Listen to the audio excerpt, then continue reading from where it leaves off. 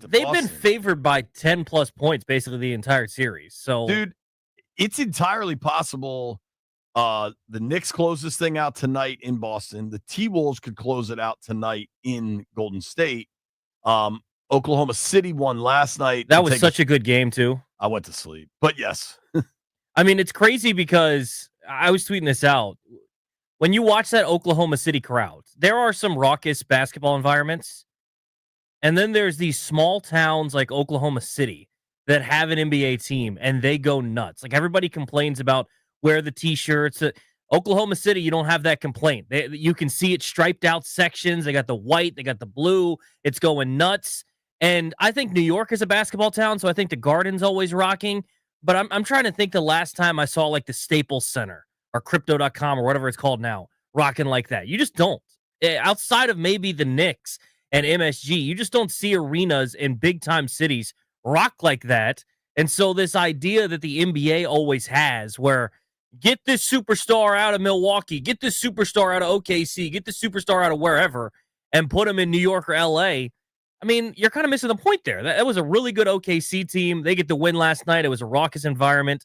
I love watching good playoff basketball when there's not extra shenanigans. It's just good basketball. And the end of that game is awesome. Part of the worst part of my enjoyment of NBA playoffs is just a reminder. It's like kind of a slap in the face, honestly, as a consumer of sports, how bad the regular season is. Yeah. It's just like, if you're able to do this, and I understand intensity ramps up in all sports, but there's no other anything. A mid-July baseball game, guys are still sliding hard in the second, and pitchers are, giving it every ounce of gas they got. Like, there's no other sport where the dichotomy between the good product of the playoffs, where everybody's trying hard, and the not all the time, but way too often crap product of the regular season is more apparent than the NBA.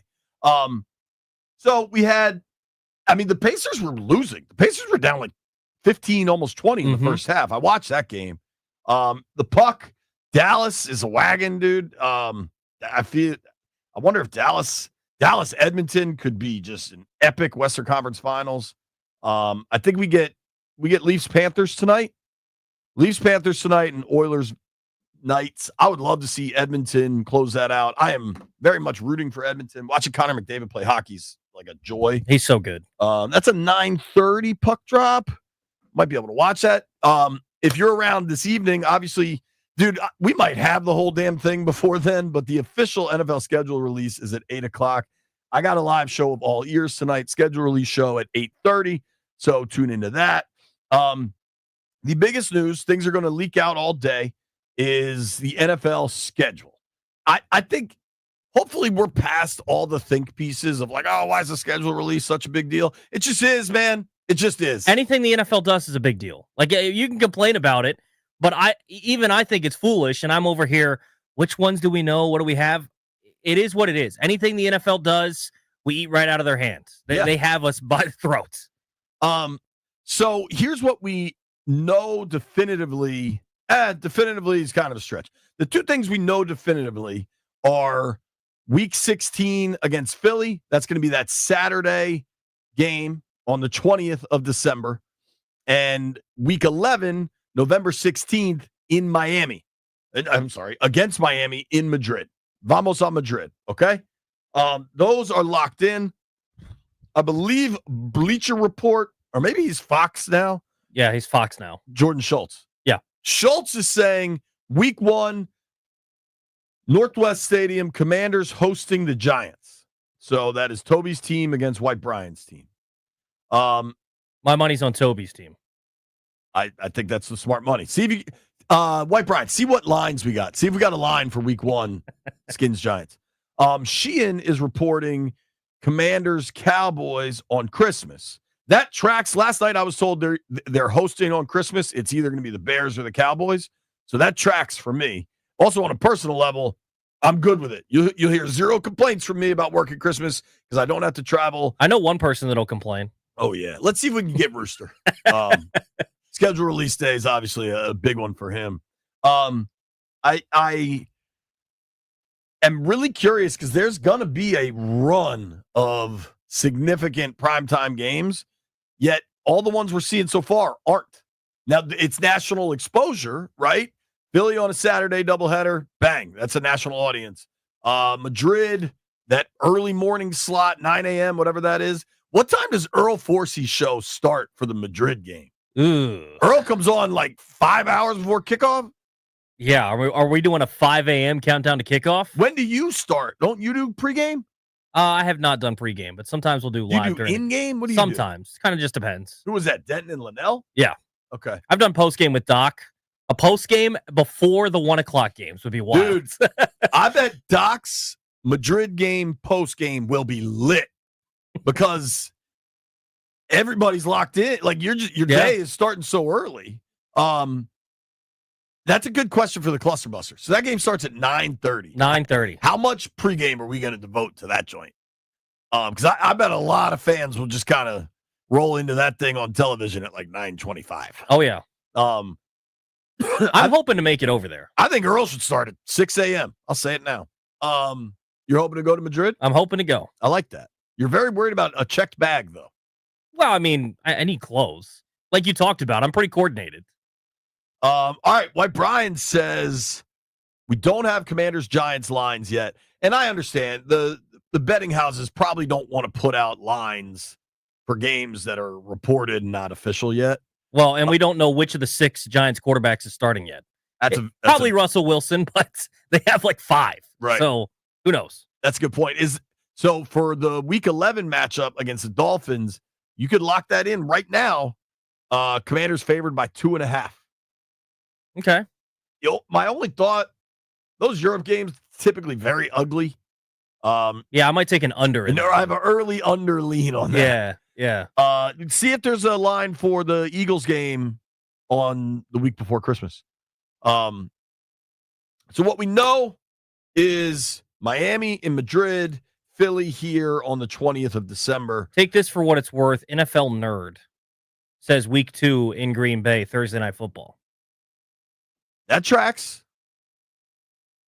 That'd be pretty fun. Lambeau Field, week 2. And by the way, I think if you want a Thursday night game, you can correct me if I'm wrong here, JP, but give me that early in the season, right? Like, there's not that's my actual birthday.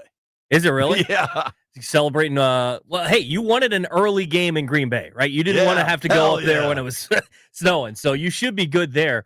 But I think early on in the season, that's when you want those Thursday night games. I know some people look at it as a chance to get an extra sort of bye week, but I think if I were a player, I would enjoy it because I don't have the wear and tear of 10 weeks of football already on my body, and then I have to play 2 in 4 or 5 days versus I haven't played that many games yet. We'll see. But that's an interesting one. So let's be clear, everybody hears us. Now, we're not reporting this. This is from NFL Schedule News, Aussie NFL, but this dude was the first to report the Madrid game, and he was correct about that. Says Commanders, Packers, week 2, Thursday night football. That definitely tracks to me. I'd heard that was going to be a primetime game. That would mean they open at home against the Giants, then they're on the road. That is the first Amazon Thursday broadcast of the year. Amazon may have released that information. We should see if there's an official release. A lot to break down from this. I mean, short week 2, but you get those out of the way. I mean, they're going to play at least one Thursday. Everybody does. Get it out of the way early. You're still relatively fresh there. On a personal level, Panic is playing 2 nights in Richmond that weekend, so maybe there you go. Maybe I can get out there. I also know some pretty good golf courses out in Wisconsin. There are very good golf courses in that area. Pretty early in the year. Nice and warm, hopefully. No snow on the ground yet. All right, so as stuff is coming out, right now it looks like week 1 at home against the Giants, week 2 on the road, Thursday night football against the Packers. Stay tuned. We're basically just going to do schedule release stuff all day, and there's a ton of stuff outside of Washington that you're all going to care about because we're all addicted to the NFL. Like me and B-Mitch are to those Fritos. I might buy some. The teams that have the most games released so far, The Giants and the Jets schedule, I think maybe it's just a product of the New York media. I don't know, but they typically have so many games come out early. I am on this website called progrid.org. This is some seriously nerdy stuff, but I don't care. Left hand up. It's who I am today. We got to get the whiteboard going here in a minute. I don't know if we have any markers anymore, but it's whiteboard season. Listen to the Giants, dude. Now, perhaps this is unsubstantiated should you want to make that delineation. But per progrid.org, which basically is an aggregator of all of these NFL schedule leaks, the Giants, who may be starting Russ Wilson, Jameis Winston, Jackson Dart, did they release my guy DeVito? What's up with DeVito? I think he's still there. I saw a picture of him still there. He's like Brian shaking his head. He's still there. Shout out to Tommy DeVito. So we don't know who's starting between that quartet. Who you got as your week 1 starter for the New York Football Giants right now? Giants country, let's ride. Russell Wilson. Russ. Why, Brian, who you got as the starter? Famous Jameis. Ooh. Am I crazy to say Dart? No, absolutely not. If he's the best quarterback, why wouldn't you start him right away? Or even if it's close, just start him. I think Daboll would rather go. But it gives them an excuse later in the year if they stink. Then you go to Dart, and maybe that's their attempt to save their jobs. Be interesting if Jameis starts week 1. What do you do with Russell Wilson then? You just move on? So I'm pulling up the contract structure right now because I wonder if one of those guys could get released. Yeah, maybe. Like if somebody stinks, Russ has $2 million guarantees. Are they going to do the same thing that the Falcons are kind of doing with Kirk, where like you can eat it, but they're holding on to these guys, seeing if an injury or something happens in preseason and someone is desperate for a quarterback, you can trade them for like a 5th or 6th. Maybe you just do that to the last possible second. Yeah, I think you consider all your options. None of what they did until the Jackson Dart move made any sense. All right, but for the New York Giants, dude, opener here against Washington, the team that swept them last year. The first one was close. Luckily, the Giants, Daboll idiotically didn't have a second kicker available to elevate. And the one up there was blowout. So the Giants go at Washington, at Dallas to open the season. Then their home opener is against the Chiefs. Then they're at LA. Or maybe that's that's home against the Chargers. Then they play the Eagles. I guess that is a Monday night game? What is a Thursday night football, Eagles, Giants, week 6. Giants got a tough slate, dude. That's a tough way to open. Philly's got a bunch of games out. What is everyone calling about? What is everyone calling for? I don't understand. There's like a zillion calls right now. We are fired up about the schedule. I guess so. We are giving away Caps tickets at some point. We're not doing it yet, though, folks. There is just NFL schedule day is fun, man. I don't know what to tell you. Per progrid.org, the Eagles schedule as currently released. Dallas in the opener. Week 2, Eagles at Chiefs. Super Bowl rematch. I believe that's the 4:30 slot on Fox. Week 6, Thursday nighter against the Giants. Week 10, Monday Night Football in Lambeau. And then they have the Bears on Black Friday. That's the day after Thanksgiving. And then obviously Washington in that Saturday doubleheader. So right before Christmas. So a lot of information coming out. It's going to be fun, dude. What game? So the Madrid game might be it. Outside of the Madrid game, what road game would you want to go to most, Toby? Kansas City. Really? Just to see Arrowhead or what? Patrick Mahomes, one of my favorite quarterbacks to watch. He was kind of the guy that I would dial in on when the Skins were so bad that you didn't have anybody to care about in the playoffs. So I would lock in on what the Chiefs were doing with Mahomes. And so being able to see him at Arrowhead, it's kind of on the bucket list. I have, for me, there's certain athletes that you feel like you just got to see at least once. And after Kobe passed away, it kind of made me think I got to see these guys, like whoever it is, in every sport. That's a mature. I've seen just about everybody I need to see. That's on my list right now, except for Patrick Mahomes. That's good for you, dude. There are players like that you want to see. Um, um, and you got to make a point of doing it. I mean, our weird text thread last night, I was looking up. I was looking up Joe DiMaggio's numbers. Yeah, I mean, like there's certain guys like I've seen Ohtani. I think he's a must see. Steph Curry Seen Ohtani in the NFL. I think like Josh Allen or Lamar. Now, I think for a lot of people outside of here, it's Jaden Daniels. Sure. But Pat Mahomes is on my list, so I want to see him. Arrowhead is cool, man. I've worked a couple games out there. It is massive. It's in the middle of nowhere. Like what you realize off the East Coast, and maybe the West Coast is like this too, but like, I mean, I realized it last night, yesterday in Raleigh. Like, you get 20 minutes, 30 minutes outside of a city down south or in the Midwest or something. It's nowheresville. Mm-hmm. And I'd say Arrowhead is probably like 20 minutes outside of downtown KC. And for the tailgating crowd that's upset that the new RFK might not have that good at tailgating, there's plenty of room there. Arrowhead is the capital of your universe because there's nothing out there but parking lots. And those people take their tailgating very seriously. Now, if you want to take your tailgating very seriously, maybe find a place to tailgate before Game 5, Caps Canes, tomorrow night. All day long on 106.7 The Fan, we're giving away Caps Canes tickets for Game 5, 20 minutes after the hour. Caller number 9 right now, 800-636-1067. You win a pair of tickets to Caps Game 5 for the 2025 Stanley Cup playoffs. Washington Capitals, Thursday, May 15th against Carolina at Capital One Arena. For tickets and more event information, visit thefandc.com. And before we go, got to tell you about my boy, John Leahy. Leahy gets it done, man. And as you're looking at this NFL schedule and you're wondering how your fall's going to line up, you're probably also wondering, what if I got to sell my house? Who should I call? What should I do? And if it's a situation like that, you need to call John Leahy. Think about my friend Marilyn. She needed to sell her Greenbelt property because she had to move. That's how it works. When the company says you got to move, you got to move. What sucks is her condo didn't qualify for FHA, so that ruled out a bunch of buyers who loved the unit. But John Leahy figured it out. He contacted a past client who was looking for an investment property, and it sold. What made it even better? The buyer paid straight cash, homie, and went over asking. 2 G's over.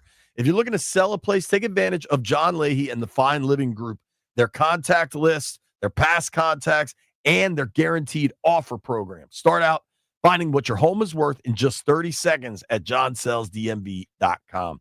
Check them out, man. That's who I would trust and who you should trust. 301-900-3052. Go to johnsellsdmv.com, or what's even easier, just Google John Leahy Group and start packing.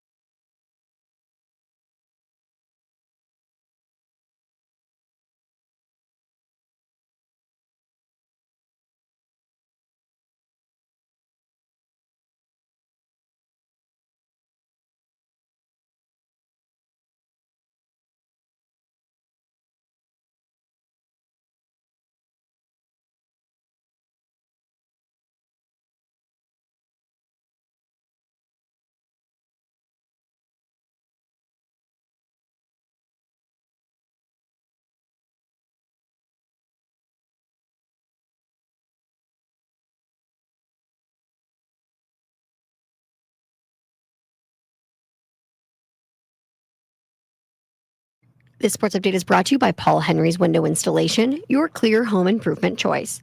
Per the Twitter account Aussie NFL, the Commanders will travel to the Packers week 2 for the very first Thursday night football game of the season. So here's what we know so far per reports. Week 1 at home versus the Giants. Week 2 at Lambeau, Thursday night football. Week 11 in Madrid, taking on the Dolphins, who will be the home team there. Week 16 hosting the Eagles, and Week 17, Kevin Sheehan had tweeted out that the Commanders will host the Cowboys on Christmas Day. That is still unofficial at this point, but we're really starting to put together the Commanders' schedule. Official release 8 p.m. tonight. From the Crop MedCap 5-Star Sports Desk, Savannah McCann on the Fan.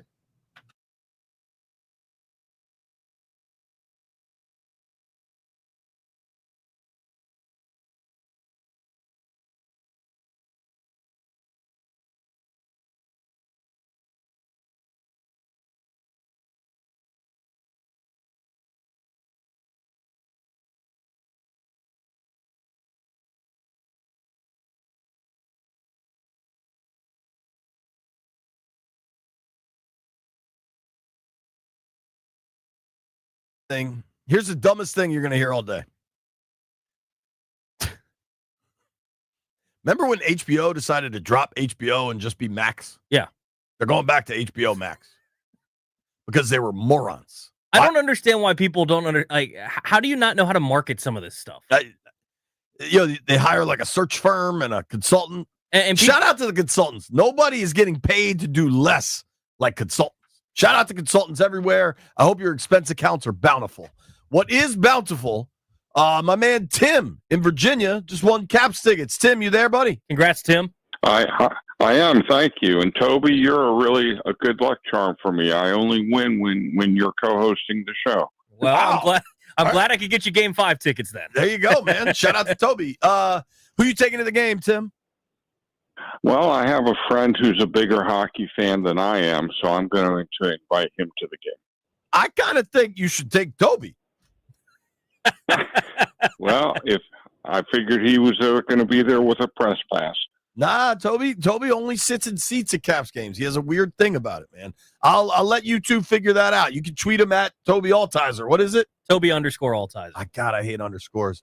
Apparently, Toby Altizer suspended somehow. I don't know what I did in my previous life, Porn. but it's suspended. Clearly, Toby has an OnlyFans page. You going Caps jersey or T-shirt? Who, me? Yeah, you, Tim. I've got an OV jersey. That's what I like to what hear. I'll be wearing. Love All right, bro. it. Yep. Have fun. Congrats on the tickets. Congrats, man. Thank you very much. See you, dude. Shout out to Tim in Virginia. Won tickets. Likes Toby. I completely own on this day, I'm a straight up nerd. Most days I'm not.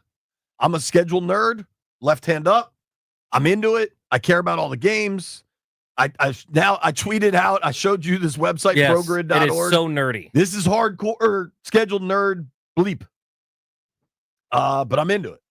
So this dude, whoever runs progrid.org, God bless you, has now put on the grid Commanders, Packers, week 2. So pretty darn cool right there.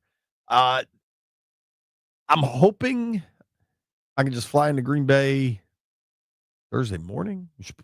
United had a flight. The last time the Skins played out there, United had a Dulles to Green Bay, right into Green Bay, which Really? was awesome. Otherwise, Milwaukee and Appleton and Yeah, blah, and blah, having to blah. drive and all that dude, stuff. It's not ideal, but we'll figure all that out. I'm really excited about this. There's more and more schedule stuff leaking out. Jordan Schultz, man. What's your take on Jordan Schultz? You have a take? I'm going to keep my take to myself on Jordan Schultz. How about that, Landfill?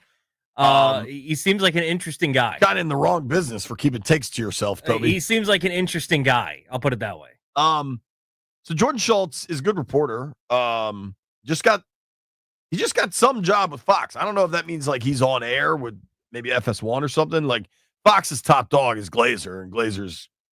I love Glazer's attitude because he has every source in the world, but kind of only pops up for big stories. Like he's not going to grind out somebody getting released or who is the ninth offensive lineman. Yeah, when he signed by says the something, you're like, Texans. oh, okay, it's a big deal. Right.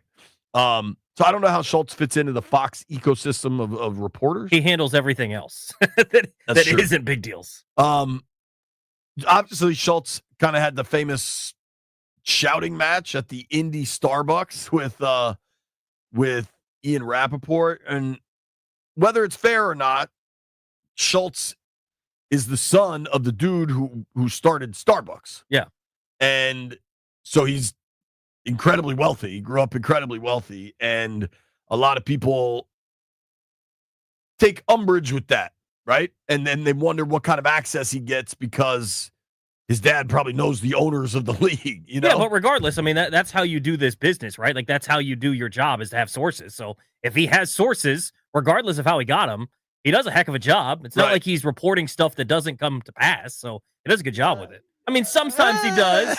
Sometimes he does. But I think for the most part, I mean, I'm sure most of the stuff that he's talking about with the schedule we'll see come to fruition tonight. So I think he does mostly a good job. You know what his dad is worth? A lot of money. I'm looking at $3.2 billion. Oh, my gosh. Yo, I'd like to find this out because I might hate this dude if this is the case.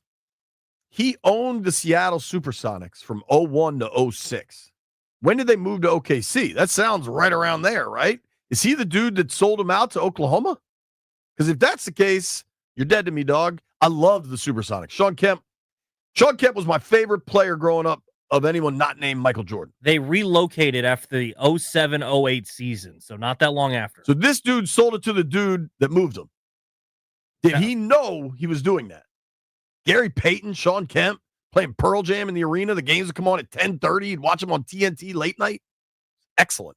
Yeah, new team owner Clay Bennett, so sold from the Schultz family to Clay Bennett, decided he wanted to move him to OKC, which, by the way, I know I was saying, like, OKC's environment was awesome. Why would you want to move a team from Seattle to OKC? Money. Because Seattle wouldn't pay to build a new arena. I guess. That's why all these teams move. It's money. It's always money. Now, unless we're talking about, like, the Akron Meat Packers of the 1915 NFL. You know what I mean? Like the Canton Bulldogs or whatever. Yeah, whoever that is. All right, I did want to play this because here's something that's just wildly incorrect. Adam Silver, NBA commissioner, kind of asked about, the NBA has just lost Christmas. Adam Silver looking for his own Santa Claus right here. There's nothing wrong with competition. We don't own Christmas, even though we've been playing on Christmas Day for 75 years in our league. So there's this huge tradition of playing on Christmas Day. I remember even growing up in New York as a Knicks fan, looking forward to those games on Christmas. A long tradition. The Knicks have been playing on Christmas as well. But I think competition keeps you on your toes. The NFL sees an opportunity on Christmas. I accept that. There's been some discussion around Christmas Eve. I'm not sure if that makes sense. I think given Christmas has been such a tradition in our league, and guys have known that there are no games on Christmas Eve, and that's an opportunity to be with their family. So I'm not sure if that makes sense. He was correct when he said they do not own Christmas. Right. They might have used to. They don't anymore. They do not anymore. Dude, since the NFL has gone to Christmas, I don't know that I've put an NBA game on Christmas. Maybe that early one that comes on, because I think they start one at noon, and I think the NFL is more like a 3, 6, 9 window. Yeah, I think now with 3 6, games, 9. one's probably starting at 1, right? So maybe you watch a half of basketball before you get into the NFL. I don't even know that it's. I think they're later. Maybe we can find out. I mean, the tough part is, regardless of if they're playing at the same time, like, I'm not watching an NBA game over an NFL game. And even if I have both on because I have multiple televisions or whatever, I'm not paying attention to the NBA game. The NBA Finals could be on, and an NFL preseason game would outrate it. It's true. That's just it's true. Yo, are you aware of what the NBA Finals could be? Like, how many people are watching Thunder Pacers? Yeah, it's not going to be the most popular. Minnesota, dude, the NBA needs the Knicks to get through. I think they will. That's going to be a quick whistle in the Garden. Yeah. Good I luck, think they will. Indy. But I think also, too, with the NBA, like, it is markets, but it's also players. And a lot of people are excited about Shea, I think. Even though it's an OKC. Like, I think he's going to win MVP. Yeah. I think people would be way more excited about Ant or Joker Big or time. Steph. I mean, at least there's still big names left. Be one thing, like the Miami Heat a couple years ago when they're in the finals, and they're big guys like Tyler Hero and Jimmy Butler is kind of outcast. Was that the bubble, though? No. That was when they beat the Celtics. Yeah, wasn't there one and after? then they got thumped, didn't they? So it's just, at least there's big names left. Was that the Mavericks? No, the Mavericks was last year, and they lost to Boston, right? Yeah, who was that one? Or was that the bubble? Just ring. What? Jokic's ring. Yeah, okay. yeah. I think the Pacers are going to get to the finals, and I think nobody outside of Jeff cares about Tyrese Halliburton. Yeah. And, I mean, if you get Pacers Thunder, that's a disaster from, like, a television standpoint. Yeah, I mean, that's kind of tough. I mean, it is what it is. I don't love doing that game because just a couple years ago, we were complaining about the World Series being Rangers and Diamondbacks, and then last year it's Yankees and Dodgers. So, like, it just kind of, it comes and goes. I agree with that. I actually enjoyed that Rangers D-backs World Series. Last year, the Yanks kind of just got smoked. Yeah. Like, and didn't that Rangers D-backs go 7? Yeah, it was a really good series. Yeah. Like, but I'm also a baseball fan. You know what I mean? Like, I think for TV, you want casuals, and casuals are coming for Yankees Dodgers. Well, and I think the casuals will tune in for the NBA Finals. I think that's a little bit. I don't think so. Not if it's Thunder Pacers. I still think so. I mean, the NBA Finals, I think for a casual basketball fan is still somewhat must watch. It used to be that I made sure I wasn't doing anything that day to watch NBA Finals. It's not that case anymore, but I'm still going to watch it. Obviously the Caps are still in it, and there's no rule that prevents them from coming back in this series. Yeah. So, like, the Caps have my most devoted attention of all the playoffs going on right now. But I'll just be honest, I feel at this point them getting to the Stanley Cup seems hard to believe. I'm way more excited for Stanley Cup finals than I am NBA finals. Oh, as soon as the Caps are done, I'm done with the hockey. I don't know when I switched, but I have switched, especially playoffs. Over Now, the NBA? I will watch both. I mean, dude, I'm going to watch both. Of course. Professionally, I'm also just a sports dork. Like, I will watch all of it. Yeah, I mean, you're on sportsgrid or whatever, progrid.com. Progrid.org. Progrid.org, Toby. I'll watch all of it, but I'm the hockey to me is so good right now, and I really want McDavid to break through. I want the Caps to break through above all. But here's where I've broken through. I got a Rude system. If you want comfort and convenience wherever life takes you, you need to turn to Rude. My Rude system has Wi-Fi compatibility, so I have full control of the heating and cooling in my home from my phone. I can turn that thing up right now. My wife's working from home. What if I just turned it up to like 85? She started sweating. She'd probably get pretty pissed off. Or I could just freeze her out, just drop it down to 58, see if she texts me. Seriously, I could do it right here on my phone. And you get alerts if something's not going right. The new system I have at my house has completely changed. It's been wet and damp and gross outside for seemingly a week. My house is not feeling that at all because of my Rude system. The variable speed compressor ensures precise temperature and humidity control. Operates efficiently, even in extreme conditions like the nonstop biblical rain for the last 3 days. Rude systems are comfort and performance perfectly balanced. You got to make sure you can get some tax savings too, folks. Everybody needs that. Federal tax credits up to $2,000 are available on heat pumps through 2032. Check out rude.com/federal incentives to learn more.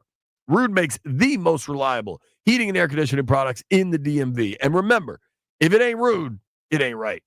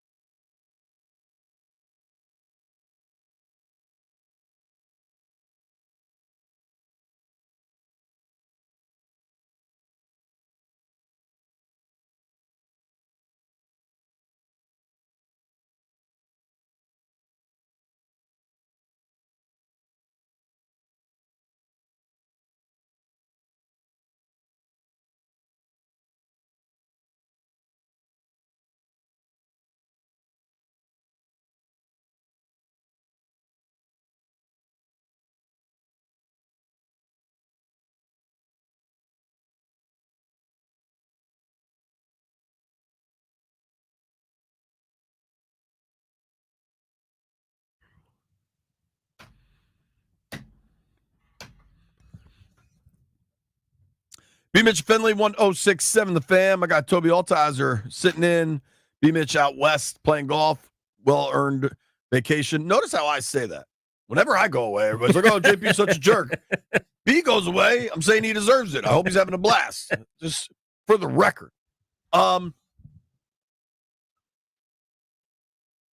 Major League Baseball, my guy Manfred Yeah.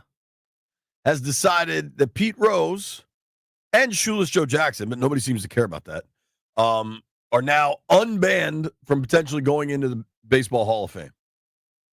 I have 4 words, Toby. Too little, too late. So you wanted him unbanned so he could have gone in while he was still living? Yeah. It's such a difficult situation with Pete Rose because, Manfred comes out and says basically with Rule 21 or whatever. I was watching MLB Network talk about it yesterday. Whatever it is, Rule 21, whatever number it is, basically saying you can't bet on baseball is meant to protect the game from people that could harm it. And essentially he's saying that once you pass away, if you're on this list of keeping them away, whoever it was, that once you're passed away, you can no longer harm the game. So you can be taken off the list and then in turn put into the Hall of Fame. But I don't know. It's an interesting thing because Pete Rose was such a good baseball player, one of the greatest of all time. He's so iconic, but he also committed the cardinal sin of playing professional sports. And so I can see both sides of the coin. It seems like a majority of people now with him coming off this list that a lot of people think that he's just going to end up in the Hall of Fame. Some people I see writing today trying to uphold that, what he did was so wrong, keep him out. I have no idea what's going to happen, but I think he at least deserved a shot. I think that was a point that was brought up yesterday with guys like Bonds, with guys like Clemens, guys that were a part of the PED era. They've at least been on lists and a part of committees, and people have decided that they're not going to be in the Hall of Fame. They're not banned. They haven't been put through whatever amount of reasons. Pete Rose never had that opportunity. Barry Bonds, best baseball player I've ever seen. Yes, absolutely. And did he get jacked and just start hitting bombs? Yes. I remember Barry Bonds with the Pirates when he was skinny and stealing a million bases and an incredible outfielder. Like, Barry Bonds, best baseball player I've ever seen. Mm-hmm. Period. The fact that he's not in the Hall of Fame is a joke.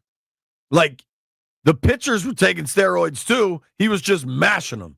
And MLB capitalized on the steroids. I remember the marketing during the McGuire-Sosa chase that summer. What was that? 98. 98. I wasn't even born yet. Damn, Toby. That was kind of a slap in the face. I was born in 98, but September of 98. When's your birthday? 28th. Okay, I'm the 11th. If B. Mitch was here, he would know what your sign is, but I'm not into cosmetology, so I don't know. Cosmetology. Anywho, Major League Baseball had these commercials with cartoon character McGuire, Sosa, and Bonds looking like the Incredible Hulk. Yeah. And they weren't even testing for steroids. Like, they were in on it. You were 100% in on it because you had to bounce back from the strike in 96. Like, it was just the amount of hypocrisy in all of this and the amount of self-righteousness of baseball writers. Oh, baseball is so good at this. Oh my God. To me, I find it so just unwelcoming, and it's just gatekeeping at its highest form, and it's just so lame and petty. So to me, let him in. Now, I get the Pete Rose thing is kind of unique because he was a jerk about everything and like built his own museum across the street or something. Well, I mean, if you want to pretend like the steroid era wasn't a part of baseball, then you're taking out a major part of the last 30 years, right? Like that was a huge part of it. And it going to a Hall of Fame and going to something like that should tell the story of your sport. And it's kind of hard to tell the story of your sport without the guy who hit the most home runs, regardless if he had help by substances, and the guy with the most hits, regardless if he bet on the game. Neither one of those dudes is in the Hall of Fame. In 1995, Brady Anderson hit 16 home runs. In 1997, Brady Anderson hit 18 home runs. In 1996, he hit 50.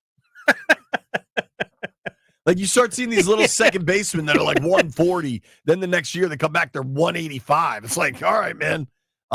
Looking like the East German swim team. Well, and I mean, if you were looking at Joe DiMaggio's baseball reference page, That was a treat. listen What to a baller Joe DiMaggio was. listen to this from 2001 to 2004 for Barry Bonds. This is on base percentage: 515, 582, 529, 2004, 609 on base percentage. I say let everybody in. 120 intentional walks. I think Bonds. I saw Bonds at RFK when the Nats were playing at RFK, and he hit a baseball that I think could have gone out of the stadium. And he walked around going like this to everybody. It was so badass. Landville, you are the undercover seam head of the program. What do you think they should do with Pete Rose now that he's unbanned from the Baseball Hall of Fame? I think they should reban him. Really? Yeah. Posthumous ban? This isn't even like the steroid guys. They broke unwritten rules, or they were doing steroids, but it wasn't actually against the rules. Pete Rose explicitly broke the rules. There was no ambiguity about it. You're not allowed to bet on the game if you're the manager of the team, and he did it. Be done with him. Well, I also look, man. I'm largely past it. I still gamble, but there was a time where I really gambled, and If Dan Quinn placed a bet on the Commanders this season, he'd be fired and no one would ever hire him again, and we'd all stop speaking of him. That's the exact way that you should handle it. Pete Rose should be gone forever. I think it's incredibly naive to think that Pete Rose only bet on his team. Yeah, that's definitely true. I think Yeah. that is incredibly naive. Yeah. Here's what we're going to do. Neil Greenberg joins us next. I have a real question for Neil Greenberg. Now, Greenberg is a friend. He's great at what he does. Our guy, Neil, is a self-confessed stats geek. Not a nerd, a stats geek. You and I are self-confessed schedule geeks. Mm-hmm. Maybe nerds, whatever. I want to know if Greenberg is a schedule nerd. Nobody go anywhere. It's B. Mitch and Finley.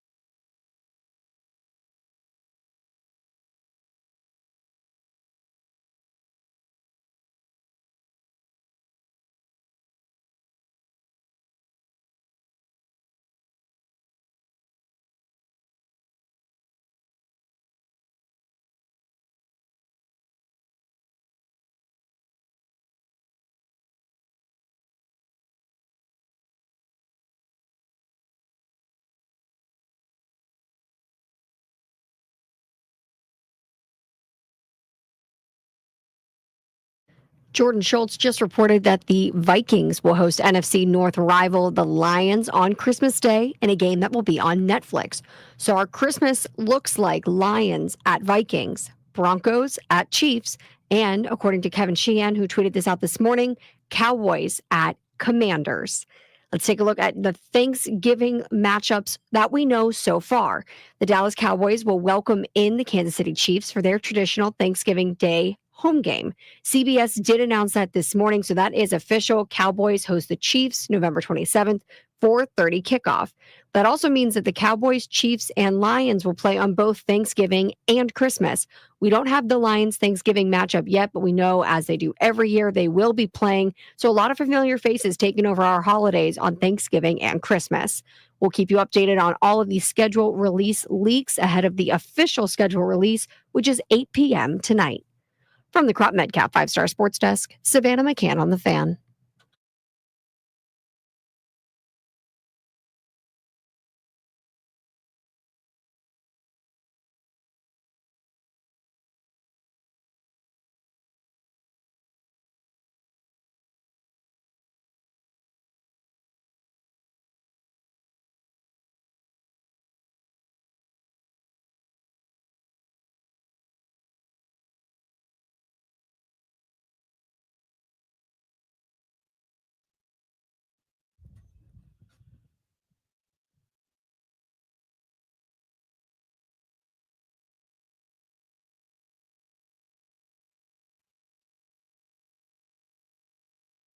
B.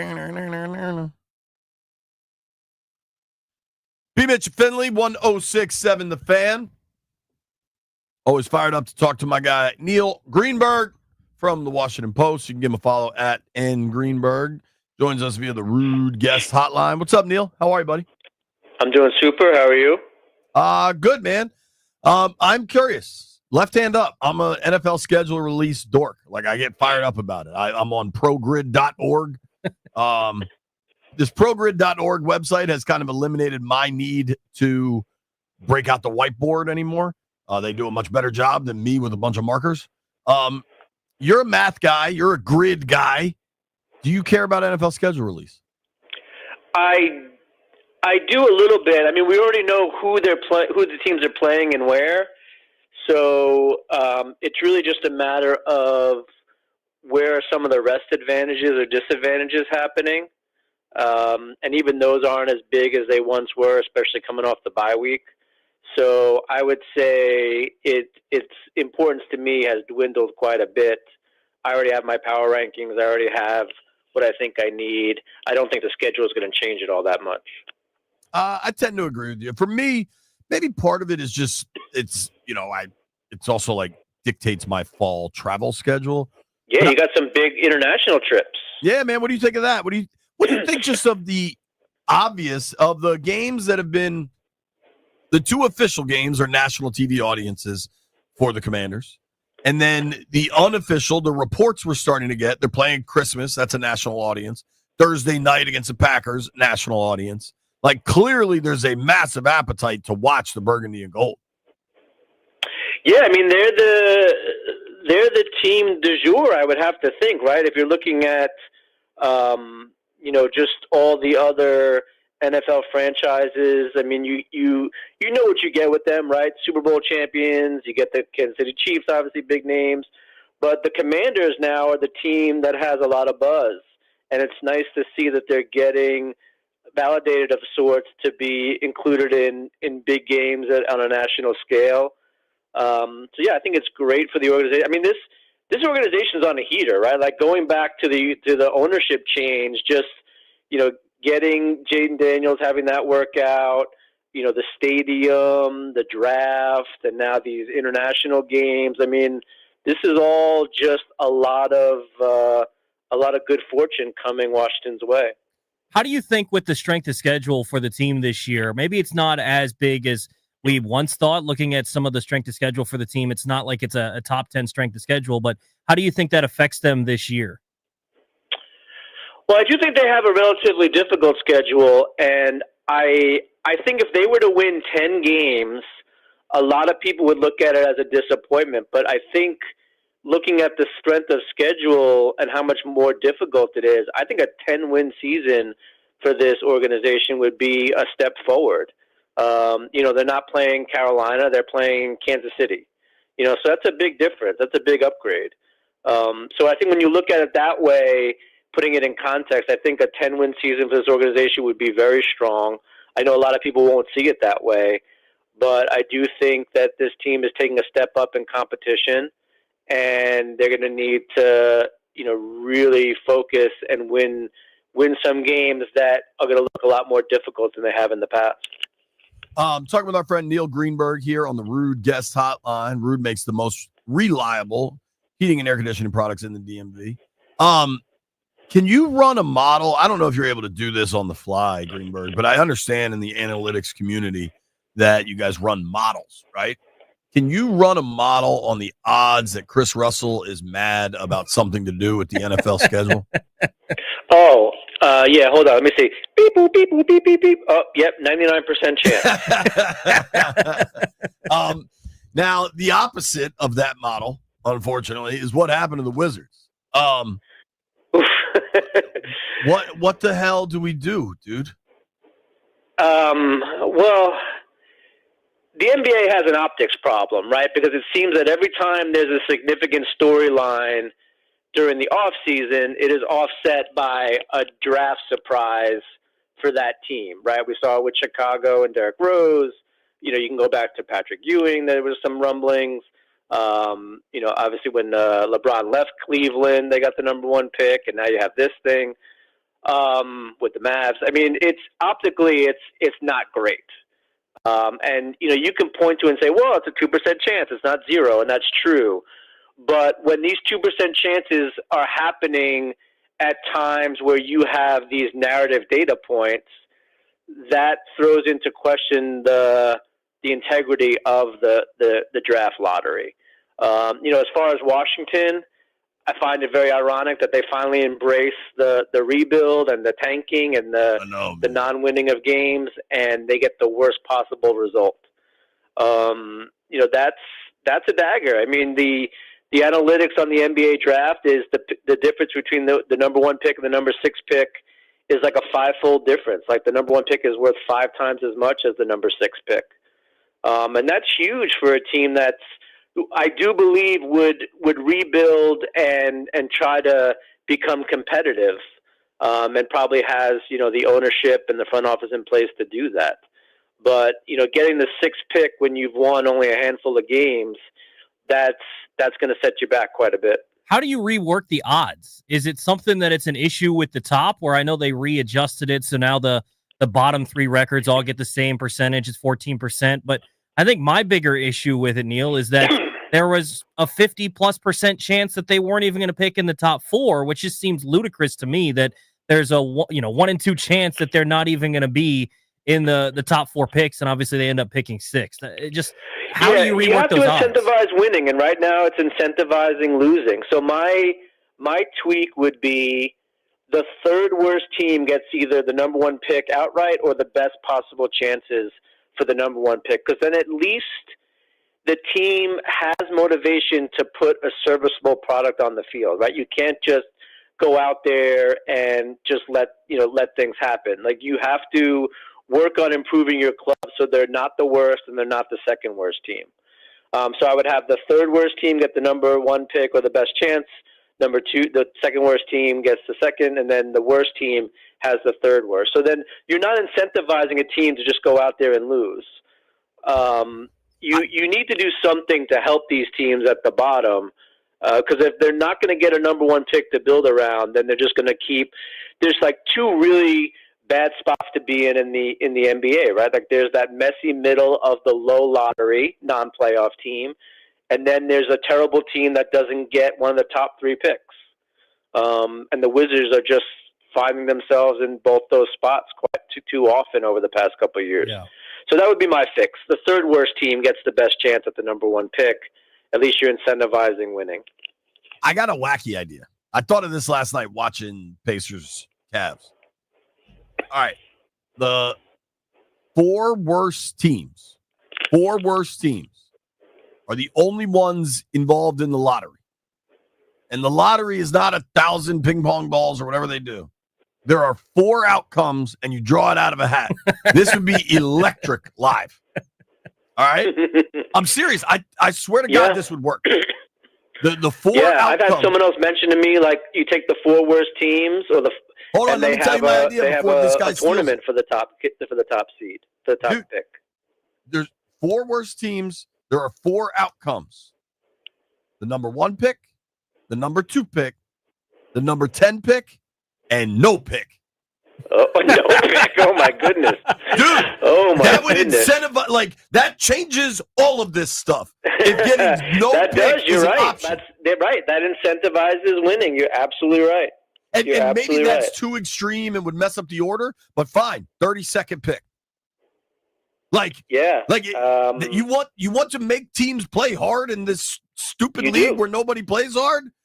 Change it. It's just so difficult though because you need a superstar in the NBA. People can say you don't, but frankly, those people, you need a superstar. And for teams like Utah, the Wizards have found themselves there now. Like, you either have to trade for one. Found themselves there for a while. Well, you either have to trade for one, and generally, if you're going to trade for one, they come with some sort of baggage, whether it's health, whether it's age, whether it's they're disgruntled, or you have to sign someone in free agency if you're not going to go do it through the draft. And we already saw a prime candidate for free agency just skip over coming here in Kevin Durant. So they need to draft one more than likely, and they put themselves in the right spot, and then they pick 6th. Yeah, I mean, the Durant thing had some other baggage. Like, he just didn't want, like, people always asking him stuff and coming home and everything. But, yeah, the NBA, what the formula to win is you get a really good player that other players want to play with so that they come here and they'll play on exceptions, they'll play for less money, they'll ask to be traded. Like that's the path to winning. But if you, not to say that Cooper Flagg was going to be that guy, but like, no one's coming to win less than 20 games, right? Like, no one's coming to be the 9 or 10 seed. You really need to get an impact player and show people that you're serious about chasing a ring. And with the NBA the way it is, there's only like you said, there's 2 ways to do that. One, you have to pay or trade for someone and hope it works out. We saw, like, Russell Westbrook was kind of like that. Or you have to get lucky with the number 1 pick, and he's got to become a franchise cornerstone. And you have to convince other people that you're on a short-term plan to contend for a title. Very difficult to do in the NBA right now. Yeah. Talking with our friend Neil Greenberg here, Rude Guest Hotline. You can give Neil a follow at @ngreenberg. Check out all his work in the Washington Post. I know you're on Preakness duty, but the Caps have a game before the horses start running. Caps play tomorrow night. I was in Raleigh. I would legitimately say the 4-minute power play was one of the low moments of my hockey watching life. It was just so ineffective and poor. Demoralizing. Demoralizing is a good word. Now they played flashes of good hockey as that game progressed, but damn, that was awful. I know what the Vegas numbers say, and the Caps are obviously pretty heavy underdogs at this point. I'm not going to ask you to explain that. That's easy to see. How can they get back on track? Well, Carolina's tough, right? I mean, Carolina's really good at getting to the high danger areas of the ice. They play a very north and south type of game. So once they get the puck, like, you blink and it's already in the offensive zone, and they're able to keep it there. I think Washington. I don't think Washington has been massively outplayed in this series. I know they're up against it, and things are not good for them, but I don't think that necessarily they've been outplayed.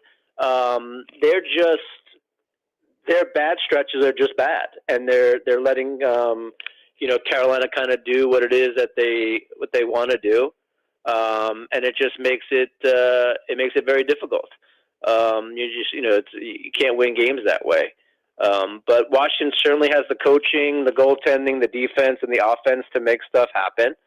Alex Ovechkin obviously needs to play better than he has been, and they're only going to go as so far as Ovechkin takes them because he's their best player. And I'm not diminishing what other players on the ice do, but you need your, generational talent, goal scoring, record holding forward to be a much bigger presence in this game than he has been.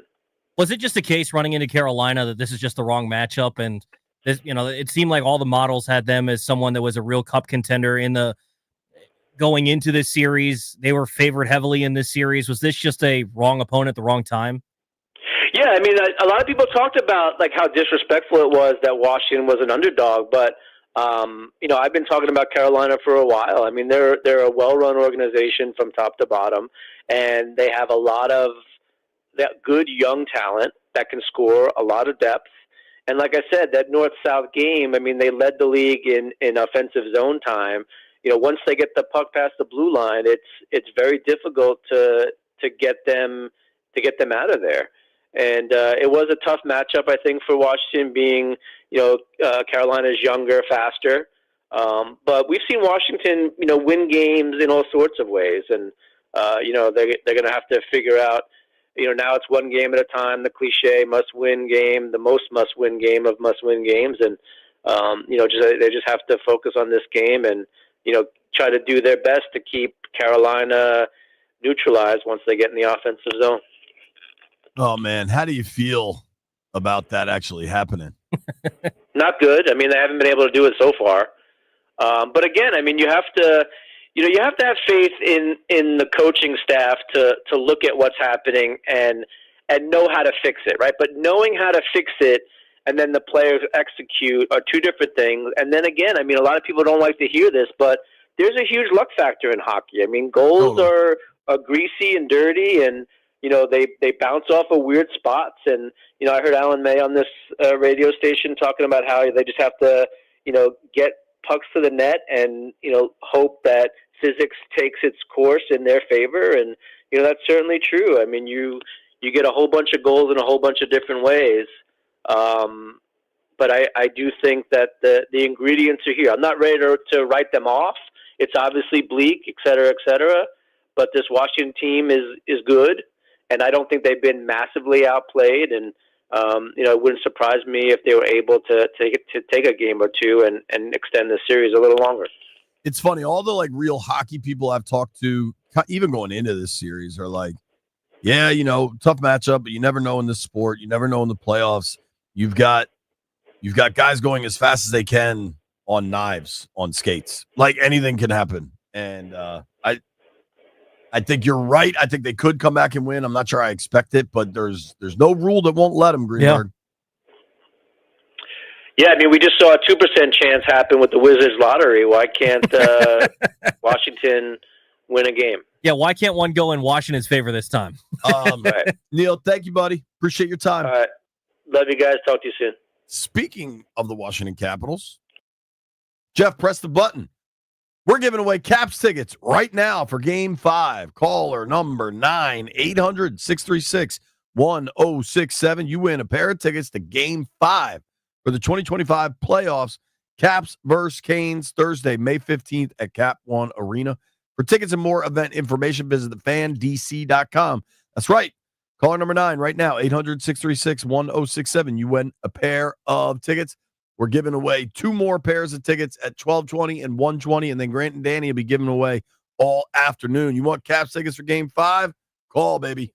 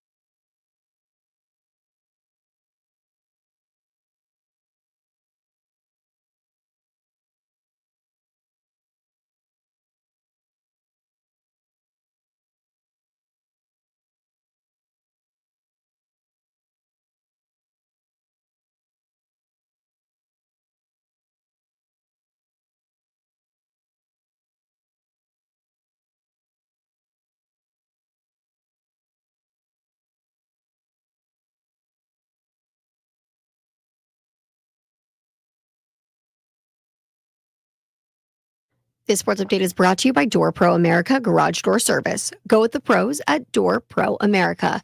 8 p.m. tonight is the NFL schedule release show. We will learn the Commanders' entire schedule, but there have been a lot of leaks so far. So here's what we know.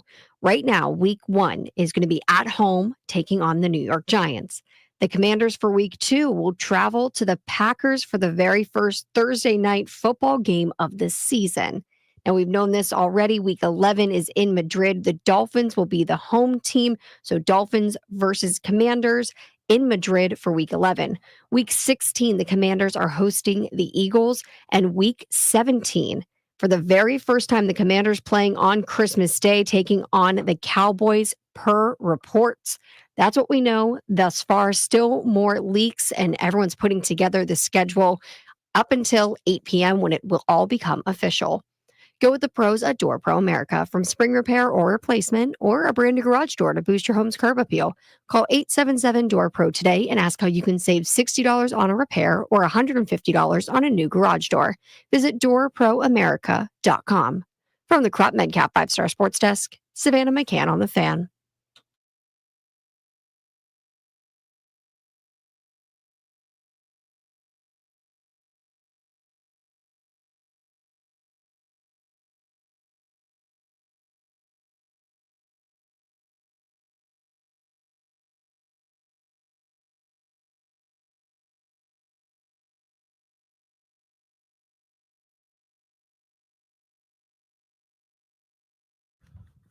B. Mitch and Finlay, 1067 The Fan. B. Mitch is on an airplane. Toby's in his chair. What up, Tobo? What's going on, man? How's the stream going? Anybody checked with the folks? How's the chat, White Brian? Everybody behaving? Be normal, folks. I don't feel like the chat ever behaves. So Why are they talking about me? Sear Titus, I just opened the chat and the dude said I would hate to be JP. Okay. Damn, dog. I don't really get it, but you do you. I think they're talking about travel. Yeah. Everybody got TPS reports, man. How nerdy you want to get with it, Toby? Let's get You nerdy. ready to get deep into this? Yeah, let's get deep. Let's get nerdy. Do we have a pen? I got a pen. My man, lack of pens is a real problem around here. I got a pen. Shout out to me. I'll confess, I think I stole this from Drab at some point. Just going to own up to that. This is from MCA of Metro Washington. Let's do it. I got to tell you, I have no idea what MCA of Metro Washington is. White Bride, see if you can look up mcamw.org because we just gave them some free pub. Might be a meth lab for all we know. I'm going to guess it's not. I'm going to guess it's not a meth lab also because meth labs don't have this nice They don't generally pens. market on pens. Check this pen. It's like heavy, got some real good weight to it. Yeah, I like that. Nice. Thanks, Drab and MCA of Metro Washington. So this is how we can get real nerdy if we want. Like we can figure out who Washington isn't playing in a lot of weeks. Ooh, I like that. You know what I'm saying? Yeah. Like, so if you go to progrid.org, the days of me having to chase all this information down, it's all changing, man. When did you find out about progrid.org, by the way? I think last year. And how many times have you visited it in the last week? Last week, maybe like once or twice a day. Today, I've refreshed it 1,000 times. Left hand up, scheduled dork, right here. All right, so let's go to week 3, shall we? The schedule, through various leaks and reports of various people, credit to all the people reporting stuff, okay? I'm not going to name it every time now as this becomes more apparent, because I honestly kind of can't keep up. Yeah. Week 1, Giants. Week 2, Thursday night in Green Bay. That will be awesome. Mm-hmm. At Lambeau, week 2. All right, so week 3, we can start to figure a bunch of stuff out. They play Kansas City. It won't be Kansas City because they're playing the Giants. Therefore, it also won't be the Giants again. I don't think it would be that quick anyway. So, like, of their opponents, we can figure out who it definitely won't be. Kansas City's playing the Giants, week 3, Sunday Night Football. We know who else do they play, Toby? The other week 3 games, it's obviously not going to be Miami because they're playing Miami later. The Bills are playing Miami. Let me see if they have any other stuff on here. Like what? If there's any other, okay, so week 3. But you don't like some of them. You could kind of figure out. Like, look at because there's been so many announced games in and around Thanksgiving, right? Like Chiefs Cowboys. Just I don't know when that officially got announced. I had heard that was going to be the game on Thanksgiving because the NFL is trying to break an all-time record, and they're going to roll out Taylor Swift to do it. So, I think at this point, do we know who the Lions? The Lions come here, so I believe we can rule out the Commanders playing on Thanksgiving, right? Yeah. Because the Cowboys are playing the Chiefs. The Bears are playing the Eagles on Black Friday. Do we have the Lions game yet? And do we have the night game yet for Thanksgiving? I don't believe we do. Actually, I think that it looks like there might be all the Thanksgiving games. It looks like there's on here. It looks like there's going to be Rams and Bucks. That's usually the night game, right? The non-Detroit game. There's a third game, yes. Minnesota takes on Detroit. Okay. On Thanksgiving. And then Rams Bucks that night? Yeah. All right. Washington ain't playing Thanksgiving, which is fair because they're playing Christmas, I would add. We know they're not playing Black Friday. So odds are, I mean, maybe it could still be a road game. Now you still have to figure out. Now, the networks still need their Sunday night and their Monday night games. And Washington might be a hot enough ticket that they're going to be a Sunday night or a Monday night of Thanksgiving weekend. But, dude, honestly, if they are Sunday night or Monday night of Thanksgiving weekend, it sets up kind of dope. You could travel. You can come home Saturday, Sunday, whatever you need to do. Enjoy your turkey. I got some ground turkey for lunch. There you go. Soy sauce. We know the Christmas situation they're playing on Christmas. Before we get Rooster's crazy ass in here, how do you feel about them playing on Christmas? I don't mind it. I don't love it, but I don't hate it. I'm going to be watching regardless. There's just going to be more emotional investment. So hopefully they win and it doesn't ruin Christmas, right? But yeah, I don't hate it. I'm fine with them playing on holidays, and I think it's a little extra. Gives you something extra to care about, as if there wasn't already enough to care about on Christmas. Gives you a little bit extra, something that's non-family gift related. Dude, I was texting with a friend last night about the Christmas game because last night I knew it was going to be Cowboys or Bears, and it was going to be at home. I didn't have it. Like, to me, I don't report stuff like that unless I know it, and I didn't know which the opponent was. So I didn't want to put something out until I had it locked in. But my buddy, like, now if you're my age, no, you could be lots of different ages, but if you have young children, Christmas is awesome, but also kind of challenging, right? Like, it's a busy day. I think what's dope about the Christmas Day games I'm just going to speak to a very direct demographic here. For the dudes that want to be able to lock in and watch the Commanders game, it's Christmas. You got all your family around. You know who can help watch little Billy or little Jessica? Your mom, your mother-in-law, Aunt Edna. Like, lean into the family vibe. For all the dudes out there stressed about watching football on Christmas, lean into the family vibe and let your sister that's in town from Michigan watch the kids. And, like, the key is, I've learned this, especially, I got 100 nieces and nephews now. The key is to, like, when I was in college, right, and there was a group project, I would always volunteer to do something right away, something easy. I would set up the email thread. That was my go-to move. Setting up the email thread requires nothing, but you seem like a real go-getter. So Christmas Day, for the dudes that want to just chill and watch football, you got to do something in the morning, man. Obviously, Christmas morning, you're ripping open presents, whatever. But, like, all right, we're all going to grandma's house. I'll stop and get the ice. I'll pick up the wine.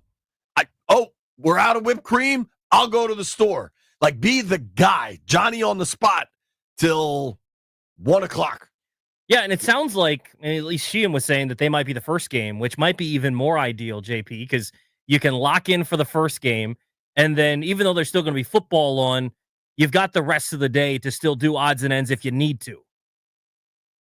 Sure, you can lock back in with the family. You might be kind of hammered, pound like 9 beers during the game, but whatever. Yeah, but you can get Why right is back. Daddy so goofy? The Commanders won. Yeah, exactly.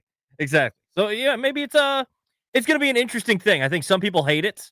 I think some people just want their holidays to be left alone. They can enjoy a game, but not their team. But I also I don't mind it. It sparks it means that there's an intriguing part about this team that hasn't been there in so long, that they want to put this team on holidays, which is great. Yeah, dude. I think I'm cool with Christmas, especially that it's here. I think the fact that it's also Vikings Lions, not a lock that the East Coast game would be the 1 o'clock, because they could play Lions Vikings at noon. Now it's Netflix, so I know 1,000% that the other Cowboys Commanders game, which is going to be in Dallas, I guarantee with every ounce of my being that will be a Sunday 4:30 America's Game of the Week on Fox. Like Fox ain't giving up both Skins Cowboys games. That's true. So you can lock that in, which means I'll probably have to stay an extra night in Dallas. But I don't know that, because there's what's the night game on Christmas? We've already known that, right? I'm not 100% sure. Do we have that one yet? I thought we did. I thought it was okay. Yeah, KC and Denver. Yeah. So that could be a moving target. We know in the division, we don't know when they go to Philly, when they go to New York. Weirdly, we have all 3 division home games. Yeah, that's odd. Giants, Eagles, and Cowboys. You wonder if week 18, God, that'll be cold, dude. If week 18, it seems like if you just look at the games that have been reported, and we're going deep here, but it looks like the NFL is really trying to backload division games again. Like right now, the Commanders would finish with the Eagles, then the Cowboys, and we don't know week 18 yet. Sure seems like that could be the Giants. Like if you look at even what's reported out of the NFC North, the Bears play the Packers week 18, and the Vikings play the Lions. I'm sorry, week 16, and then Vikings-Lions is week 17. There's going to be a lot of that, man. Coming up at noon, I'm excited. We got our boy Charlie Goldsmith, reporter out of Cincinnati, does a great job covering the Bengals. He was at Trey Hendrickson's media availability yesterday, which got a little dicey. Mm-hmm. Trey Hendrickson not happy. NFL schedule release day. Happy holiday to all who celebrate.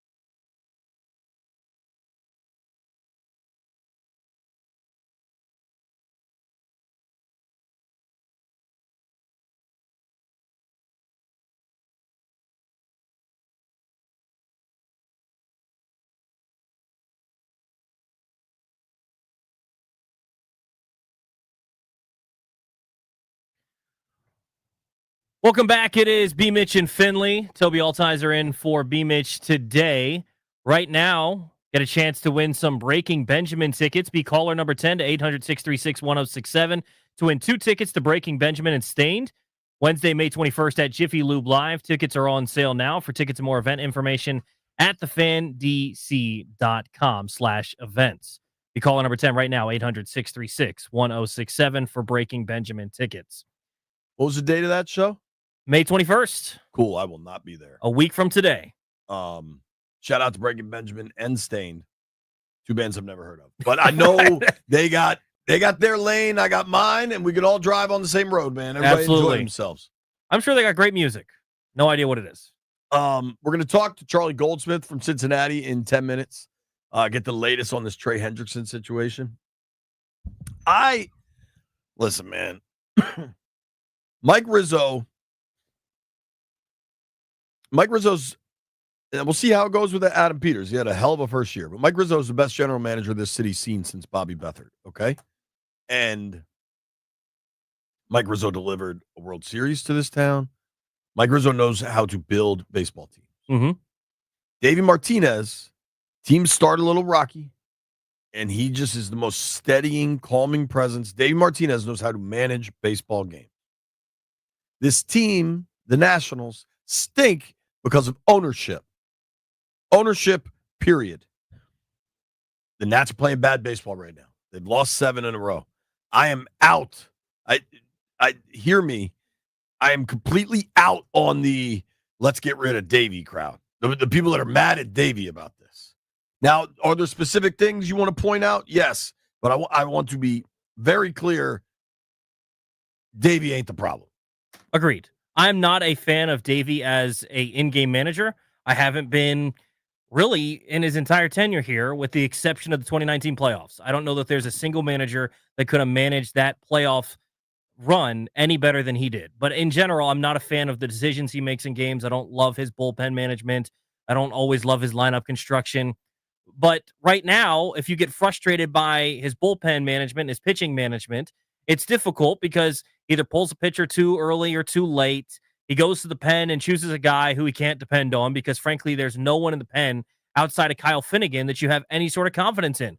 Last night, Jorge Lopez comes into the game and struggles, and he's just a head case. And I think you could have, anyone that watched anything of Jorge Lopez, especially last season after what he did with the Mets, you could have known that he had a little bit of a hot temper. And him just, I don't know if you saw this, JP, when Davey comes to take the ball from him and take him out of the game, generally, what does the pitcher do? He just kind of stands there, looks at the manager. Yeah. He was bouncing the ball on the rubber like he was playing basketball. He was just frustrated, just bouncing it. It's not a good look. It's not what you need out of a veteran arm, one of the few veteran arms left in that bullpen. And look, I think everybody deserves some blame, but you're right that a majority of it goes to ownership, because the reality is Mike Rizzo wants to rebuild the bullpen and he wants to have more reliable arms in there, but he doesn't have a lot of resources to do so.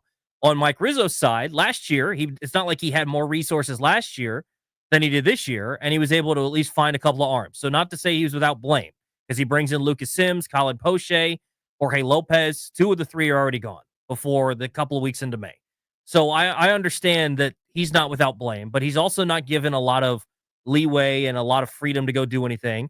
And Davey Martinez, frankly, just doesn't have a great ball club to manage. And even though I don't love the way that he manages a lot of times, it's hard to fault decisions when the other options aren't exactly better than what he has. So it's a really bad spot they've put in, where every party has a little bit to do with it, but a majority of it is they just don't have the people because they're not spending enough money to field a baseball team that is overly competitive. Because I think the most disappointing part about this, JP, is when you've watched this team this season, they've been in a majority of these baseball games. They're right there in a lot of these things. And Rizzo was on with the Junks talking about this earlier today. They're a team that has a small margin for error. And where does that help? Having a reliable bullpen guy, having a veteran bat that you can trust in the lineup in the middle of the order.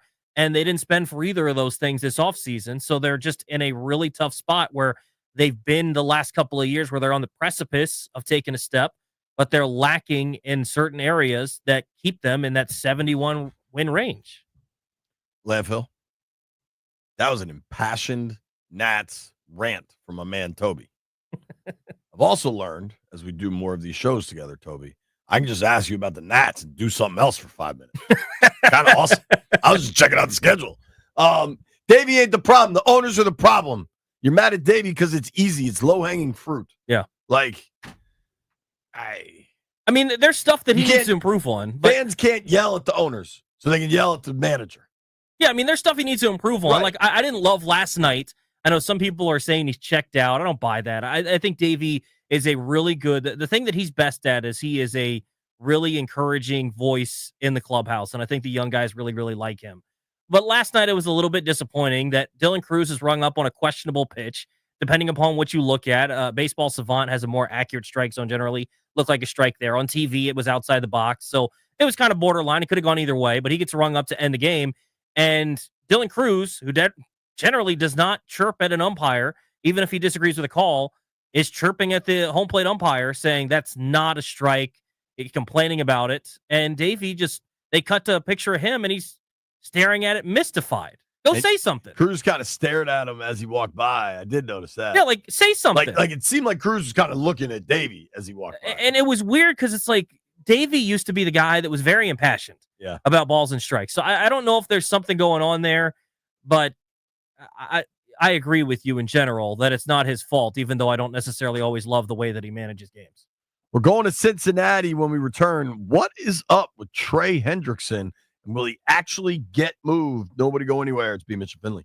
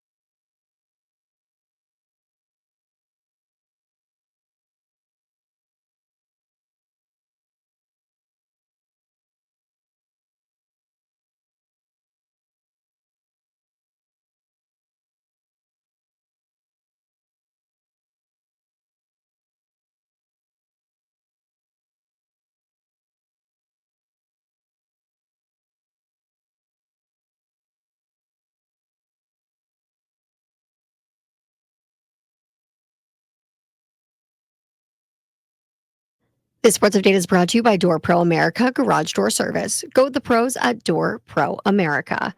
NFL schedule release day has pretty much taken over our updates. So here is what we know.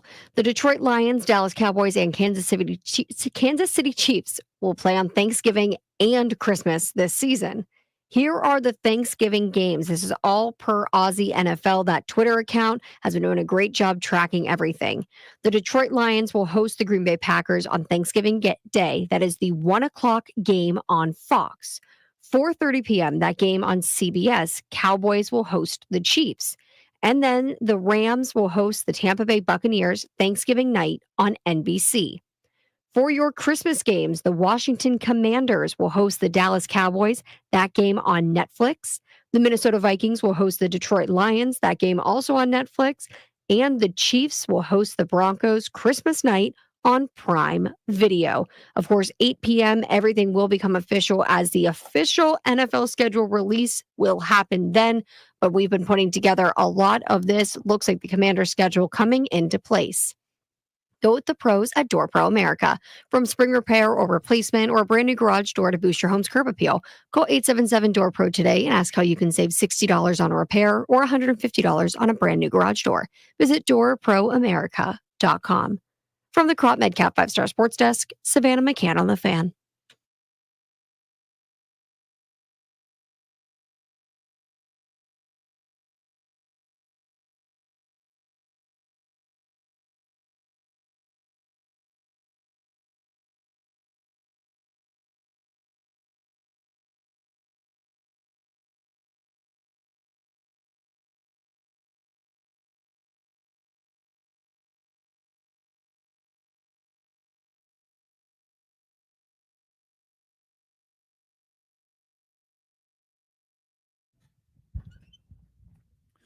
A little breaking news here. Commanders finished the season in Philly. Week 18 in Philly. That means 2 of the last 3 games for Washington are against Philly. Wow. Week 16 and week 18 with the Cowboys sandwiched in between on Christmas. That's interesting. Last 2 of the last 3 games against Philly? All right. We're going to put schedule stuff on hold for a moment. My guy Charlie Goldsmith does a great job covering all things Cincinnati. Maybe we'll make time for this Pete Rose stuff. But, Charlie, we got to start. I follow you on Twitter, at CharlieG_. What the hell is going on with Trey Hendrickson out there? Well, you know, you're a writer. You cover the team on a daily basis. So I'll ask you this. During your time covering the Commanders, has a player ever got on a flight to go to Washington to not practice, not do anything associated with the team, but to talk to the beat writers? Is that something you've ever encountered? Charlie, you forget the team I've covered and how long I've covered them? Hell yeah. You remember Trent Williams going nuclear, sitting in the Redskins locker room? Well, all right, so you got me beat there. It was a new one for me. A player showing up specifically to be a distraction, specifically, again, just to talk to us, especially in an era where, you know, Hendrickson's done a lot of this nationally. He's been on the McAfee show a lot, you know, which is great, the great Pat McAfee show. He wanted to talk to the local guys to try to impact or sway the narrative that there is about him. Now, his ability to be successful, his effectiveness doing that, that's up to you know, everyone individually. But what I am pretty sure is the Bengals aren't going to budge. Trey didn't really accomplish anything yesterday. They're still not close to a deal. Hendrickson wants to be paid top of the market. The Bengals don't want to do that, and we're right where we've been since January. Where do you think this thing ends? Is he going to play for Cincinnati, or is he going to play somewhere else?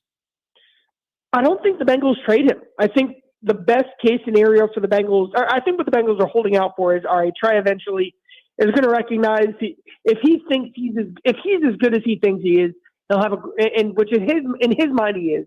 He'll have a great year. He'll have a contract year. He'll then go out and get paid next year. I think the Bengals are kind of hoping for that. But now Hendrickson, you know, he said he won't play on the current deal. That's what guys always say around this type of year.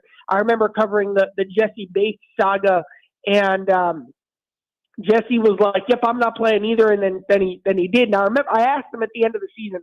I said, "Jesse, why did you show up the day that you did?" And he goes, "I don't know, man. I had to change of heart. I changed my mind. I woke up feeling a certain way." And so these things can be unpredictable. How you feel one day can truly change the next. This is what Hendrickson's saying now, but no matter what happens, no one's going to be happy. So what?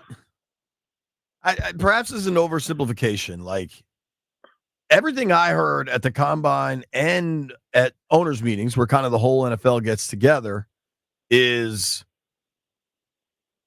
since he's going to force Hendrickson to hold out, they're not going to trade him. They're just going to keep him, and they expect him to eventually just show up and play.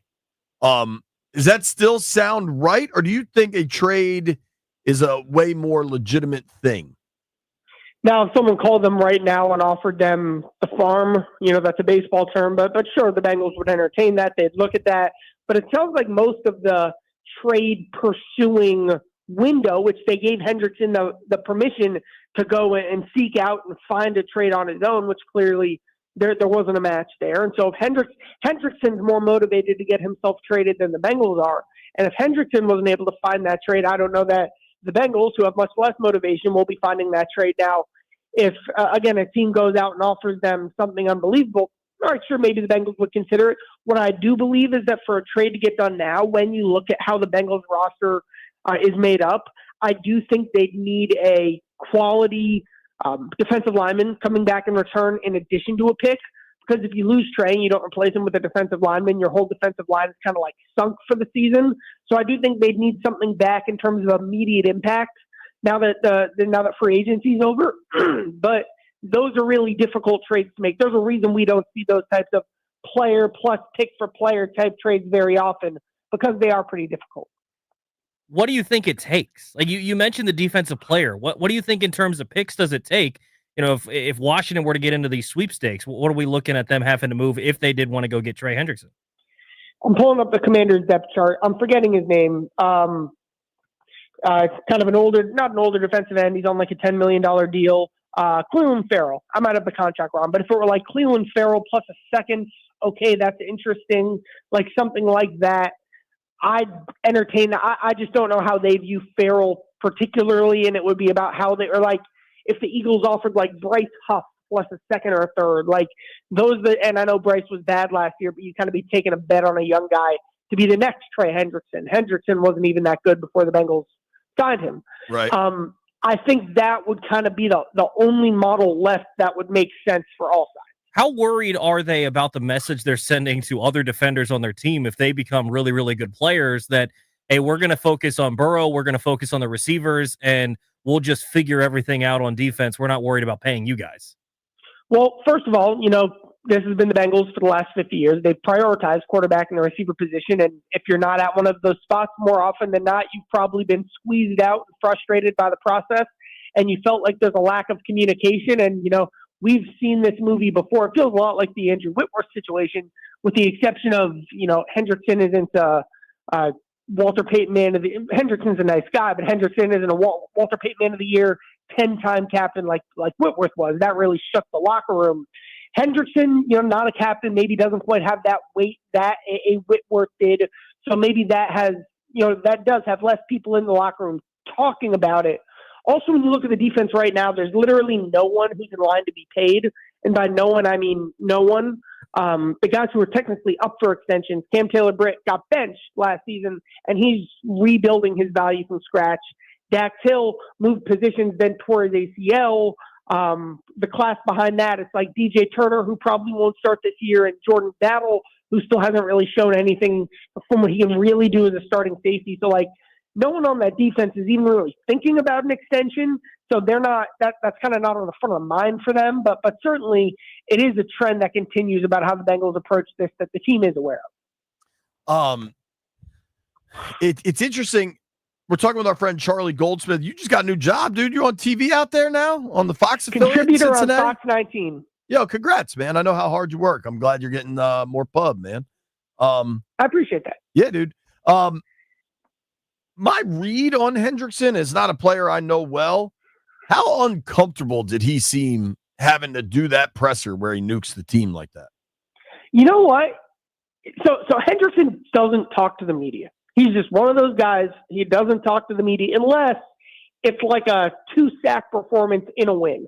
And there have been 4 or 5 games over the course of his career where he's talked post-game like that. So, you know how important relationships in this business are.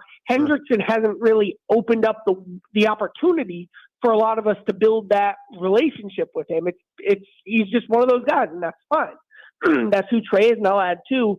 And I really mean this. He is one of the hardest workers in the building. Like that's real. I'm not just saying that. Like, take my word on that. But it's all very kind of internal. Kind of, he's got the blinders on, and that's fine. People look up to that and respect that. But it's less taking guys under his wing. So then he comes out yesterday. I mean, he's great. He's elaborating. He's expansive. I thought the answers were great. I thought he was honest. He was revealing. He was everything you'd want. And it shows another reminder that, like, this whole process has forced him to kind of make himself uncomfortable, to put himself in situations where he's usually not in. And he's so, he said the word spent with all of this. I would assume he's feeling fed up as well, that he's going to this length to try to make sure that he gets his agenda across. Certainly. Outside of the Hendrickson stuff, like, how is everything going for the Bengals with now that you've got Chase and Higgins done? Like, is it largely everybody's happy except they know that Trey's situation is there, but they have such an offensive focus that they're just going to get through it? Trey, it does kind of feel off to the side as its own thing, because kind of the vibe, the focuses on each side of the ball aren't really connected to Trey. Like, on offense right now, they might as well be holding hands and singing Shangri-La. I might have messed up that reference, but like, at this point last year, like, guys weren't showing up for OTAs because T and Jamar had that contract thing. It was a bunch of uncertainty, all these moving pieces. Gesicki was new. How do you replace Joe Mixon? Well, now the offense is stacked. They know how good they are. They're all there. Again, this offense they're very, very excited about how this feels, and they can actually use OTAs to work on the offense this year. Defense, the focus has been new defensive coordinator, and the focus from a player's perspective is it's truly 95% young guys trying to make a good impression because of how few starting spots or long-term roles outside of probably Logan Wilson and then, a couple others here or there are really cemented on this team. So guys are trying to make an impression. Guys are trying to compete. They're learning a brand new defense. They're trying to install that. That's when I talk to guys on defense. That's what they're talking about. They're not asking me about Trey. They're asking me about the new defense, and that's what they're offering up, kind of is what's on their mind as well, just when I talk to them off mic. So with kind of all that going on defense, there kind of hasn't been as much oxygen for the Hendrickson situation, especially because just as an edge rusher, you can kind of drop him right in at the last second and hope you'll be okay. Was the Shamar Stewart selection, obviously they need players defensively like you were laying out as well, but was that in thoughts that maybe something goes down with Hendrickson? Either they move on or they realize that maybe he holds out, or was that just something that they were adding talent regardless? A little bit of both. Definitely something to the fact that the Bengals didn't plan to give Hendrickson a long-term deal, so they need a long-term starter defensive end. And with that being as much of a premium position as it is, you can never say no to an edge rusher with those types of traits. And they picked him, from what I understand, over defensive tackle out of Oregon, over a safety out of Georgia, who, maybe even Jahad Campbell as well, guys who would have had bigger roles right now, but less premium positions, guys who are easier to find, or their athletic skill sets are easier to find maybe in free agency than a true elite athletic edge rusher is. So that's what went into them taking Stewart. And hey, Stewart's not practicing either right now because there's some saga that I'd never heard of or been aware of the waiver that he signs before he signs his rookie contract isn't up to his liking. So that's a new one as well. Dude, when I saw that, I was like, huh? What's up with the Bengals schedule release? Are you a schedule release dork, or do you just kind of hope this day comes and goes? You know what? I'll be honest with you. I could talk for hours about the Bengals strategy on day 3 of the draft, or the differences in how Al Golden is going to use backup defensive backs this year. But the schedule release doesn't do much for me. So I hope everyone enjoys it tonight. I'll definitely look at it when it's out, but I kind of take it for what it is. And you mentioned Pete Rose early. I'll be at the Reds ballpark tonight because it's a Pete Rose Remembrance Night.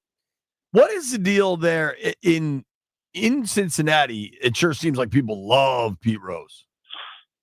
Or love Pete Rose. Yeah. Pete Rose kind of like is Cincinnati. So like Cincinnati, like think about your perspective on Cincinnati. Like I like it. You probably don't think a lot about Cincinnati. Like Cincinnati's kind of its own thing. Like it's not a big market. You don't know a lot about it. So that kind of creates a I don't know, a very insular, if you're one of us, you're like a god almost. And there are like 10 people who that's especially been the case about. Joe Burrow is one of them, and kind of Cincinnati claims him because he's from Southeast Ohio and went to Ohio State. But then Pete Rose, born and raised in Cincinnati, and then played most of his career there. I mean, and he's a flawed, complicated person, but what he did and how he represented the city is kind of what this city wants beamed out into the world from a baseball, from a hustle, not from a character perspective, but from a hustle and intensity and blue collar perspective, because that represented Pete Rose to a T. What do you think the reception is going to be like tonight, knowing the news that comes down yesterday and then the celebration today, and how much of a factor did the celebration today play in the fact of the news yesterday? I don't know on that one. I mean, Robert Manfred changed his mind after, 5 years for him and 30, 40 years for Major League Baseball. I don't like using the word God, but like when I say Pete Rose is a god specifically in a certain generation, like he's it. He's growing up. I believed that it was like Babe Ruth, Willie Mays, Pete Rose, because obviously I didn't see Pete play, but that's how people talk about Pete here. Like he is truly one of the greatest baseball players of all time, and now he's a deserving Hall of Famer, but arguably now, all right, maybe Johnny Bench and Joe Morgan were better on that team. Obviously, Pete was tremendous as well, but that's the status and the stature that Pete Rose carries here.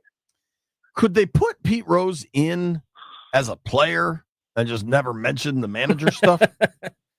I'm being serious. Yeah. So, I mean, what's going to happen is this Veterans Committee is going to sit down in a couple of years, and it'll be, I believe, 16 guys, kind of baseball lifers, and they're going to decide what they think.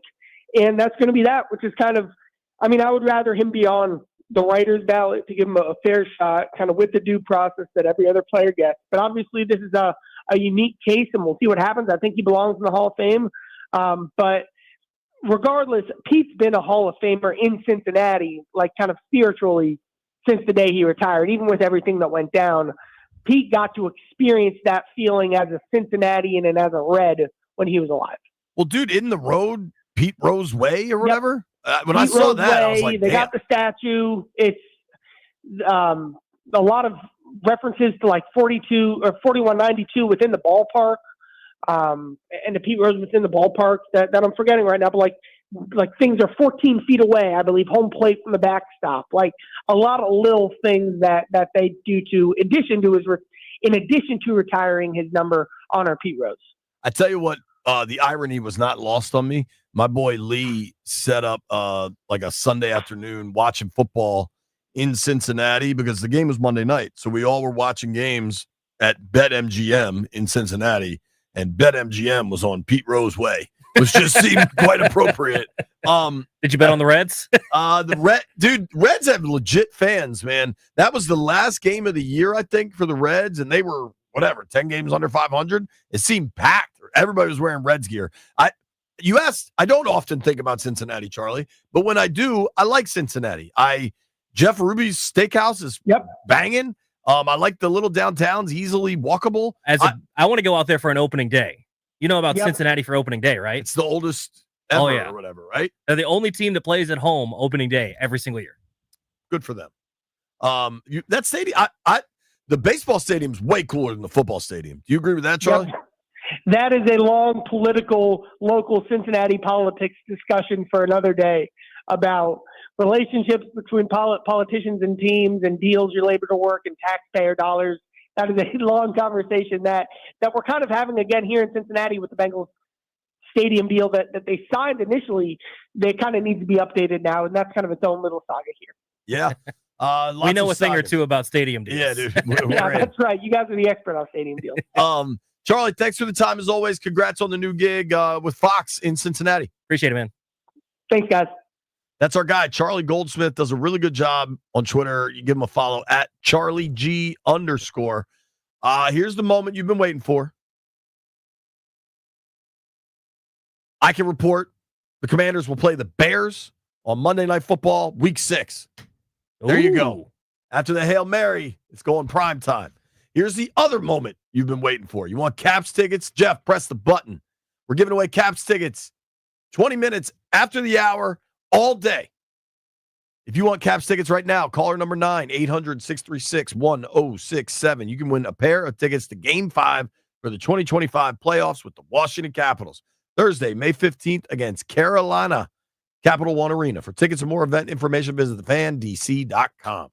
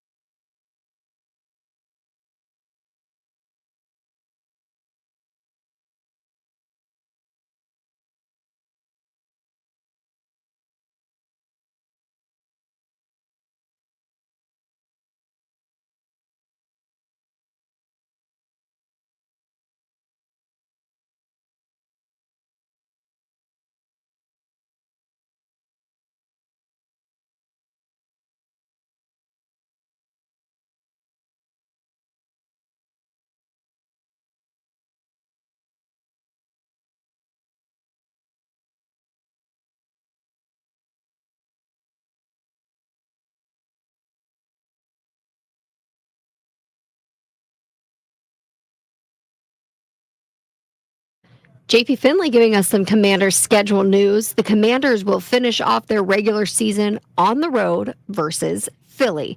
So Washington will play the Philadelphia Eagles in week 16 and again in week 18. Also, after that Hail Mary last year, Commanders versus Bears is getting that prime time treatment.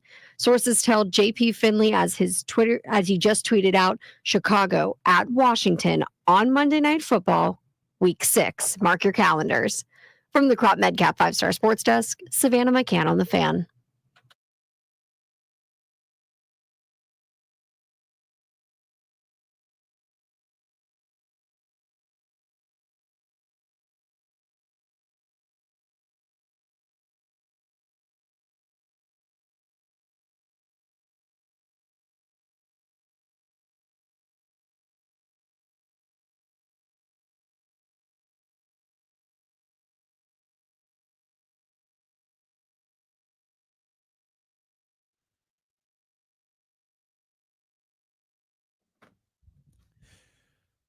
B. Mitch and Finley, 1067 The Fan.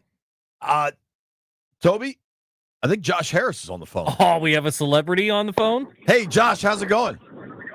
Hi, guys. Good to talk to you. Good to talk to you. Josh, what made you call in, sir? Well, I mean, it's important that I can sit with the fans and see the game from a common person's perspective. And I've always been a big, proponent of all the local teams, not just, the Commanders. So here's what we can definitively say. Your name is Josh Harris, right? Yeah, true. And you called in to win Caps tickets, correct? Both those things are actually true, yes. Hey, we just the facts here. Who are you going to bring to the game, Josh?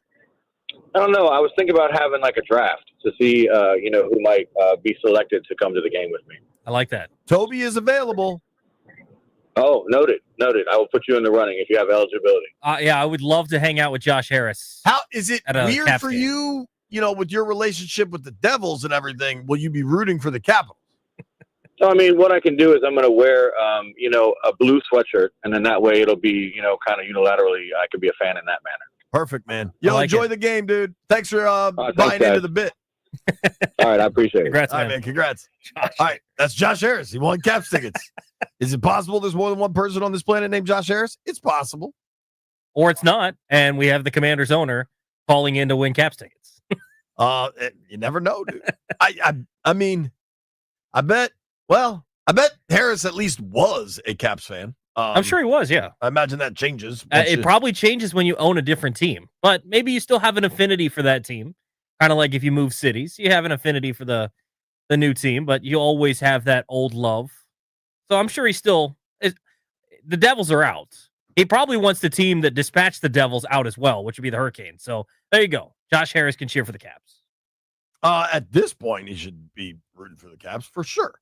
And I think you kind of see that just with the amount of, the Commanders players are showing up at Caps games. I love that.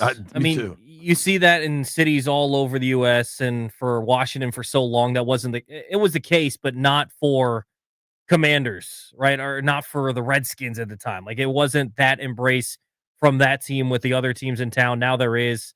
It's nice to have that finally. For sure. All right, so we are getting more and more news from the football gods. Washington, here's what we know so far. They open the year with the Giants at home, then at Green Bay for a Thursday nighter. Are you going to try to go to that, Toby? I would love to. That'll be a consideration. All right. We know week 6, I was able to report they're playing the Bears Monday Night Football. That's going to be awesome. Yeah. Week 11. Dude, think about that Bears game. So 2 years ago, that was legitimately the low point for Ron. They're down 27-3 at home to Justin Fields, and the Bears hadn't won a game in a calendar year. Think about the difference. Remember, that was usually the throwaway Thursday night game. And then last year it got bumped into the second wave of games in the NFL. It was the game of the week. And so you're watching that one. Now they're on Monday Night Football, both with different quarterbacks. Like Chicago has to feel good with Ben Johnson. Washington obviously feels good where they're at. Just two totally different franchises from two years ago. Totally. And the amount of excitement surrounding Ben Johnson and Caleb Williams, like I listen to Pardon My Take, and Big Cat is a Bears fan. Mm-hmm. And like every year, Bears fans just talk themselves into, this is it, this is it, this is it. And they're trying to talk themselves into, this is different this time.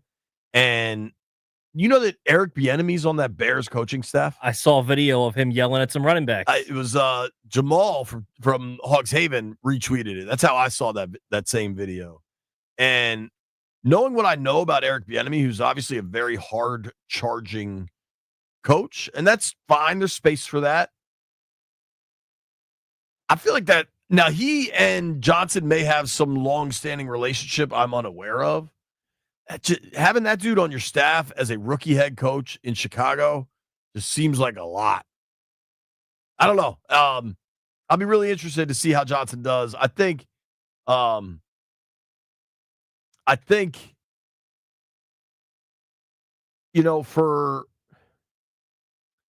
the Bears, it could work really well. Like, they do have some talent there.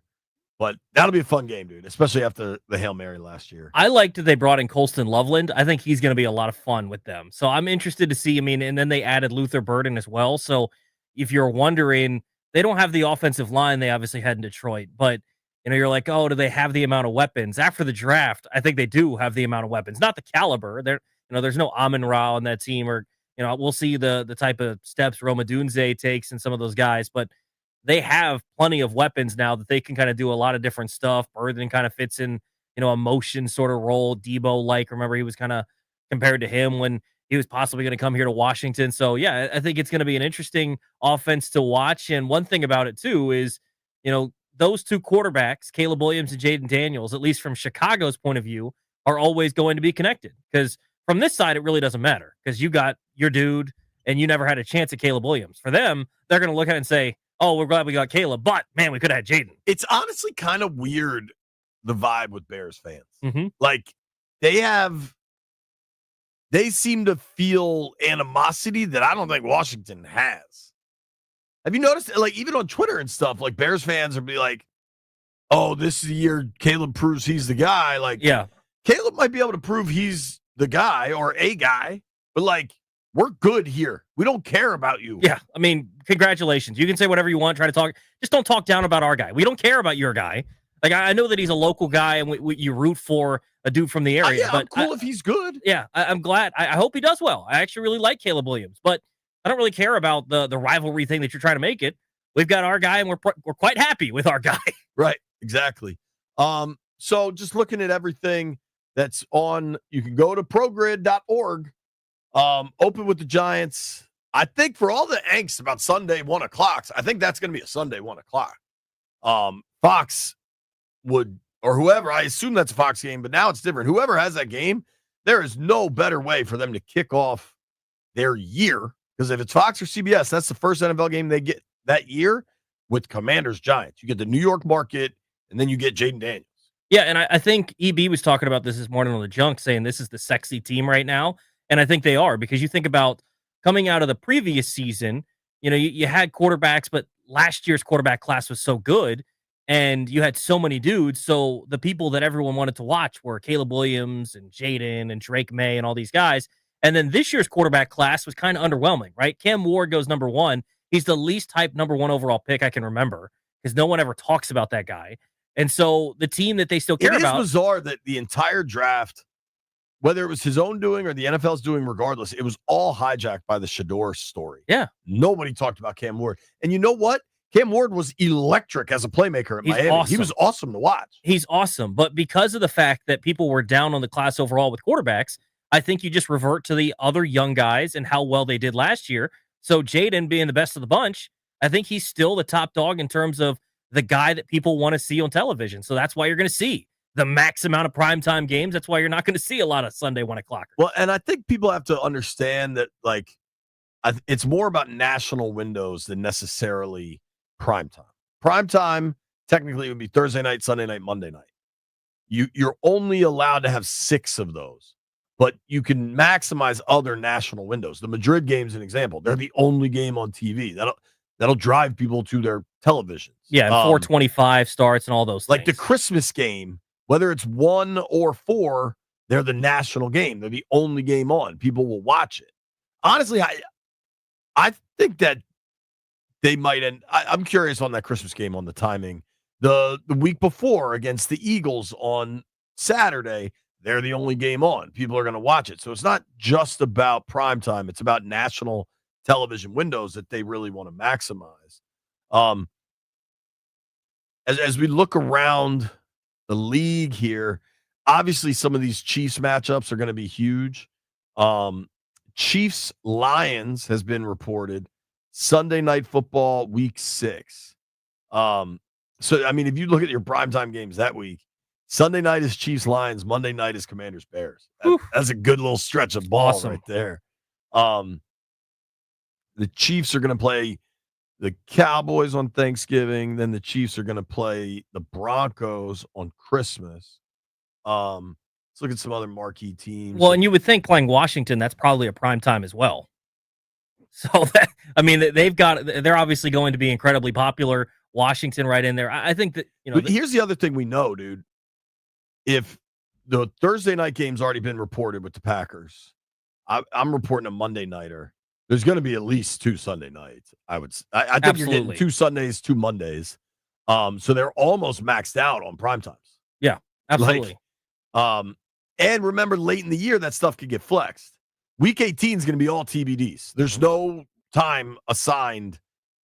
Well, and do they really have to worry about flexes at the end of the year? Because you've got the Saturday game in 16, you've got the Christmas game in 17, 18, like you said, is TBD. That's the only one that they're really going to end up moving. I'm not saying flexed. I'm saying like there's no time assigned any period. Because if Commanders Eagles is for the NFC East or for a 1 seed or whatever, like that could get the Sunday Night Football treatment. Absolutely. There is no Monday Night Football that weekend because I think it's college football championship or maybe just usually they want to wrap it up for the playoffs. Yeah, getting into the playoffs. But yeah, the other thing that was interesting that we didn't really talk about with the Saturday doubleheader, I believe that goes up against the Saturday doubleheader that it's Washington and Philly, Green Bay and Chicago in week 16. I believe that goes up against a triple header of college football playoff games. Wow. Like they don't. They got to figure that out. They do. Well, I wonder if the college football games are on regular TV and the NFL's on Netflix, Well, no, that would be the Saturday, so I think they're on Fox. Oh, you're right. Oh, yeah, that's we're talking NFL schedule. Ethan Cadeau covers the Caps for Monumental. He's going to join us at 1:30. We're going to open these phone lines up. Jeff, press the button. How we feeling about the Commander's schedule so far? And are you a self-proclaimed schedule nerd like me and Toby?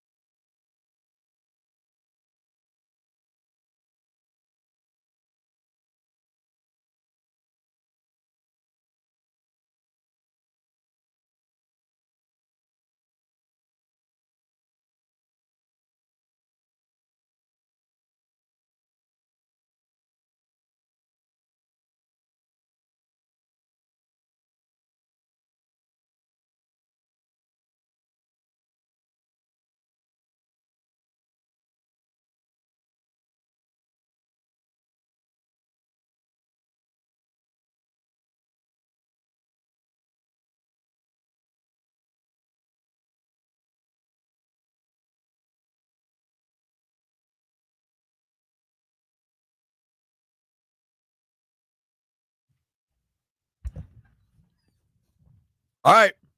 Whenever you hear this weird ass song, you only think of one person, the king of the afternoon delight, Chris Russell. How did this become my theme song? Listen, man, Landfill's in charge of the theme songs. It is what it is, dog. That's weird. That is weird. Hello, boys. I think this is a first. Generally, when I want to book the Rooster, I need face to face. I need, cheek to cheek contact. Roost.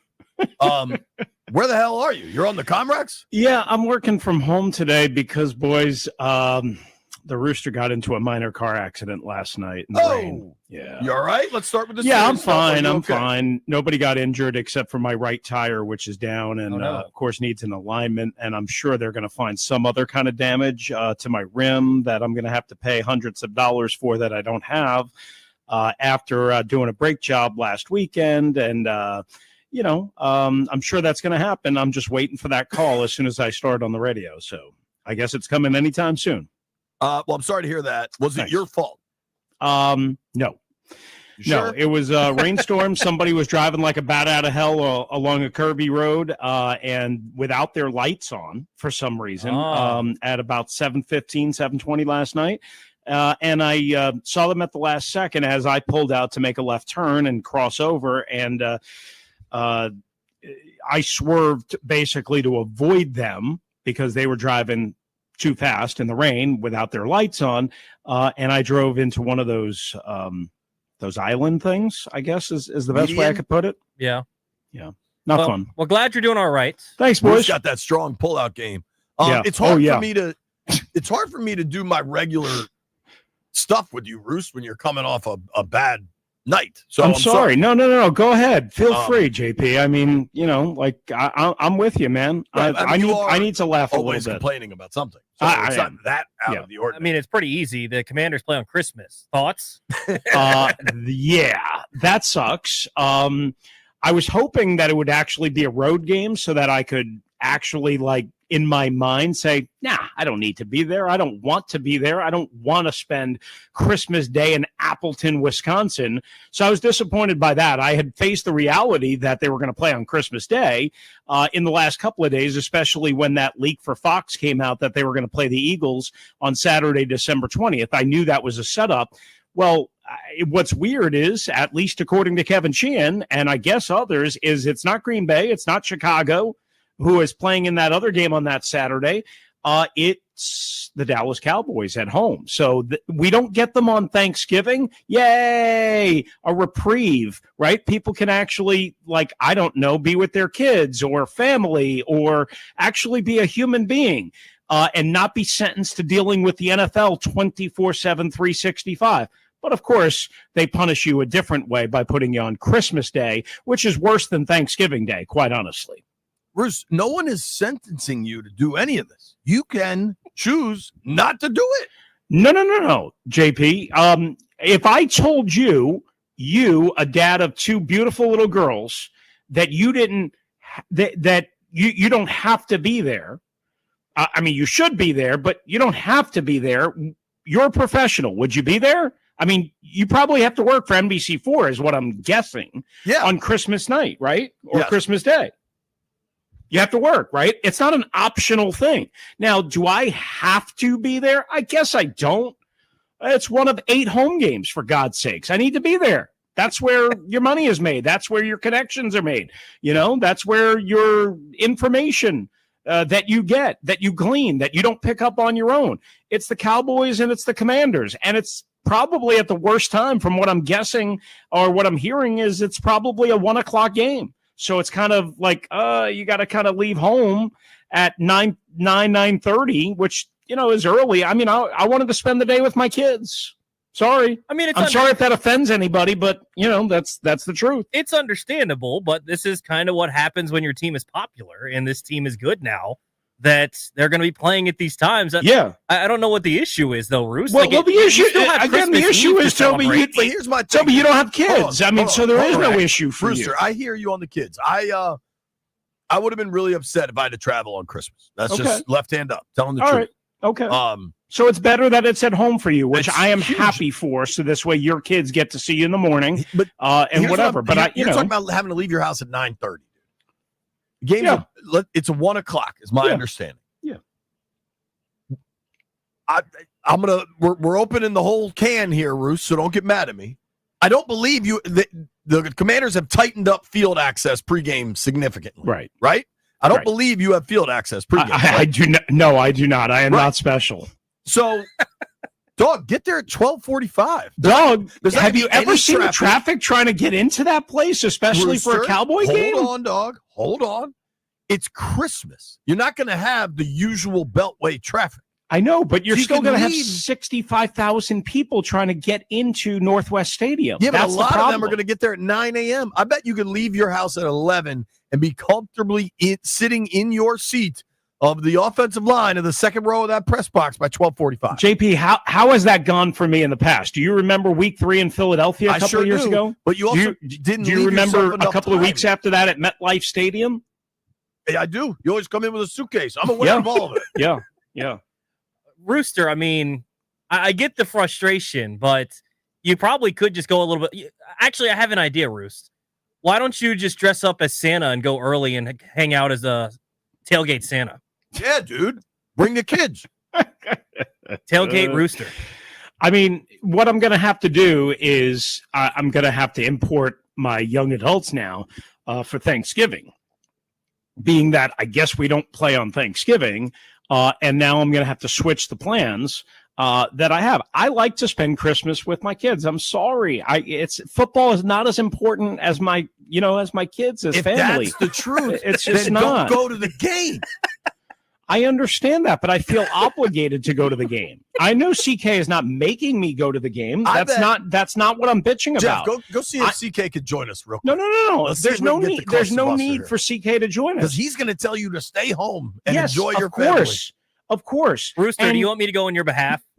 Sure, if you want to. But here's the thing. Even if you stay at home, right, it's still like roughly 4 hours of Now you're just complaining we about have having stuff to to watch do, a right? game? Huh? Now you're preparing to complain about just watching a football game. JP, Chris. this is what do we do for a living? We talk about things, right? Yes. We have opinions on things. So are you mad we that have they're playing on feelings about Christmas things? in general? Like just that the NFL has decided they're playing Christmas games. That is Well, the it's a crux. problem. Yes, they've ruined every other holiday 4th of July? except for that one. What about Easter? Well, they've ruined that several times. Remember the Commanders/Redskins made a trade for Donovan McNabb on Easter Sunday? Remember that? That was legitimately 20 years ago, 15 years ago. It was like 12 or 14 years ago. It's still And that happened once, and it's your still Easter stuck is with me. still scarred from that.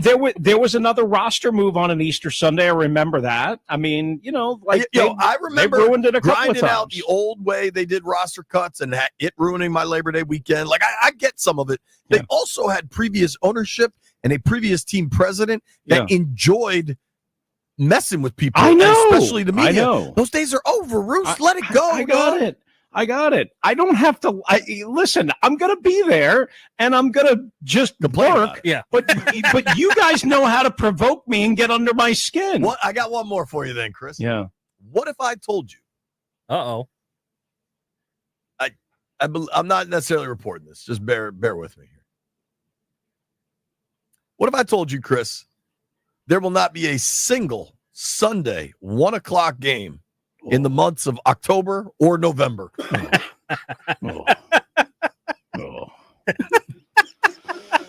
I mean, just end me now. I got to be honest with you. I mean, people think we only worry about football and we only deal with football. JP, you were just in Raleigh. I mean, I wasn't, but I mean, every day there's like a lot of sports going on, right? So I got to be honest with you. A short week, a long night, not getting home until 3 a.m, driving on the Beltway With at all due 2:30 in the respect, morning. Roost, not exactly what I want to do. With all due respect, Roost, October and November, the Nats ain't playing playoff baseball this year. And we're talking. Roos got to cover Wizards. We're talking training like camp. first week of Wizards and Caps. I think you can focus on one sport. Okay. All right. Are you covering Wizards training camp this fall, Roos? I am not. No. Where do they do that? Richmond? He's CK is fired, not. up. He's fired up to see Con Knipple. Yeah, CK has not assigned me to that. Yo, CK, let's assign Rooster to Wizards training camp. Please, God. Wait, are you going to pay for the bus ride or no? I don't. Somebody find out where it is. And I will pay for your bus fare to go cover Wizards I training guess camp. I'm not going to have to go to Winnipeg anytime soon because I it thought doesn't you were look like more the of a Caps Regina man. are going there. Aren't you a Regina guy, Bruce? Saskatchewan? Yes. What if we can find a boat to take you to Spain? Oh, Chris? yes. Are you in on a Spanish JP, boat trip? be careful. I might just show up in Madrid. I might just Is she show gonna up show in up with the Madrid. roller bags? Yo, you'd be so late. In Spain, Notice, too? notice wouldn't be how aware of the notice how time I'm zone not difference. complaining about Madrid. I'm not complaining about that. I got I'm a not theory. that ridiculous. Can I say I'm my not theory that on absurd. air, or do you want me to keep it private? What? I got a theory about your Madrid. Your No. Madrid optimism. Yeah, I don't want to get into any of that stuff. I mean, I'm not going hunting in Madrid. Is your I got a feeling the burgundy shirt will be popping out if burgundy- if Chris makes it to Madrid Multiple times. Sure. The burgundy shirt might be what gets Chris to Madrid. What do you got going on this afternoon? Nothing, right? Well, I You got wanna stick a around? show at 2:00 apparently, 2 so I got to go.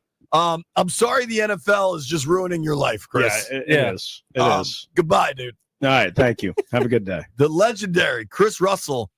No matter, have you ever Never disappoints. their asteroid to hit Earth? Chris Russell to suffer the most. Nobody go anywhere. Be Mitch and Finley.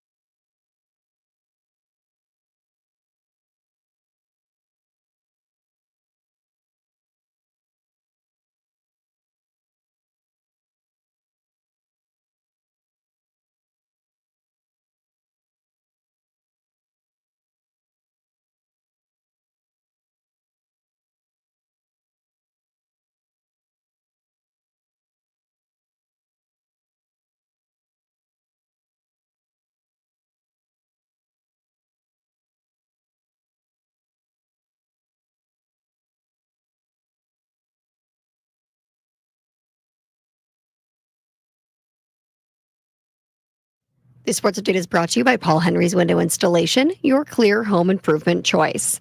Washington's schedule, that we know so far, and we actually know a lot of it. Week 1, at home versus the Giants. Then the Commanders will travel to the Packers for week 2. That'll be the first Thursday night football game of the season. And we have to go down a few more weeks, but the next one we know is week 6, Chicago at Washington, Monday Night Football. Week 11 is in Madrid versus the Dolphins. Miami is the home team for that international game. Week 16, the Commanders will host the Eagles, and they're going to see the Eagles again very soon. Week 17, Commanders hosting the Cowboys on Christmas Day. That's the first time the Commanders will play on Christmas. And then those Eagles are back week 18. Commanders finish out their regular season on the road versus Philadelphia. From the Crop Medcap 5-Star Sports Desk, Savannah McCann on the Fan.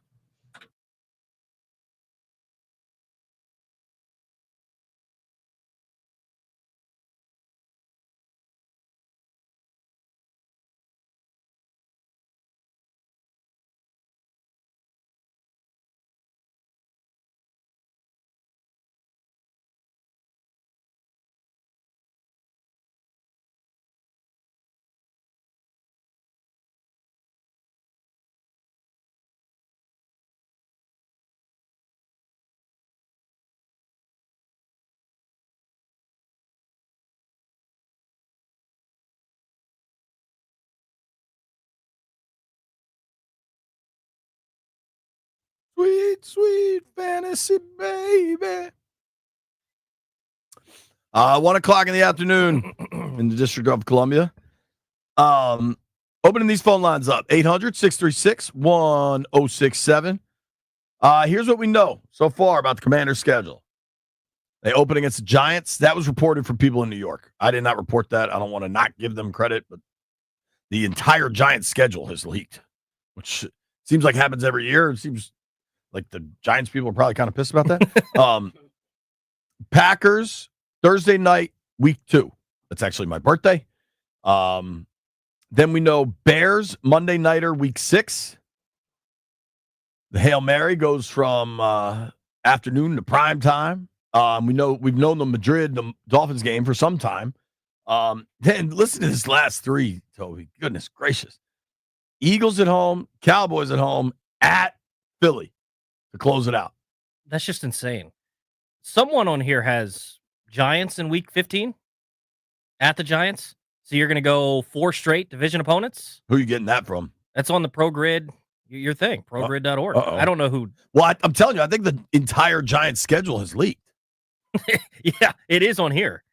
Yeah. So you're finishing the year at New York. 4 straight NFC East games. That's insane. So the only NFC East game that we don't know at this point is when they go to Dallas. That's it, right? And I'm guaranteeing you that when they go to Dallas, that will be a Sunday afternoon Fox game of the week. Yeah, I'm reporting that, telling you.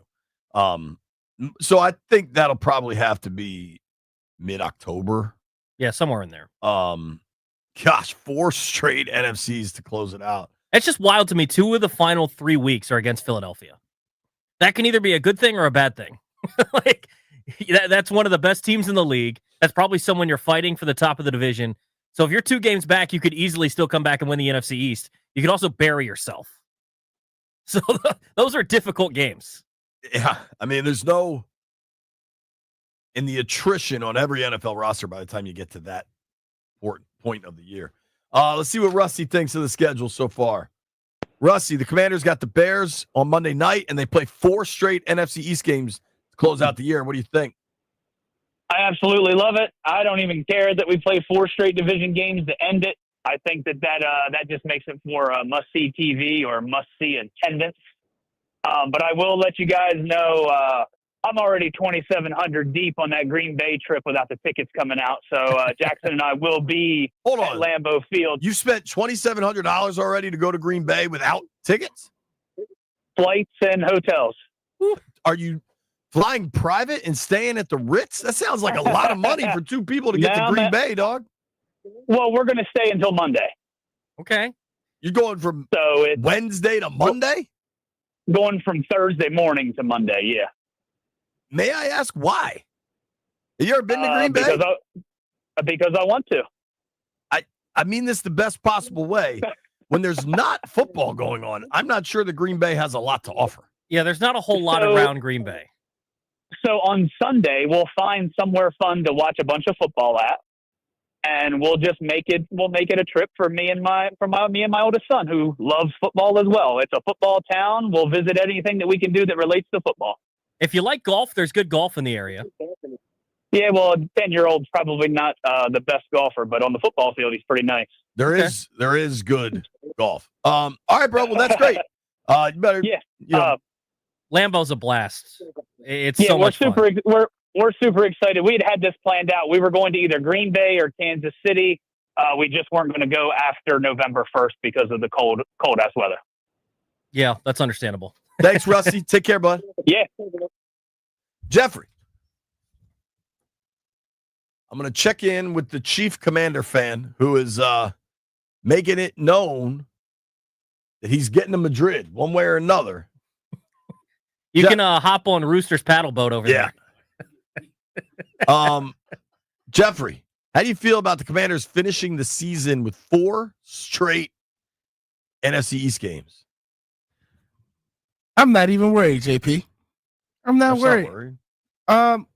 We handle business. We control our fate. I love to see Philly at the end of the season. You know why? We spank them, give them something to look forward to if we meet them again in an NFC championship game. We saw how that turned out last year. I love Jeff's irrational confidence. Right. Like, hey, it's a new season. Anything can happen this year. Valid. We watched us go from picking second to picking 29? Mm-hmm. We watched the Hail Mary last year. We watched the Commanders beat the Eagles after turning the ball over 5 times. We never know what we're going to see this season. That's true. I like the confidence, though. I mean, the thing is, that's the team you have to beat, and I think they've done a good job of at least trying to bridge the gap as much as they could in one offseason. I think they did it differently than a lot of us would have done it if we were in Adam Peters' shoes, but I think he did it smartly because you watched the Super Bowl last year. It's what I think is kind of funny about how the offseason progresses, JP, is if you watch the Super Bowl, what were we saying the week after that? Well, you got to build the offensive line because look at how poorly KC played up front, and then they draft offensive line, and people are like, oh, why didn't we think of that? I was like, well, I mean, that's exactly what they're so good at. So I think they've done a good job of that. And also, too, it's not just Philadelphia. You face a team in week 1 that now has Abdul Carter, Brian Burns, Kayvon Thibodeau, Dexter Lawrence, and there's another team in the division with Micah Parsons. So having a better offensive line this year, I think, gives you just even more confidence going into the year. I think the game I'm most excited for is definitely Dallas on Christmas Day. Oh, yeah. Our fan, will you be there? Yeah, our fan, we made it a thing. They was there last year for the game.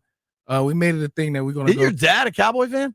No, my granddad is. Okay. Yeah, and with his health and stuff, we was like, we're going to start hitting these Cowboys Commanders games. So for this one to be on Christmas, this is going to be perfect timing. The flip side, honestly, of the Chris Russell, what Chris seems to lack awareness of, many, many, many things. But like he does. Nobody wants to hear the media complain about their job. Period. Because a lot of people wish they had the media job. Like complaining about, like I'll complain on the text thread about driving home from Raleigh and stuff, but like publicly, I try not to do it. I'm sure I do. I complain about a lot of things. But for a lot of people, that Cowboys Commanders game will be the whole family's going to go. It's going to shut the city down for sure. Yo, it's not like, oh man, now my family doesn't get to hang. I don't get to hang out with my family. It's my whole family's going to watch this together or go to the game together and enjoy it. And we're competing. Yes, it's going to be now centered around that, right? Like you're going to come over and open gifts. You're going to eat.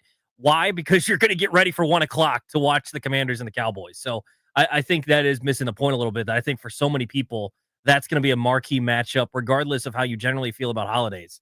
I think at that time of the year, you're going to understand where you're at. It could be a huge division battle in terms of who's going to win the NFC East.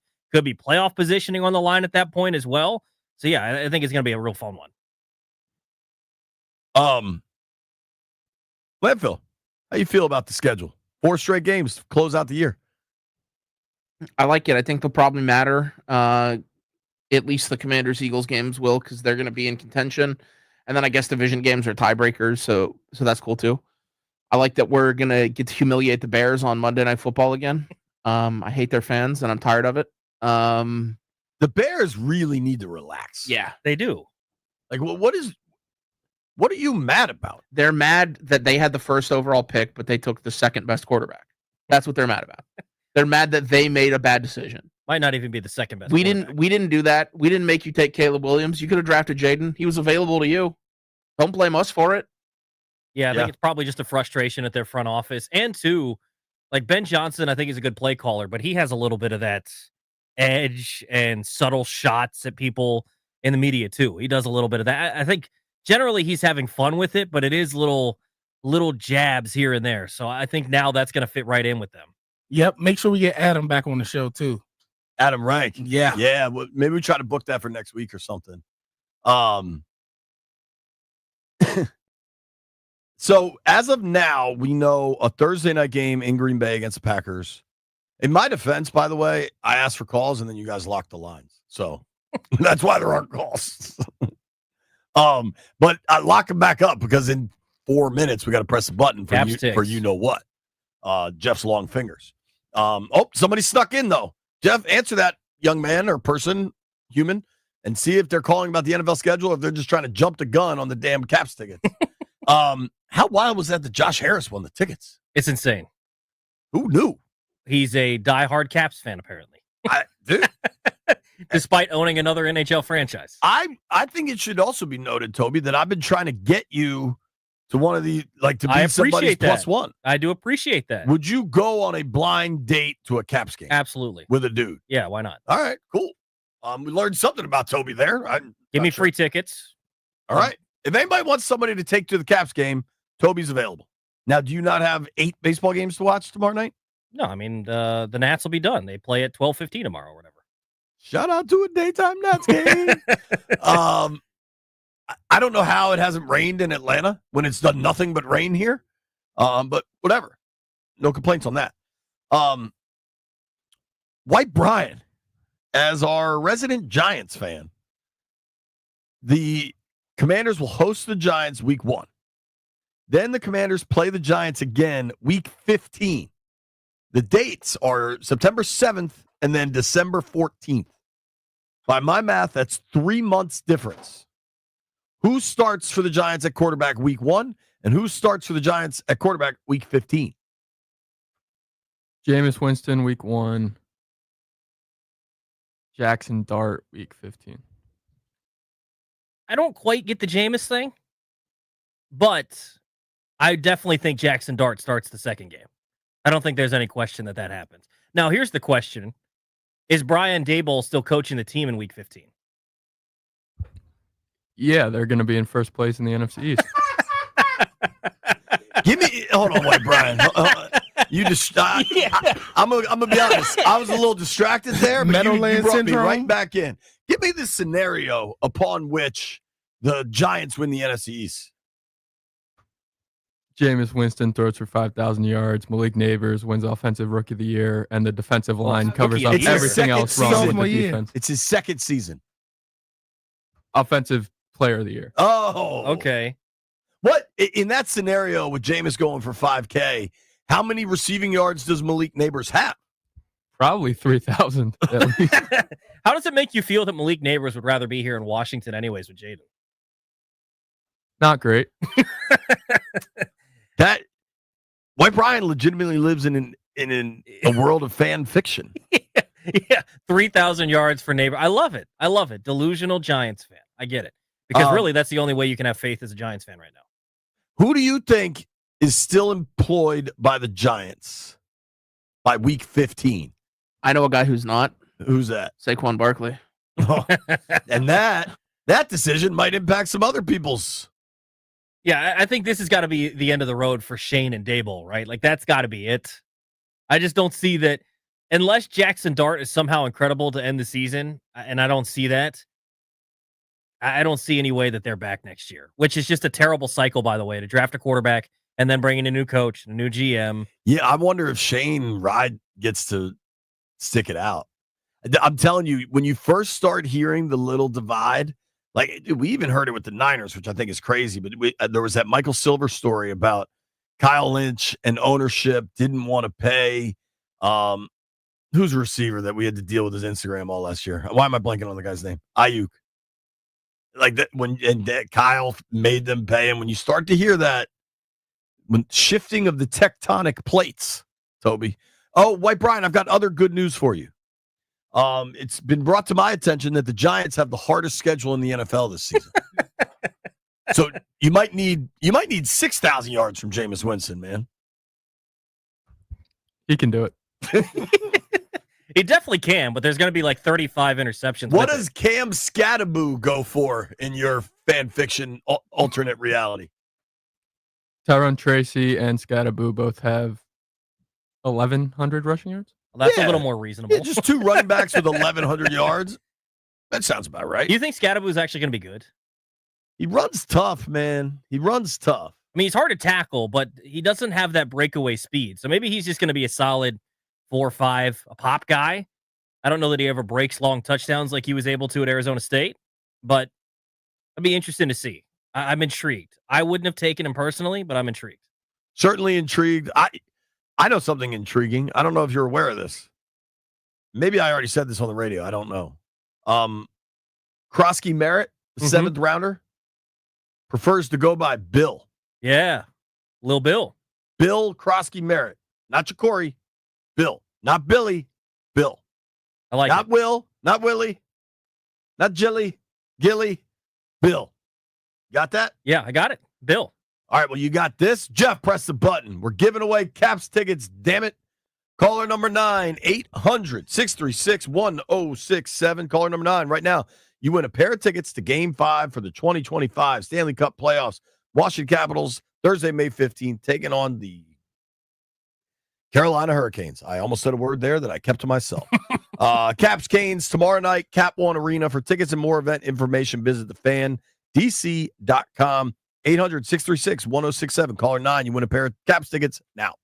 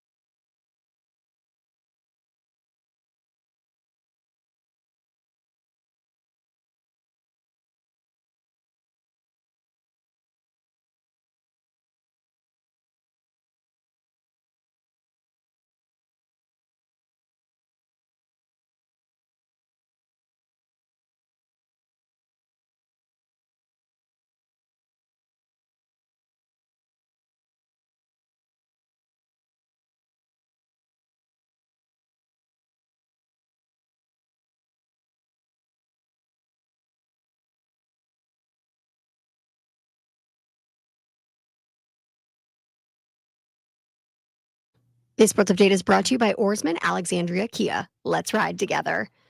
Adding another game to the Commanders' schedule that we know so far, Week 15 will be at New York Giants, which means the Commanders will have their final 4 weeks of the season, all facing division rivals.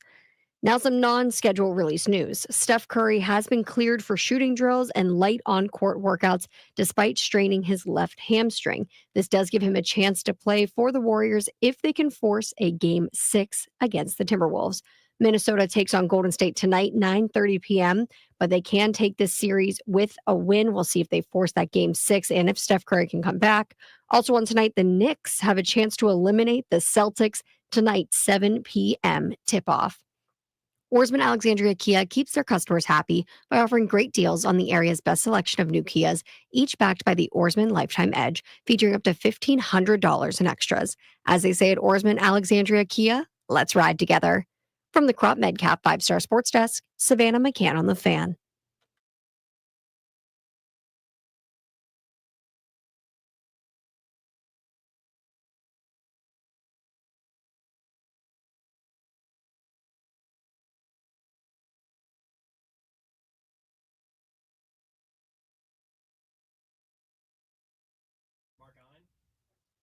B. Mitch and Finley, 106.7 The Fan. In the 12 o'clock hour, Josh Harris won our Caps tickets. It's entirely possible the 1 o'clock Caps game winner could be Mark Ein, Mitch Rails. Let's find Magic out Johnson? together. Yo, what if Magic? Line 9 is our winner. Hello, is this Magic Hey, how you Johnson? Yeah, not quite. Oh. A little shorter than he is. What's your name, sir? My name's Cameron. Are you a part of the Harris ownership group? No, I'm not. Well, you know what? That's okay, man. You're going to Game 5. You're going to Game 5. Congratulations, dude. Thank you very much. They better win. Where do you live, I agree sir? on that. Mechanicsville, Maryland. Mechanicsville, Maryland. Shout out to Mechanicsville. Who are you going to bring with you to the game, and is it Toby? No, it's probably not Toby. Sorry, Toby. I'm thinking my son. That's awesome. How old is he? 18. Oh, that's great, man. Go. What Ovi jerseys? What are you rocking? Protus? I may have to get one. I don't have Ovi jersey, but Well, you want me to Sounds tell like you a the good secret, plan. Cameron? go ahead. They sell them at the stadium. Yeah. Yeah. Yeah, that's your way to go right there. Have a great time, man. Congrats. Go Caps. Congrats. Thank you. All right. Now, speaking of the Caps, my guy Ethan Cadeau does a great job covering the Washington Capitals for Monumental Sports Network. EC, how you doing, buddy? I'm doing great. I'm just trying to catch up on all the Commanders schedule news now that I just left practice. There's a lot of it. How do you feel about them closing with 4 straight NFC East games? That's tough. I mean, I saw Eagles in week 16 and 18. I thought maybe one of those games would be at the beginning of the year to kind of do a little rematch of the NFC Championship. That's going to be a tough finish. I thought the Giants were going to be the finale after the Eagles week 16 game was announced, but I guess not. So that's going to be a tough finish. Yeah. Listen, by the time you get to week 17 and 18 in the NFL, it's tough no matter who you're playing. True. Let's talk about where you were. Caps practice. Is Lars Eller benched? That's what it appears. I mean, I think it makes sense if you want to get truly the best 12 forwards on the ice. Right now, Eller just hasn't been that guy. I mean, he's good on the faceoff dot. He can kill penalties, but offensively, he's just really not providing anything right now. And McMichael moving him back to center, his natural position, I think is a good fix. I don't know if I would do it in Game 5 of the second round of the playoffs when he hasn't played center pretty much all year, but I think it's a little bit of I wouldn't call it a panic move. I think it's more of just trying to ignite a spark into an offense that scored, 6 goals in 4 games. They need some changes, and I think this was maybe the best move they could make without shaking up the entire thing that could kind of send a message like, hey, if you're not producing, you're not doing your job, like there's going to be a replacement, no matter if you're the guy who scored the game-winning goal in Game 5 of the Stanley Cup or not. Why make this move now? Obviously, They're you've got desperate now. Well, I know that, but I'm saying why now and not earlier? Like, if this is the case, then why wasn't it a Game 3 move? Why wasn't this a Game 4 move? Why wait till you're on the brink down 3-1? Yeah, I mean, that's a great question. It's a fair question. I think I mean, they were giving him Eller as long of a leash as possible. I think they made some big changes in Game 4 too. On the defensive end, Alexiev didn't play since the middle of the second shift. On the power play in the third, they moved McMichael to the top unit and pulled Carlson off of it. So I think Carberry's really just trying to find anything to ignite a spark. I think they found success with these lines in the first round against Montreal. It split coming down to Carolina. Game 3, maybe you didn't like what you saw, but the start was promising. Try to bounce back in Game 4. But now, like JP said, they're desperate. And I think this is kind of a reflection of that. How come you didn't say great question to me? You said great question to Toby.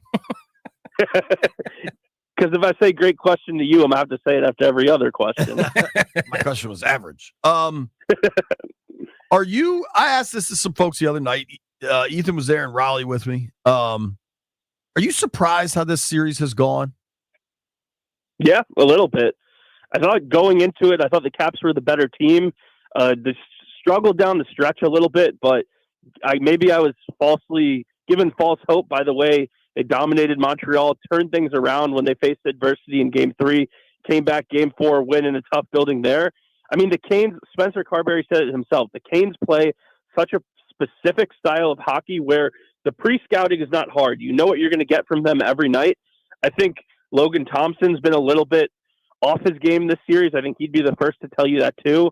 And the Canes are going to keep coming at you. They're going to keep pressuring you. They're going to keep firing the puck on net. And they've gotten a couple big breaks, big momentum plays in the series that have led them to a 3-1 series lead. I thought Game 4 going into it, I felt confident the Caps were going to win. I thought I'd be talking to you right now with a 2-2 series. But I also think the Caps are going to win tomorrow. Simply put, I think they're going to win Game 5. Who knows what happens in Game 6? But I do weirdly feel confident that they're going to take care of business Game 5, and then another drive to Raleigh is going to be needed. Alan May was on with the Junks, I believe it was yesterday, and he was saying that maybe the Capitals need to do a little bit of what Carolina's done and just throw pucks at the net, and maybe one goes through and you get lucky.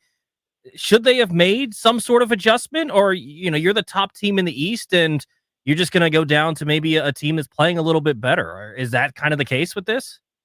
Yeah, I think they tried to make an adjustment at the third. They were definitely throwing more pucks at the net, changing up lines. And I think that's what's going to happen. I think we're going to see a lot more shots at the net tomorrow.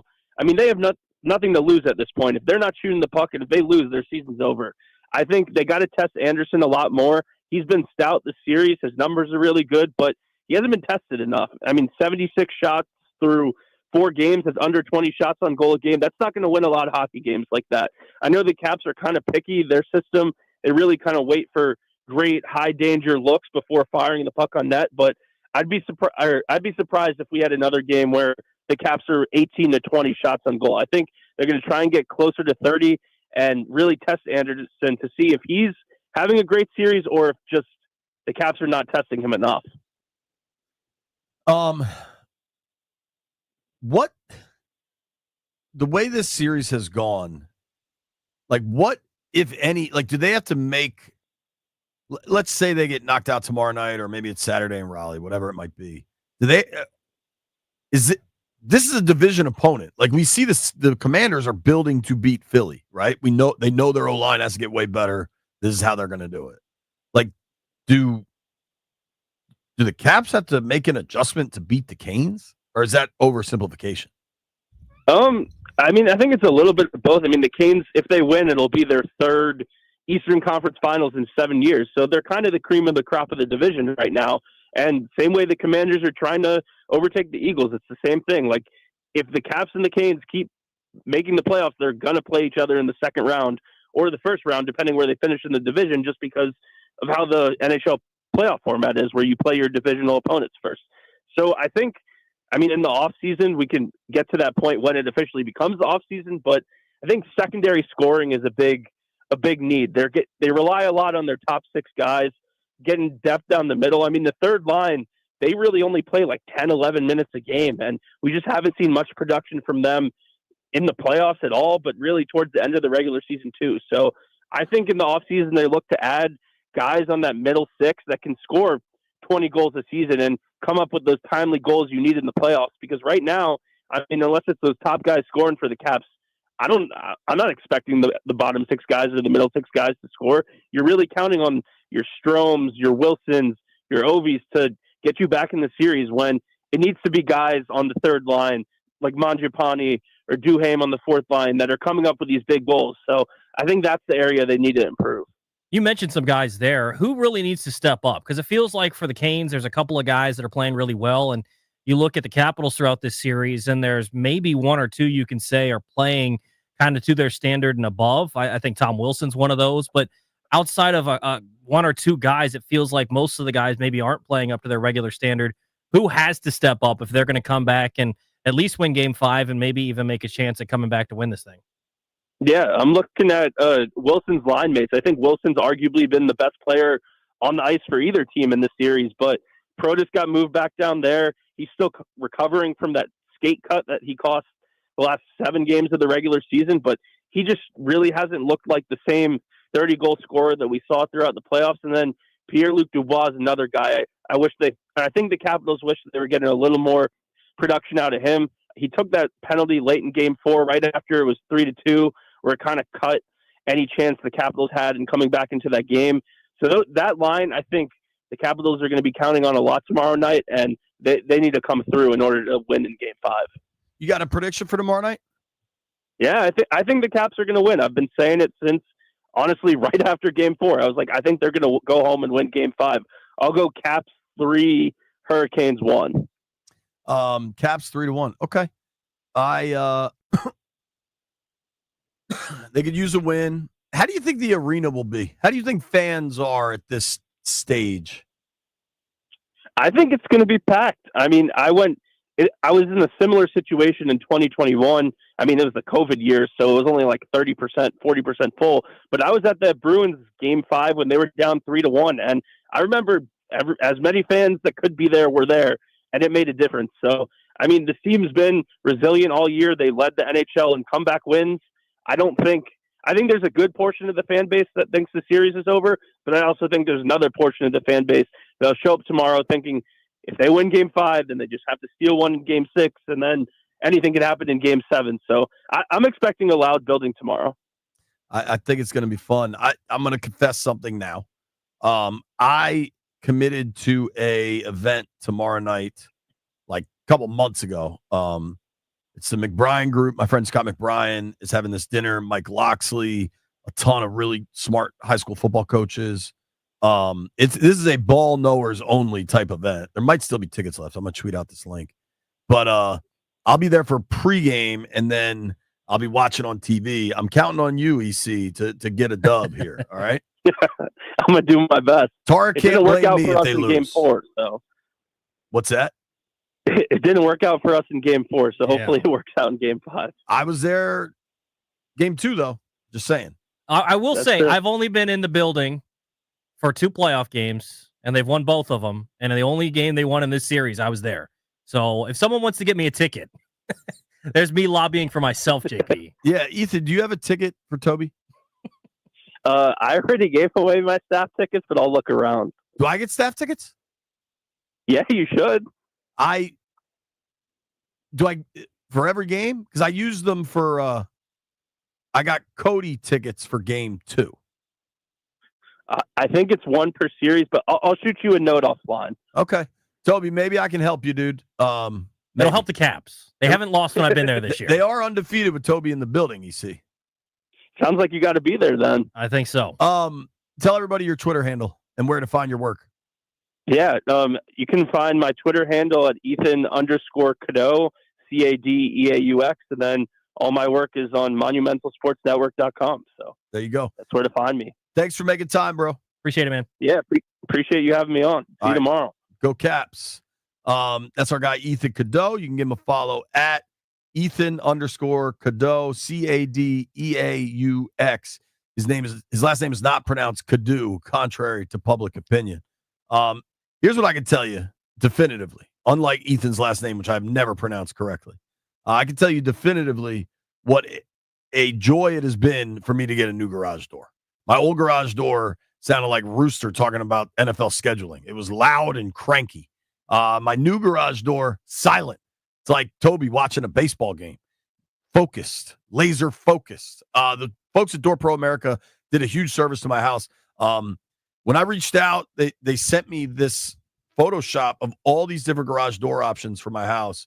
They helped our curb appeal immensely. I had like an old white rusty garage door. Now I have this sleek black garage door with these really cool looking windows. They have a million options. If you're thinking about a new garage door, there's nobody else I would call than Door Pro America. Plus, I got this app, the MyQ app.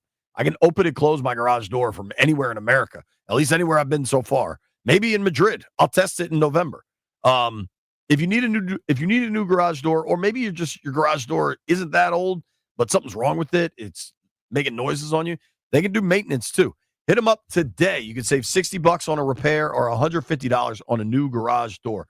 Call 877-DOOR-PRO. That's 877-DOOR-PRO. Check out the website at doorproamerica.com and tell them JP Finley sent you.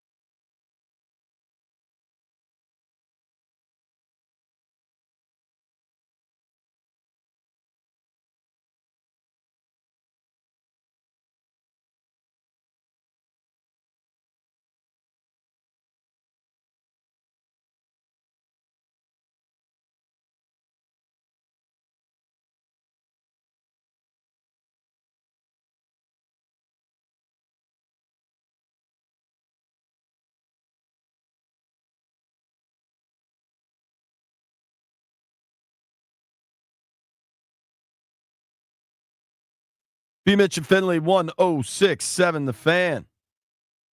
Schedule release day is fun, man. It appears a couple more have been released. It looks like the entire Dolphins schedule got out. The entire Broncos schedule is now out. So the Commanders, ooh, look at that. Sunday night football, Commanders Broncos. November 30th. Bo Nix versus Jaden Daniels. Two top offensive rookie of the year candidates last year. Yeah, I like man. it. That'll be fun. And that's, looks like, there's definitely some prime time at Northwest Stadium, dude. The Bears is going to be at home. That Broncos game is going to be at home. Actually, I just got a text.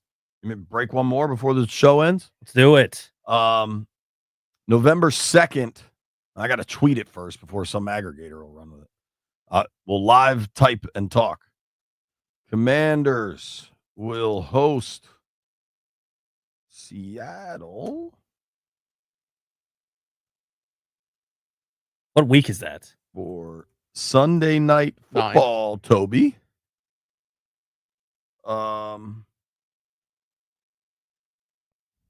Week 9. Commanders Seahawks week 9. Sunday night football? Yep. Heck yeah. When's the last time Seattle was here?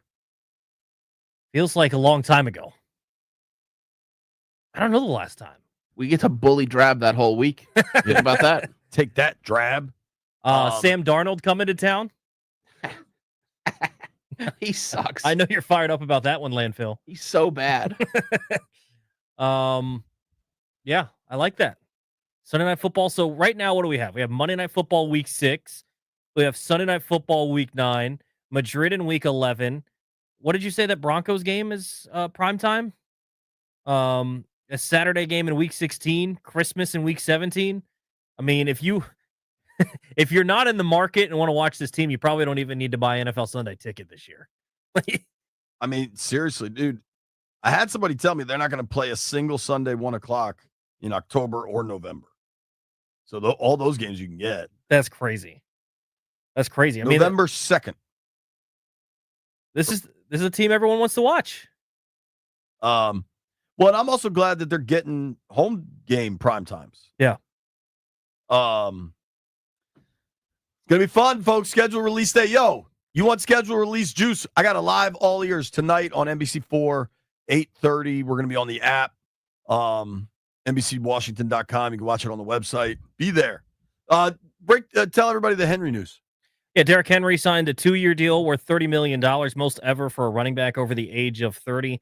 2 for 30, 15 a year for Derrick Henry. I think it makes sense, though. JP, I think getting these running backs, we've seen how it's changed, specifically last season, but now they're becoming a value when everyone was saying that they shouldn't be paid and all this. You're paying 15 when some of these top flight receivers are making 30 for Derrick Henry. I think it's totally worth it. I mean, dude, I bet like top flight tight ends. Like, what are, you know what I'm saying? Like, for a guy that's going to carry the ball as much as he does. Kittle's getting 19 a year. Trey McBride's getting 19 a year. Yeah, I mean, I'd much rather have Derrick Henry for 15. TJ Hawkinson's going to make more money than Derrick Henry. Yeah. I think this is just based off all the other games that are already released. I think the Commanders are going to play the Chargers week 10. Commanders Chargers week 10? That's what I think. Okay. I think I'm calling you're wrong. I'm wrong? Yeah. All right. Cut it in half. Week 5, okay. Thank you to everybody that listened to the program today. Thank you to Neil Greenberg for joining us. Thank you to Charlie Goldsmith for joining us. Thank you to Ethan Cadeau for joining us. We try to take calls, and Jeff kept locking the lines. So if you try to call today, blame Jeff. Jeff, what's your Twitter?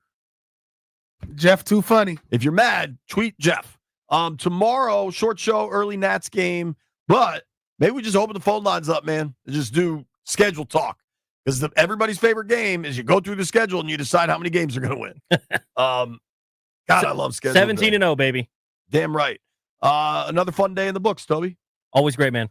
Thanks to the boys in the aquarium. Grant and Danny coming your way next. They'll have, I bet before Grant and Danny are off the air, they'll have the entire Commander schedule. Hell, they might have the whole NFL schedule. Check out progrid.org, man. They do a great job of keeping track of all this stuff. Fun day. Made it this far. I owe you a beer.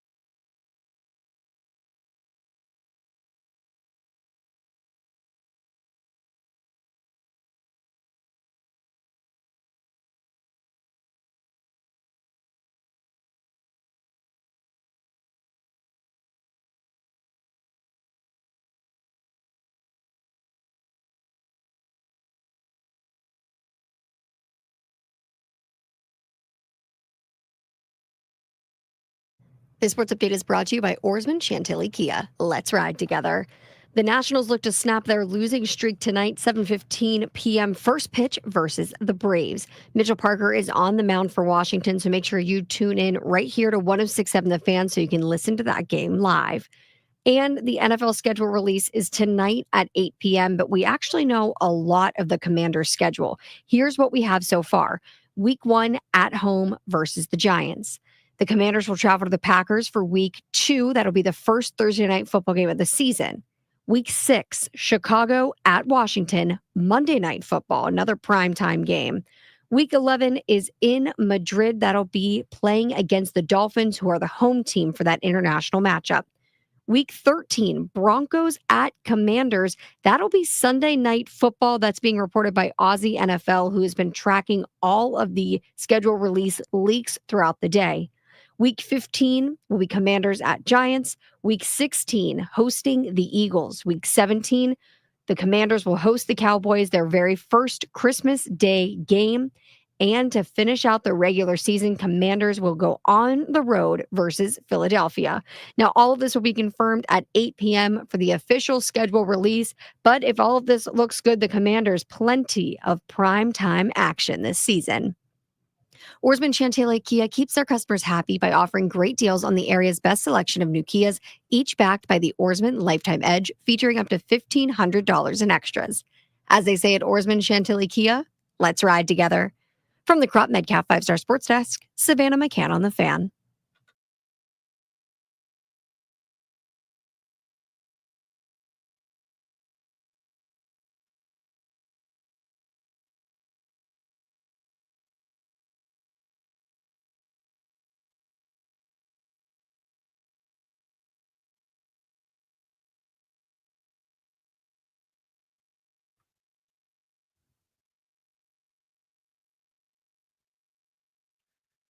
A pleasant, good Wednesday afternoon from your pals Grant and Danny on May 14th, 2025. You're listening live. We're in our Half Street Studios in the Navy Yard downtown in D.C. Commanders' schedule drops tonight. Nationals trying to end a 7-game losing streak in Atlanta this evening. Capitals 1 day away from trying to save their season with an elimination game at home, taking on the Carolina Hurricanes. By the way, Danny, we're giving away Caps tickets today. We've got tickets to Game 5, tomorrow night's tilt at Capital One Arena. We'll be giving those away at the end of the hour, every single hour today, right here on Grant and Danny. So if you want to win, make sure you are locked into this show for our final segment of every hour. We're giving away a pair of Caps tickets. Maybe the last chance to see them. You know what they're going to do? They're going to fight their asses off. I'll tell you that right now. It's the only thing I know. I don't know if they win or lose. I have no clue. It hadn't gone real easy in this Carolina series. Carolina's got their number. Whatever you want to say about it, they're up 3-1 for a reason. I do know this. There's a little bit of reshuffling in the lineup. We'll talk about that. But this Caps group, as you like to borrow from The Departed, their hand never shakes. They will come out swinging. Everything they've got will be left on the ice, win, lose, or draw. We've also got DC Defenders tickets we'll give away today during the Beltway Blitz. So make sure you're listening at 4 o'clock. If you want the 4-pack that we've got for you in the good seats for the DC Defenders, make sure you're locked in at that time. Danny, where to begin? Well, pretty big day in the NFL, and it's a significant day for the Commanders because tonight we get the official schedule release. We'll know every single game on the slate for Washington and every other team. But you know how this has gone now with social media and Twitter. It's become now this day-long guessing game and investigative hunt. It's like a scavenger hunt. Yeah, it's like a word problem or a Sudoku, but with words. It's like because the Eagles are playing this game and this game and this game, and they need a division opponent here. Therefore, ipso facto, it's sometimes it's exhausting, but it is kind of fun, man. Just getting the little morsels. We have essentially half of Washington's schedule already, based on what we think is going to happen. I won't go through all the particulars right now, but the highlights include opening the season against the Giants at home for a 1 p.m. game. Week 2 looks like a Thursday night football game at Lambeau Field in Green Bay. So no Christmas in Lambeau. We were wrong about that, yeah. But could be Christmas. We'll get to that in a second. Thursday night football at the Packers. By the way, yes, please. They played week 2 in Green Bay against Aaron Rodgers and got sliced and diced. Might have been way back in 2013 after the Robert Griffin 2012 masterpiece. They got blown out like 40-14 or something by the Packers in Okay. Lambeau in September. So hopefully history doesn't repeat itself there. But that's one of my favorite trips. It's one of the best places to watch a game. And I implore anybody listening who's going to make 1 or 2 road trips this year to consider Lambeau Field in week 2 if that comes to fruition. Monday Night Football at home against the Bears. Something about Washington playing at night against Chicago. Prime time. And it's only going to happen more often now with Caleb Williams going 1 last year and Jaden Daniels going 2. That looks like a week 6 game. We already knew about the week 11 game in Madrid against the Dolphins. I'm sure a lot of you guys have already booked your flights and are putting together your travel itineraries for that game. And then weeks 15 through 18, it sounds like they're going to wind the season down over the final 4 weeks, Danny, playing the entire division. At the Giants, week 15, Eagles at home Saturday of week 16. Then you've got the Cowboys at home, week 17, Christmas Day. I will circle back to that in a second. And at the Eagles to end the season. But for the final month, weeks 15 through 18, Giants, Eagles, Cowboys, Eagles, all division games. Man, oh man. Yeah, this is kind of the new thing, right? They remember they dipped their big toe in these waters a few years ago, and they said, you know what, we like this. We like the division coming down to that final month of the season to add a little emphasis to it. I think that's what they're going to go with that. They're not dumb. Yeah. It seems like Washington and Philly are the 2 best teams in the East. You would imagine that if anybody's going to push Philly for the division this year, it's going to be the Commanders. So why not have them play 2 of the final 3 games of the campaign? There you go. Come down the stretch. They're within a game or 2. Now all of a sudden you got some major intrigue. I totally get it. I like it. But we've got to start with week 17, don't we? Danny, Christmas Day, the Dallas Cowboys in Landover, Maryland at Northwest Stadium. We have done Thanksgiving for many, many years there. Yes, we have. Now it's Christmas, and they're coming to our house. This is like making the deal with your wife, with the in-laws or something. Uh-huh. We'll do Thanksgiving at your place a bunch of times, but for 2025 Christmas, you're going to come to my family's house. Christmas Day, the Dallas Cowboys in Landover, Maryland. Here we go. This will be our poll of the day, by the way.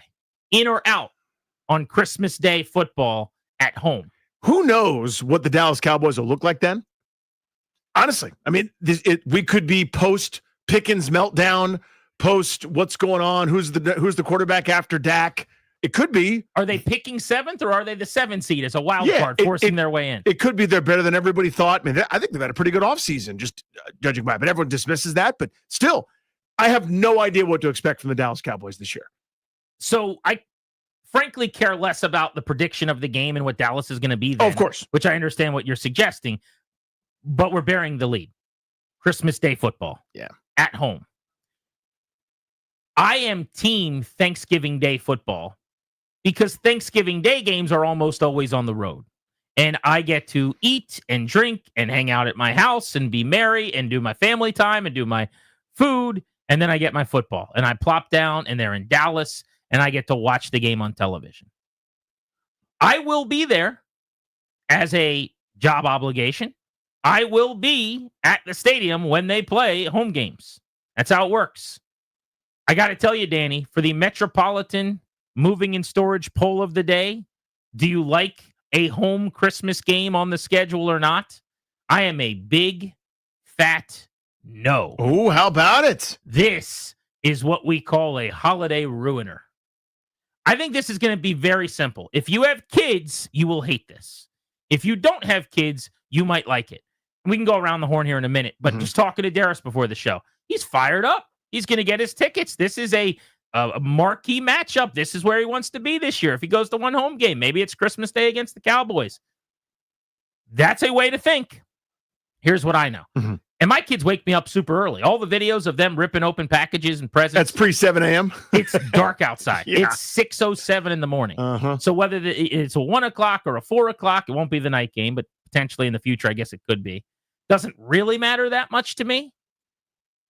But Christmas, that's for sitting around with family. That's for not being at a football stadium. It's nothing sacred. I mean, and I love watching the football. I'm so happy. I'm a hypocrite. I'm so happy there's 2, now 3 games every single Christmas. It's the best. It just shouldn't be my team. I am out on this. Wow. I do not want to be spending Christmases in Landover, Maryland, respectfully. At Grant Russell over there. I love it. It's just a bad bit. Now there's a third group. You've got kids, and every game's a TV game. This is great for me. I love it. I don't care where it is. You put it on the moon, you put it in Dallas, you put it here at home. I'm never going to Nubs Field either way. It's a television game. So I'm already doing what I was going to do anyhow. I have no issue with this. The group of people, though, that are diehard fans and also refuse to ever go to the game is a pretty small group. It's like you and 9 people. I would respectfully, on Christmas Day, there might be a ton of folks that go, you know what? Group. I'll watch this game on television. There are more fans that watch the game on TV than go anyway by a factor of 10, 20, 30, whatever. Sure. But that's still implicitly a problem. To your point, if there are a lot of people that wouldn't go because it's Christmas Day, you're losing a home date in a sense where a lot of your season ticket holders aren't going to be able to or don't want to be there or are traveling reasonably. Right? I mean, it's not like it's Thanksgiving. Thanksgiving is one of those holidays where you're almost always, even if you're traveling, you're driving somewhere to go to see family. It's a Thursday, maybe it's a Thursday, long weekend. You make a 5-6 hour drive, whatever. There's some traveling, but for the most part, it's kind of baked into our football society and culture. It's been there all along. At the end of it, you're not showing up and cooking. Probably if you're a destination person, you're showing up and sitting your butt down. Look at the difference in terms of quantity of flights and how busy airports are. Thanksgiving versus Christmas. Christmas is the time when people are leaving the area more than any other ever. I hate this. It's just not for me. I want Thanksgiving. I want prime time. Madrid is awesome. There's a lot of things to like about the schedule. But if you're telling me you get to be the Christmas team every year, I'm telling you, you will ruin my Christmas every year. You are creating fights. My wife is already upset. I'm already in the doghouse today, and I just left the house 2 hours ago. Are you doing me talking about early morning football? Or are you talking about Christmas? Because that's my exact argument as to why 9:30 games should be shot into the sun. Right. There should never, ever, ever happen because it ruins days. It ruins weeks with fights that shouldn't be. They're avoidable things. You're talking about Sundays in October, which are irrelevant and don't matter. I'm talking about the biggest holiday of the year. The biggest. There is no comparison to your little week 11 frustration because Johnny's got a soccer game, respectfully. This is Christmas Day. This is a sacred, important, significant day. This is 19 people are coming for dinner that night day. You could just not go to the game though. Could you? I could. I mean, I could also, not come to work, I guess too. I could also not prep for my job. I could also, there's a lot of things I could not do and do my job worse. But yeah, I mean, I could not go to the game. That's true. Not get locker room access, not talk to coaches, players. For that one, yeah, right? You could do that. Sure. If I could be worse at my job. Okay. And not go. And I may do that, by the way. We go to my aunt's house every year, and she spends a ton of money and does this amazing thing and puts on the biggest, most extravagant, unbelievable Christmas party ever. And I would feel bad if she did all of that and I was sitting watching you're just looking football. at pictures of it. Yeah. Yeah, exactly. So it's very possible. I would say there's a 80% chance I would go to the game because when they play at home, I go to games. But I don't. I'm saying a lot about me here. I think I'm speaking for a lot of people. But everyone can relate to this. But that's just your you've fandom, got family coming. You've got your plans. You've got your travel. There is way more excitement about this Christmas Day game than I would have anticipated. To me, this should have been a please not Christmas, please not Christmas, please no whammies, please no whammies. And I get the sense everyone was going, Christmas Day, let's do it, let's do it. And if you're 24 and single, sure, it's just another Sunday. What's the difference? Go to the Landover, because you could still do all your things. Right. You're not helping pour the milk and put out the cookies with little Betsy the night before and telling her right after she opens up all her presents, okay, have fun with your new doll. Daddy will be home in 9 hours because the Commanders are probably going to go lay an egg. See you then. And I think I guess that not anymore. Now they have Jaden Daniels, so maybe they wouldn't lay hopefully an egg. they wouldn't lay an egg. Commanders are going to win a game. Daddy will be back. But I think the thing you underestimate here is there are tens of thousands where it's a TV event anyway as it is, right? Like no matter what, it's on television. 65,000 people go to that stadium on a given week. There are more than 65,000 fans of the team. So for a lot of folks that are probably enthusiastic about it, they're going, I'm watching it anyway.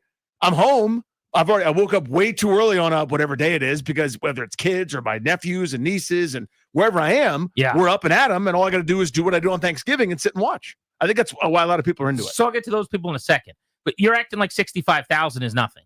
No, it's something. Season ticket holders make up our listening audience largely. I mean, these are These people are all around us. You can touch them. You can reach them. You know, you name a fan that calls into the show. They're at a lot of the football games. Mm-hmm.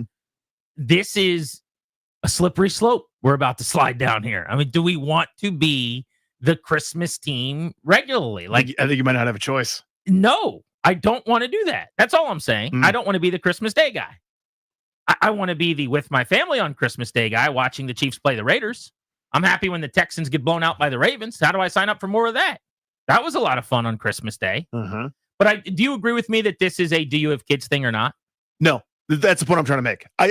The people on my team don't have kids and don't care. Okay, let me ask it a different way. Yeah. 'Cause your point, I think, is somewhat correct, and you've made it. Do you agree that if you don't have kids, you're way more likely to be happy about this? Oh, yeah, 100%.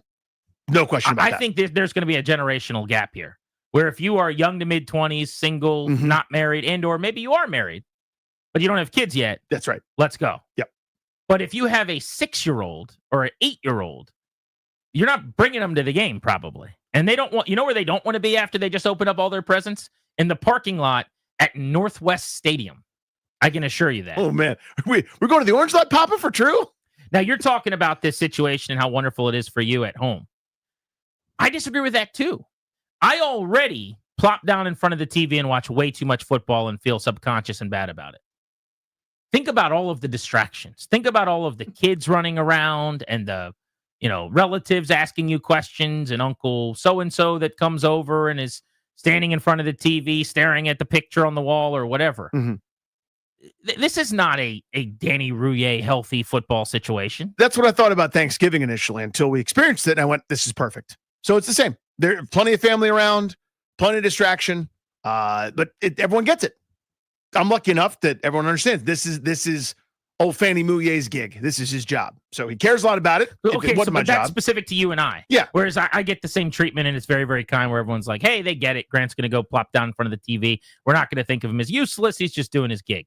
But most people don't have that. Right. And I would say everybody listening right now, their wife is going, get over here. We're having our family picture. Get over here. We're doing and those folks don't have to digest the game for 4.5 hours on Monday or the following day. Sure. But they want to watch every play because they're diehard fans. Yeah, they care about it, but you can pause, you can miss a play or something like that. No, you can't miss a play. See, you're doing the Grant can't miss a play for everybody else. Human beings can go to the bathroom and maybe miss the kickoff. I think you sleep on that. Fans of the team don't miss plays. Sure they do. Not routinely. They're not ignoring quarters at a time, but Darius, people sometimes you're a good measurement. Might have their eyes closed. You are a fan of the team. You don't go to a lot of games. You're a diehard fan. Do you miss plays of Commanders games? No, I try not to. That would be annoying to you if you did. Yeah. Linnell. Absolutely. Do you ever miss a play for a Commanders game? Well, technically we're working the game, so we can't miss a play, but no, even if I was at home, there's no chance. I used to hate to miss kickoff. I don't think fans miss plays. You're talking about we literally work at a sports station. Right. We're here because we're the most passionate people about this thing in the world. There are other people that are passionate too that record every game and don't miss a play.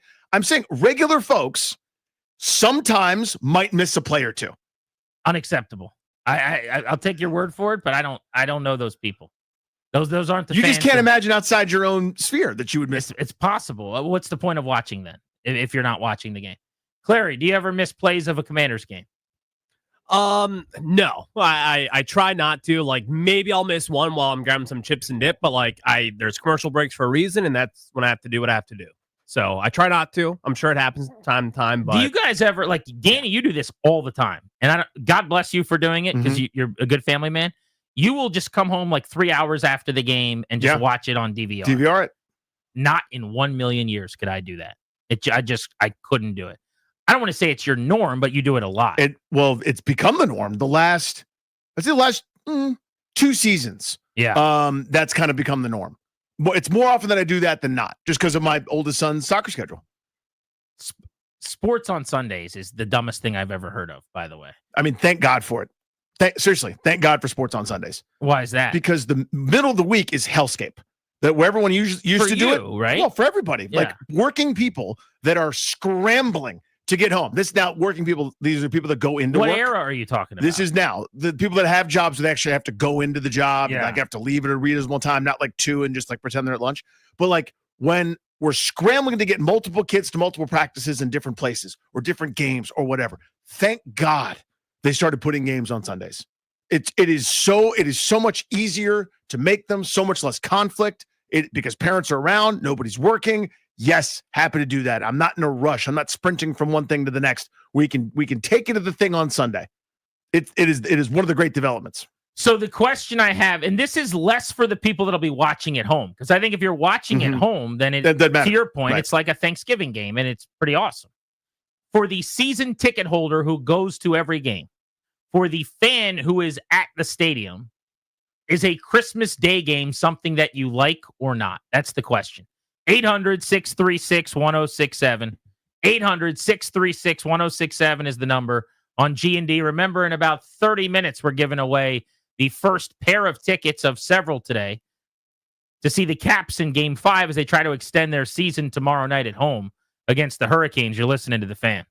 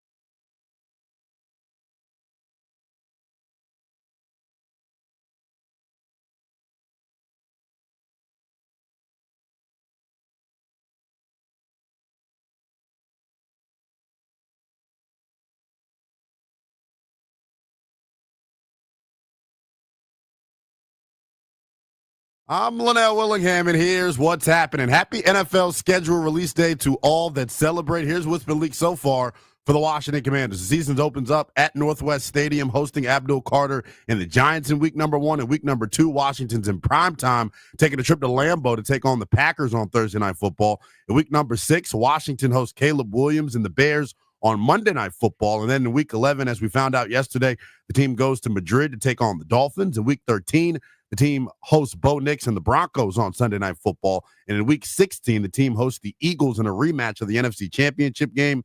And then in week 17, the team hosts Dallas on Christmas Day. As the schedule continues to get leaked, we will keep you up to speed all day long. That's baseball on tap tonight here on The Fan as well. The fellas looking to avoid the series sweep and potentially drop it 8 in a row as they take on the Atlanta Braves. It is a 7:15 first pitch. Pregame coverage gets rolling right here on The Fan at 6:30.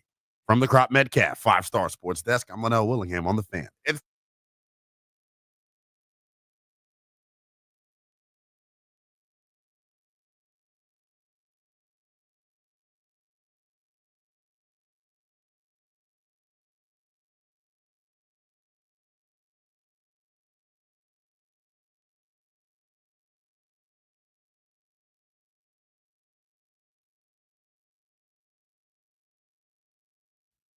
Okay, I was about to kill this song, so I was like, "What is going on here?" Nice, quick build up to that one. Welcome back, Grant and Danny on The Fan. A little longer tail on that. I was just staring at Darius like, "What on earth are you playing, bro?" I'm trying to get people energized. I'm not trying to have people put to sleep. This will work, I suppose. This is definitely the Christmas song I think of, though, when I think of Christmas songs, for sure. Grant and Danny on The Fan. Christmas football in Landover, Maryland. I kid because I care. Northwest Stadium, the site of Christmas football. The Commanders playing the Cowboys. I think I am very much in the minority, it seems like. I'm getting some blowback on social media. I love Christmas football. I like it when your team plays on Christmas Day, not my team. I do think if you have young kids like I do, being at the stadium on Christmas Day is not a great look. I'll be there with you. I'm just saying, to say bye, family, on Christmas Day and then go hang out with our pals at the stadium, it's not a great look. I would love to not have to owe the wife for that one on the back end. Certainly get that. But if you're at home watching the games, like Danny Rouillet, I think this is a win. This is awesome. Oh, it's perfect. Cowboys, Christmas Day, showcase for Jaden and the boys. Hell yeah, that's great. I'm talking about the select. I know it's, we're acting like it's a very small group here, but there's thousands of people a chunk, listening for sure, that are in this boat. Those of us that go to games, I just don't think this is a win.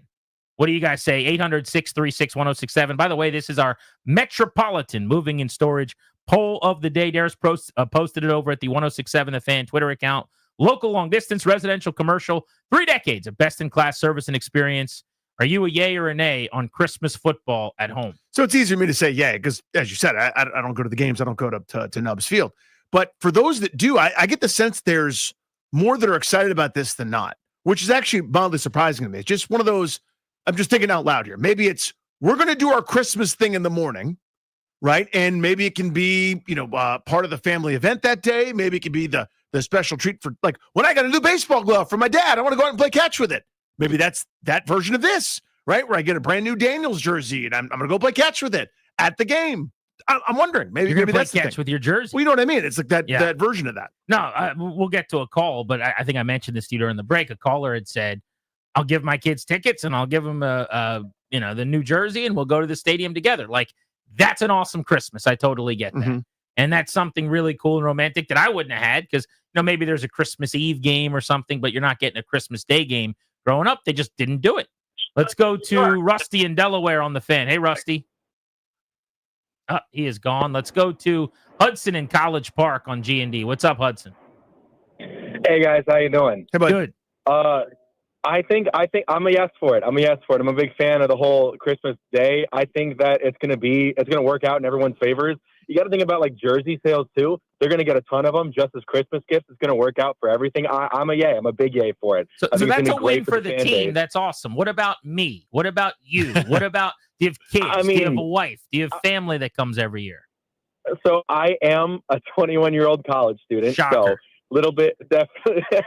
But I also want to put out that in terms of missing games too, I'm a diehard fan, but I got 3 jobs, like getting myself through college, and I definitely missed a handful of games working. And I think missing games is a huge part of being a fan, in the aspect of you can't make every single one. Sometimes you miss a play. I think sometimes that is part of it, but I'm still yay for the Christmas Day. I think it's an awesome idea. I'm very excited for it. All right, Hudson, I appreciate you, bud. So it's a great phone call. Thank you, buddy. That is 1 for 1 on my speculation that if you are very young You're a without young children, person. you are all in on this. Uh-huh. Let's go to Aaron in Maryland on Grant and Danny. What's up, Aaron? Grant and Danny, what's going on, fellas? Hey, buddy. Chilling. Love what y'all doing. Thank you. I am a big yes for Christmas football. I know it's been a long time with 2010 since the Redskins won a football game on Christmas. That's long in the past, and we're going to keep it in the past. We got Jaden Daniels now. All year, it has not been about me. It's been about other people. Football is giving me something for Christmas, so I have something to look forward to. And I love my team to play. It's a gamble I'm willing to risk. Please That's my state call, your fellas. age and your children's status. 30, no kids. So I'm leaning towards There you you right go. now. Yeah, you're right. But yeah, I don't know. Even if I had kids, man, I'll have my kids a part of it. I'm a diehard fan, so is my son if I have one. That's true. Appreciate look, you, dude. my kid's all in on football. I guess my situation's a little different. He's not coming into the press box with me, but yeah, he could go with his uncle who's a season ticket holder, and he could go to the game. So he brought up something actually is an element that I am fascinated by. My initial hesitancy, I've gone back over this and changed my view of having football on Thanksgiving was like, what if they lose? This was one of our big knockdown drag-out fights. Yeah, I'm going, what if they lose? And my day's ruined. And then I realized it's not because I'm eating. Like, I'm eating my favorite meal of the year. So I'm eating my feelings either way. I'm eating because I'm happy. I'm eating because I'm sad. Whatever, that's fine. He brought that up, though. The risk of losing that Christmas Day game to your rival, that's actually a bigger thing that's out there for people that we're not really considering. If they play at 1 o'clock or 12 o'clock or whatever the early window is, and the Cowboys beat them by 10 points or something like that, and they turn the ball over a bunch, it's just a bad game. That definitely is going to affect your Christmas dinner. That's definitely going to affect the rest of your night. That's a day ruiner. I don't worry about that as much. That I never had that as a factor for me on Thanksgiving because, my whole life was them losing. And so I'm able to compartmentalize pretty well. I can be really angry and still not have it affect the mashed potatoes that I'm about to eat. If I wasn't able to do that, then I would have been in therapy way, way, way long ago. Let's go to Andrew and Stafford on Grant and Danny. What do you think of Christmas football? I love it because I'm in Virginia down Stafford, and I am not hoofing it all the way up there. So at worst, it gives a little bit of something to pay attention to when I'm at the in-laws. Everybody's going to get around that, no matter who brings up politics or religion at the table. You guys don't have the do not talk about list at your Christmas? Someone rolls right through that stop sign. Yeah, there's always one. Yeah, Leadfoot brother-in-law. He's like, oh, there's a stop sign. What do you guys think about what Donald Trump? You can't say here it. we What go. are you doing? Yeah. All right, so you're in. I'm in because I'm going to be enjoying it, and I'm going to have a nice adult beverage and way too much to eat. I love it. I still, though, Danny, and this is starting to crystallize a little bit of why I think I'm such in the minority. To your point, there are way more people that are just watching at home, and there are way more people probably that are in this fan base reacting on social media or calling in that are younger without kids than dad with children, right? Yep. Don't you think? I do. And when you add all that up, of course it's going to be popular. But what I want to know is what percentage of season ticket holders that go to the game are going to be happy about going on Christmas? What would you guess? I would say it was below 50%. I think it's above. You do? Yeah, I think it's above. How much is be interesting? I think it's probably. But you'd agree it's the lowest percentage of any of the groups. Yes. And then the other one is dad of children, mom of children, who goes to every game, season ticket holder or not, whatever. What percentage of them is excited about this? That's kind of the same number. The coin toss, maybe a little bit more. Let's go to Carlos in Savannah Park. What's up? Hey, man, listen, this is a blessing for the Hispanic Latin community because they know what I'm talking about. Christmas for us is celebrated the day before actual Christmas. The next day, it's just a normal day for us, all right? And my girlfriend, who's, the Caucasian, she's going to wait her son. My girlfriend's son is going to wake up Christmas morning with the Jane Daniels jersey, tickets to the Commanders game, pack of 4, by the way, and we're going to be going tailgating on the Red Zone parking lot, tossing a football back and forth and Love everything. Kids are going to have fun. We're going to have a great time.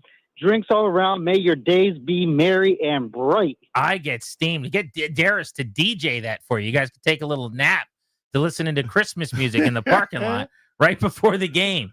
Like, hey, play your favorite Christmas music. I know stars of bright. Merry Christmas. Let's go to Tyler in Winchester on G&D. Hello, Tyler. Hey, how are y'all? Good, buddy. So I'm 28. I got a 7-year-old and a 4-year-old, and I'm all for it. I mean, me and my buddy, we were just talking about getting tickets. I couldn't be more in for it. Now, will you bring the kids with you? Yeah, I would bring both my boys with me. Okay. Look, the family outing to the Christmas Day game, that has some juice. That's got something. Yeah, I mean, we didn't do a Christmas one ever. I don't think we could get tickets for it, or teams didn't play. But we did the New Year's Day Capitals Penguins game. My dad and I did for like 7 straight years. That one's a because slam. no one else wanted those tickets. Yeah, right. Because they're all hungover right before, Exactly. like we weren't. It's also not a day where there's anything really. New Year's Day. When's the last time you had someone over for New Year's Day? Yeah, That's not a thing. it's like it's not nowhere near as special, obviously, but It's still, just a day you don't have to work. That's literally the perfect day to go do something. Yeah, so it's usually like, but it was still like families in town, and everybody's there for a week, and it's that week from Christmas plus, and we just sort of would bail and go do it. So, but we never actually did the Christmas Day game because I don't think there was one. But if there was, that would have been something old rabid sports fan Fannie Mouillet was into. Earl in Midlothian, Virginia says he is 67. He has 3 grown kids and 3 grandkids at this point. He says he is on team, quote, I love watching someone else's team on Christmas. There you go. That's the team I play for, man. I want 3 Christmas Day games. I want 6 teams in action, and I want none of them wearing burgundy and gold. But I'm Mr. Thanksgiving Day game. You are that. It's just a little bit different situation for your pal. Ideally, you're in Dallas for that game. I don't want to be in Landover for the night game. Let me ask you this. What if, hypothetical, because it hasn't happened, but what if it did? Yeah. What if it was Thanksgiving, but home? Happened against the Giants on Thanksgiving night. Because it was a night game, it was not the end of the world, but I didn't love it. Night game was fine because you could do like a 1 or 2 o'clock Thanksgiving dinner, which we did. And then by 4 o'clock, you roll over to the stadium and it all worked out. So perfectly fine. I would volunteer to be I told you, I want to be the Black Friday game every single year. I would be the Thanksgiving night game every single year. I could work that out with scheduling, would be no problem. Christmas that's the only one. I'm not a crazy person. It is Christmas Day. But you get what I'm trying to draw the parallel for, because it's like if you're not there for the main thing, or you have to cut the main thing short, or you're bailing on the family for the work. There are a lot of people. My family's not one of these people, but there are a ton of people who eat at like 1 or 2 o'clock on Thanksgiving. That is a semi-common time to eat. We happen to be more of a dinner time frame. Like generally we're halftime of the Cowboys game, like real dinner they start time. 4 and change. Right. Or we could even do right before the Cowboys game. A lot of years we'll do right around, it's a 4:30 kick. We'll do like a 4 o'clock between the 2 games, sit down, and then we'll get to the TV 5 minutes into the Dallas game or whatever. But I think a nighttime, which is the only one that's available, by the way, right? Because the Lions are playing early, the Cowboys are playing after that. So if you could petition the league and go, we want to be the Thursday night game every year on Thanksgiving, I love it. I could absolutely do that. I would prefer to not have to leave my house, to be able to just take that nap with my toes up. It'd be so full. Now you're getting in the car to go to Nubs Field. Other teams, or road games. If you told me the Commanders were playing at Lambeau on Christmas, that would be the coolest thing in the world. If you told me the Commanders are at the Cowboys on Christmas, awesome. Let's play ball. I don't have to travel. I'm not on the beat anymore. Perfect. And it doesn't affect a home date with tens of thousands of our fans that are either traveling or not able to go or whatever. I worry a little bit about that too. Now, it's not like Cowboys fans are going to necessarily make a trip for Christmas to D.C., so maybe it cuts down on some of those fans getting there too, which maybe I should consider. 800-636-1067 if you'd like to join us on Grant and Danny. Next angle of this I want to hit before we move on. What's better? Because we already know it's not the night game. Would you rather it be the early game or the 4 o'clock game? Like, if we're acknowledging that this is happening, is it better to just do it early and get it out of the way? 4 o'clock smack dab in the middle of the day into dinner time? Like, what is better? But then you have more of a cushion for the morning with the kids and the presents and all that. You're listening to Grant and Danny.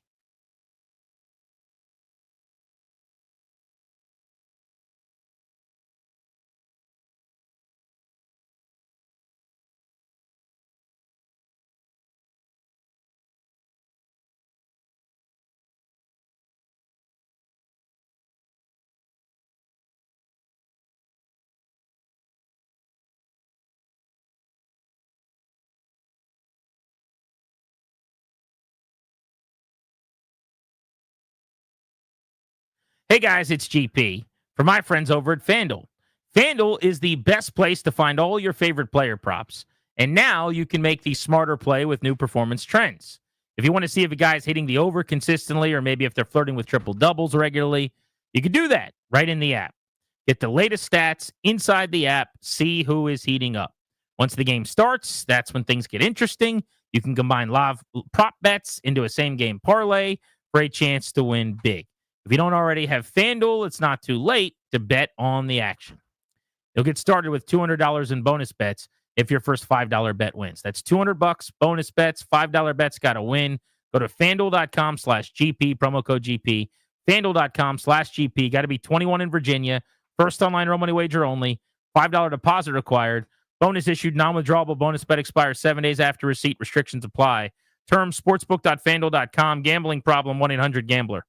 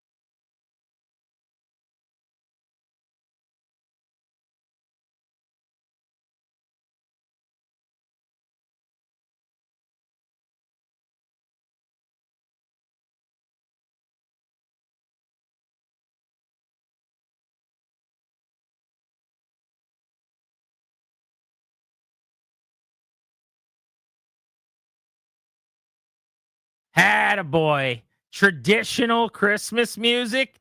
Dad had to dig deep in the file for this one. I could just see him kind of throwing all of the songs to the side he wanted to play, where it was like really slow and not exciting, and you couldn't tell it was Christmas music for like 20 seconds. For 45 seconds. He got to this one. Little Mariah Carey in there somewhere? No? Something? Nothing? Okay.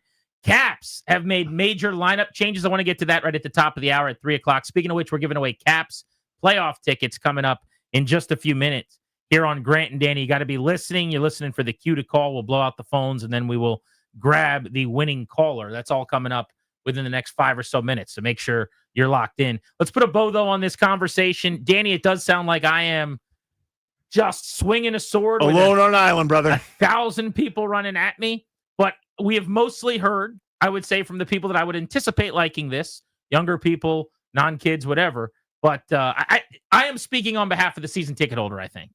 And maybe I'm not, but I think there's got to be some out there, even if we're not being represented by them just now. Maybe they can't get through on the jam-packed phone lines of the youth that are wanting to say what I'm saying, Danny, which is, I get 10 home dates. It'd be cool if one of them wasn't Christmas Day. On the biggest holiday we got. Yeah. Yeah. I mean, I think that's probably I think there's a group, but I don't think it's this overwhelming majority. I think more people are liking it than I would have thought. Let's go to Michael in D.C. What's up, Michael?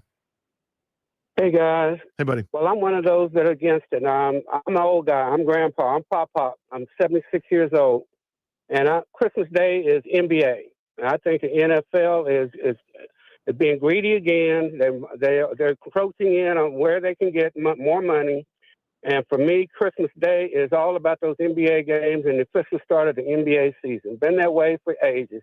Yeah, that ended it was that way.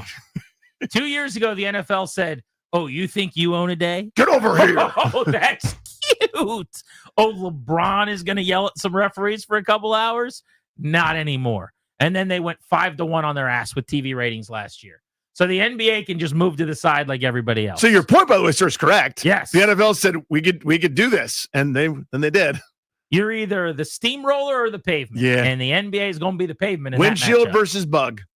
But Wizards 6th pick. We got that going for us. So that'll be the pick they have in the association. Yeah. Average age in the producer studio right now, we've got Clary, who's 24. We got Linnell, who's the youngest, but also somehow older than everybody else. Second youngest, third. The weirdest thing One ever. of the It's like younger. the third oldest guy that works here. Yeah. But he goes by the youngest in charge movement. Mhm. And then we've got Darius, who's in his 30s. Yes. So our average age, we're going to say, is like 28 in that room right now.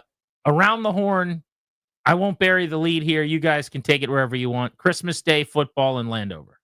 Christmas Day football in Landover. I'm all in. I am childless, so I have no responsibilities aside from my immediate family on What that does day. your Christmas look like? You wake up in the morning and open presents with your sister and dad. Sure, yeah, and then guys we do would like a have big Christmas dinner? dinner. We do a Christmas dinner with the local cousins. And you So, will yeah. not do that this year if you go to the game.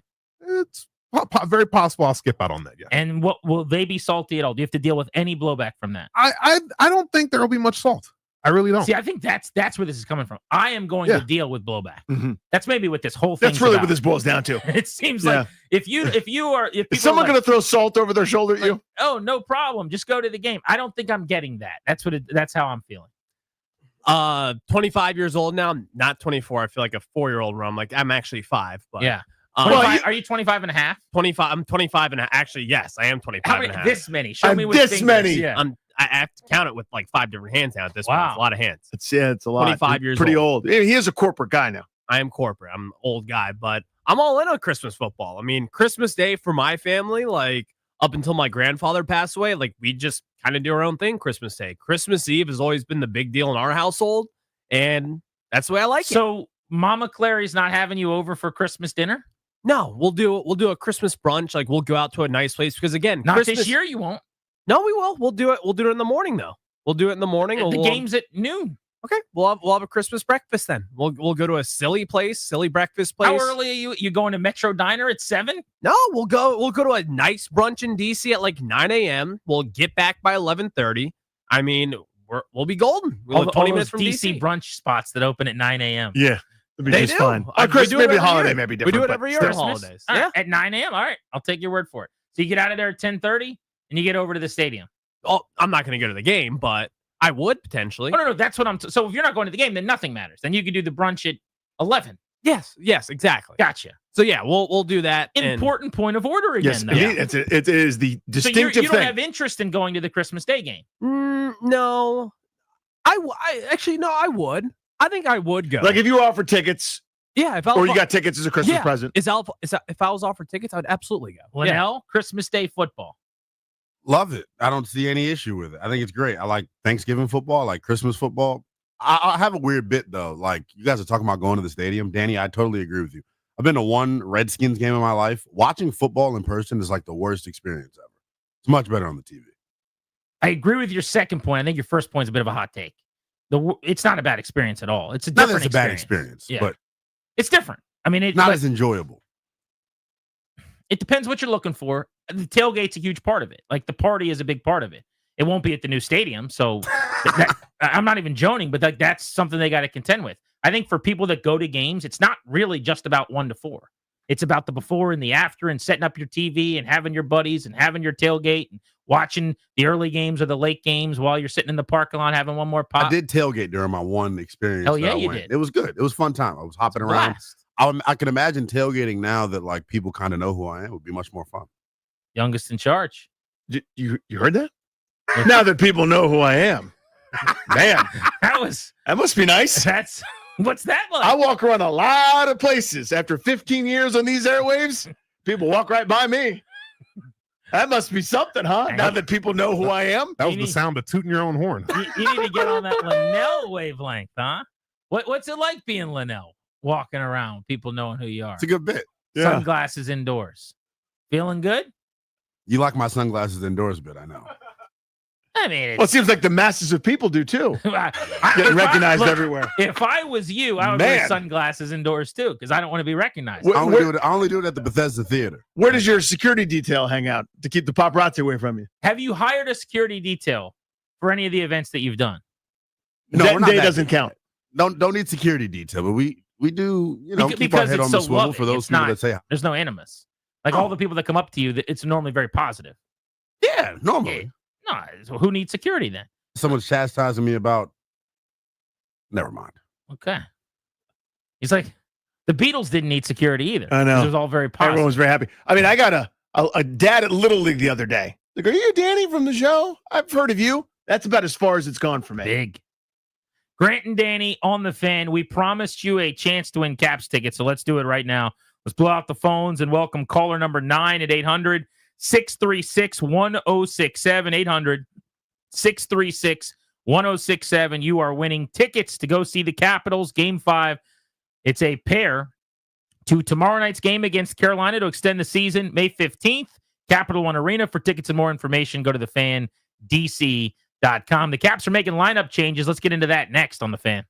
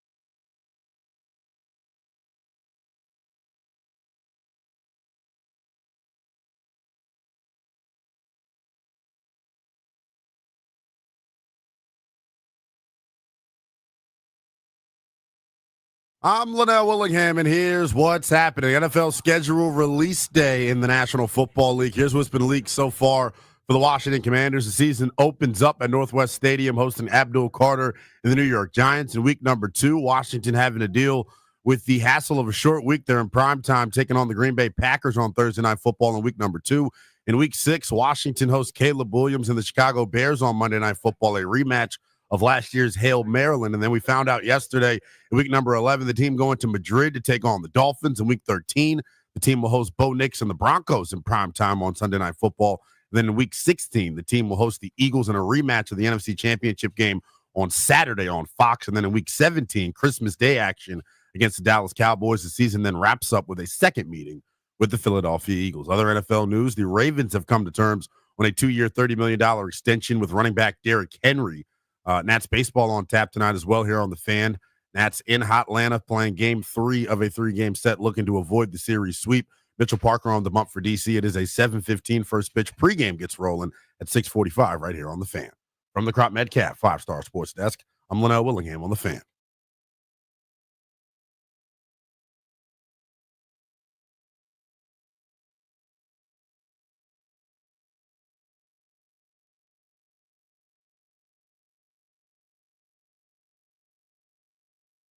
He's Danny. I'm Grant. This is the Fan. The Commanders' schedule will officially be out in full tonight, but it is trickling out over the course of the day. Latest rumor we've got here, there's a report that the Christmas Day game with the Cowboys will be played at 1, not at 4:30. So there's 3 games that day, 1, 4:30, and 8, I believe. And the question is it 1 or 4:30? Because we already have known for some time what the night game is, and that's the Broncos and the Chiefs from Arrowhead Stadium on Amazon Prime. But this is a Netflix game, one of the 2 early windows. And we haven't known 1 or 4:30. It sounds like it'll be a 1 o'clock kick at home against the Dallas Cowboys on Christmas. Washington's going to end the season, according to reports, final 4 weeks in the division at the Giants, Eagles at home, Christmas Day at home with the Cowboys, and then at the Eagles in week 18. Of course, we've known they're going to Madrid to take on the Dolphins in week 11 in mid-November. Some other primetime tilts that have trickled out today. Reports are that they'll be at Lambeau Field a week and a half into the season for the kickoff of week 2 on Thursday Night Football. So a quick turnaround after their home game with the Giants, 1 p.m. tilt week 1. They'll be at Lambeau, sounds like against the Packers in week 2. And then the Bears in primetime again at home. It'll be a Monday nighter in week 6. So much prime timing. We ask you, what are you doing to protect your family's assets? It's the exclusive sponsor of our show. The law firm of Condorian Morad can help you draft your last will and testament, set up a living trust, or put together a medical power of attorney. Schedule a free consultation with their attorneys today by visiting kmlawyers.com. Be sure to let them know that we sent you. That's kmlawyers.com. The Capitals are going to make some major changes, it appears, as they get ready for an elimination game at home against the Carolina Hurricanes tomorrow night. I have been asking the question for really weeks at this point, even before the playoffs. Why can't they replace Lars Eller, who's been the weak link offensively, with Connor McMichael, even though he's been excellent at wing, move him to center, which is a position he's played a lot of over the years, and have their best possible skating, speed, and offense set up? And at least according to today's practice with the rushes that they did, it appears that Lars Eller is going to be out, and they are finally going to make this move. I'd asked a lot of people about this, Danny, going back to last round when Lars Eller was struggling, in my opinion. He's got just a couple of shots on goal in 9 playoff games, 1 secondary assist in 9 playoff games, and his goal scoring issues go weeks and weeks into the end of the regular season. So this is, a long time in the making here. They didn't want to make this move. They felt like it would be a panic move. They like McMichael on the wing better, so they didn't want to play him at his second position. They also think that you lose a little bit in terms of defense and the opportunity to win faceoffs. But finally, they said it'd be a panic move. We can't do it. Well, when can you make a panic move? When you're down 3-1 and it's time to panic a little bit. Yeah, when you're facing elimination. So McMichael to the third line. Basically, it's just a clean swap. They move him down to center. Eller goes to the bench. So you keep Mangiapane and Leonard with McMichael. I love the ability of Ryan Leonard with the speed to now skate with Connor McMichael on that third line. Protas, Dubois, Wilson, the second line. They move Beauvillier back up from the fourth line to the top line with Ovechkin and Strome. And then the fourth line would be Duhaime, Dowd, and Radish. So this would be the first time all postseason where both Leonard and Radish are playing on the wing in the bottom six. So you're making, if these hold true, now remember, this is gamesmanship 30. This is Spencer Carberry. Sometimes we'll do all sorts of bits and we don't know what we don't know. But assuming this goes according to plan, you've only done one swap out, which is Eller out. And then, you move Radish back into the lineup. But in terms of line shuffling, you're moving a lot of pieces around, right? So McMichael goes from second line left wing to center. Protas, who was up at the top at one point, then he was on the right wing of that second line, now moves over to the left probably. Beauvillier moves around. Wilson moves from the top line last game to the second line. Not that matters all that much. It's just when you make a swap like that, you're actually having a kind of a cascade effect where guys are going to skate with different people. At this stage of the year, everybody knows everybody. Everybody's buddies. Everyone's had a line rusher, a million with a lot of these guys, especially some of the dudes that have been here for a long time. The continuity, though, of the guys that you're used to skating with and being in your natural position is very significant, right? And so they like keeping that as often as they can, and they're going to try to, I'd imagine. So really, in terms of the lines, you're getting lines that we have seen for much of the season. The Ovechkin-Strome tandem has been together for the vast majority of the year. Beauvillier hasn't been a big part of that, but he was great in the Montreal series, providing speed, providing forecheck for that trio. So they move him back up. The Protas, Dubois, Wilson line has not been, a traditional all-season line because McMichael's been in that Protas spot. But Dubois and Wilson, similarly as a tandem, like Ovi and Strome, have been pretty much locked together, other than game 4 that just happened when they moved Wilson up to line 1. So I like having Dubois and Wilson back together. Protas, that is a huge line, by the way. Yes, it is. I'd imagine that you're going to see Rod Brindamore of the Canes do everything he can to keep that line away from the Aho line, his best offensive line. Because that is as big a line as there is in hockey. Protas, Dubois, and Wilson, that's heavy. Much smaller, faster line, Mangiapane, McMichael, Leonard. That's, I don't want to say tiny. That's a pretty small line. And in terms of speed, it's probably going to be their fastest line, I would think. It's their best skating line by far. So we'll see. Everyone seems to think that, they need more speed. We'll see how that line holds up. I personally worry a little bit about that line defensively, like getting the puck out of the defensive end, winning those draws on the defensive end. But it's not like that line with Eller was doing anything positive anyway. And that's kind of my point here, is if they were so good defensively, and you go, we can't afford to lose it. You look at the shots for, look at the shots against. They had the hardest time getting the puck out of the defensive zone. Yeah, and that to me is why I said yesterday, what change would you make? That's my change. Stanley Cup hero, thank you for everything. I can't anymore. I'm not going down that way, right? I'm going to take him out of the lineup, and I'll figure out the rest of it as we go, especially given what's at a premium, right? What's at a premium is puck possession, generated offensive chances. If I lose a little bit defensively, which they probably will, swapping McMichael for Eller there, I can live with that, to be honest with you. Duhaime, Dowd, Radish, the fourth line. That was their best fourth line, and it was the fourth line for almost the entire season. But when their fourth line was really humming and playing at its peak and the zenith of its campaign, kind of as a triumvirate, it was Duhaime, Dowd, and Radish. They are very similar players, right? It's frisky, it's physical. They battle on the walls and they win pucks and they give you everything they've got. Those are three guys that scream fourth line together, all paired. I like that group. So going in on paper, Ovi, Strome, Beauvillier, we saw very good against Montreal. The second line you think of as huge and going to be successful defensively, if nothing else. I think they can also get some opportunities between Protas and Wilson. Those guys, despite their size, can skate and shoot. So maybe you get a rush opportunity. We've seen Protas score a goal in this series that way. Wilson did it all season long. Third line is where my questions are. And then the fourth line is going to be really good.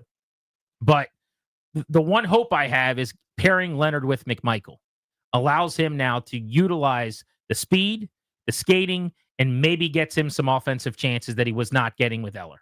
Because he doesn't help you a whole lot on the defensive end of the ice. Not to say he's not good. That's not my point. But in terms of just digging pucks out, getting pucks out of the defensive zone, it has not been a strength. He's not big. He's not physical. He's not leaning on people. For him to impact the series, you're going to have to get something out of him offensively.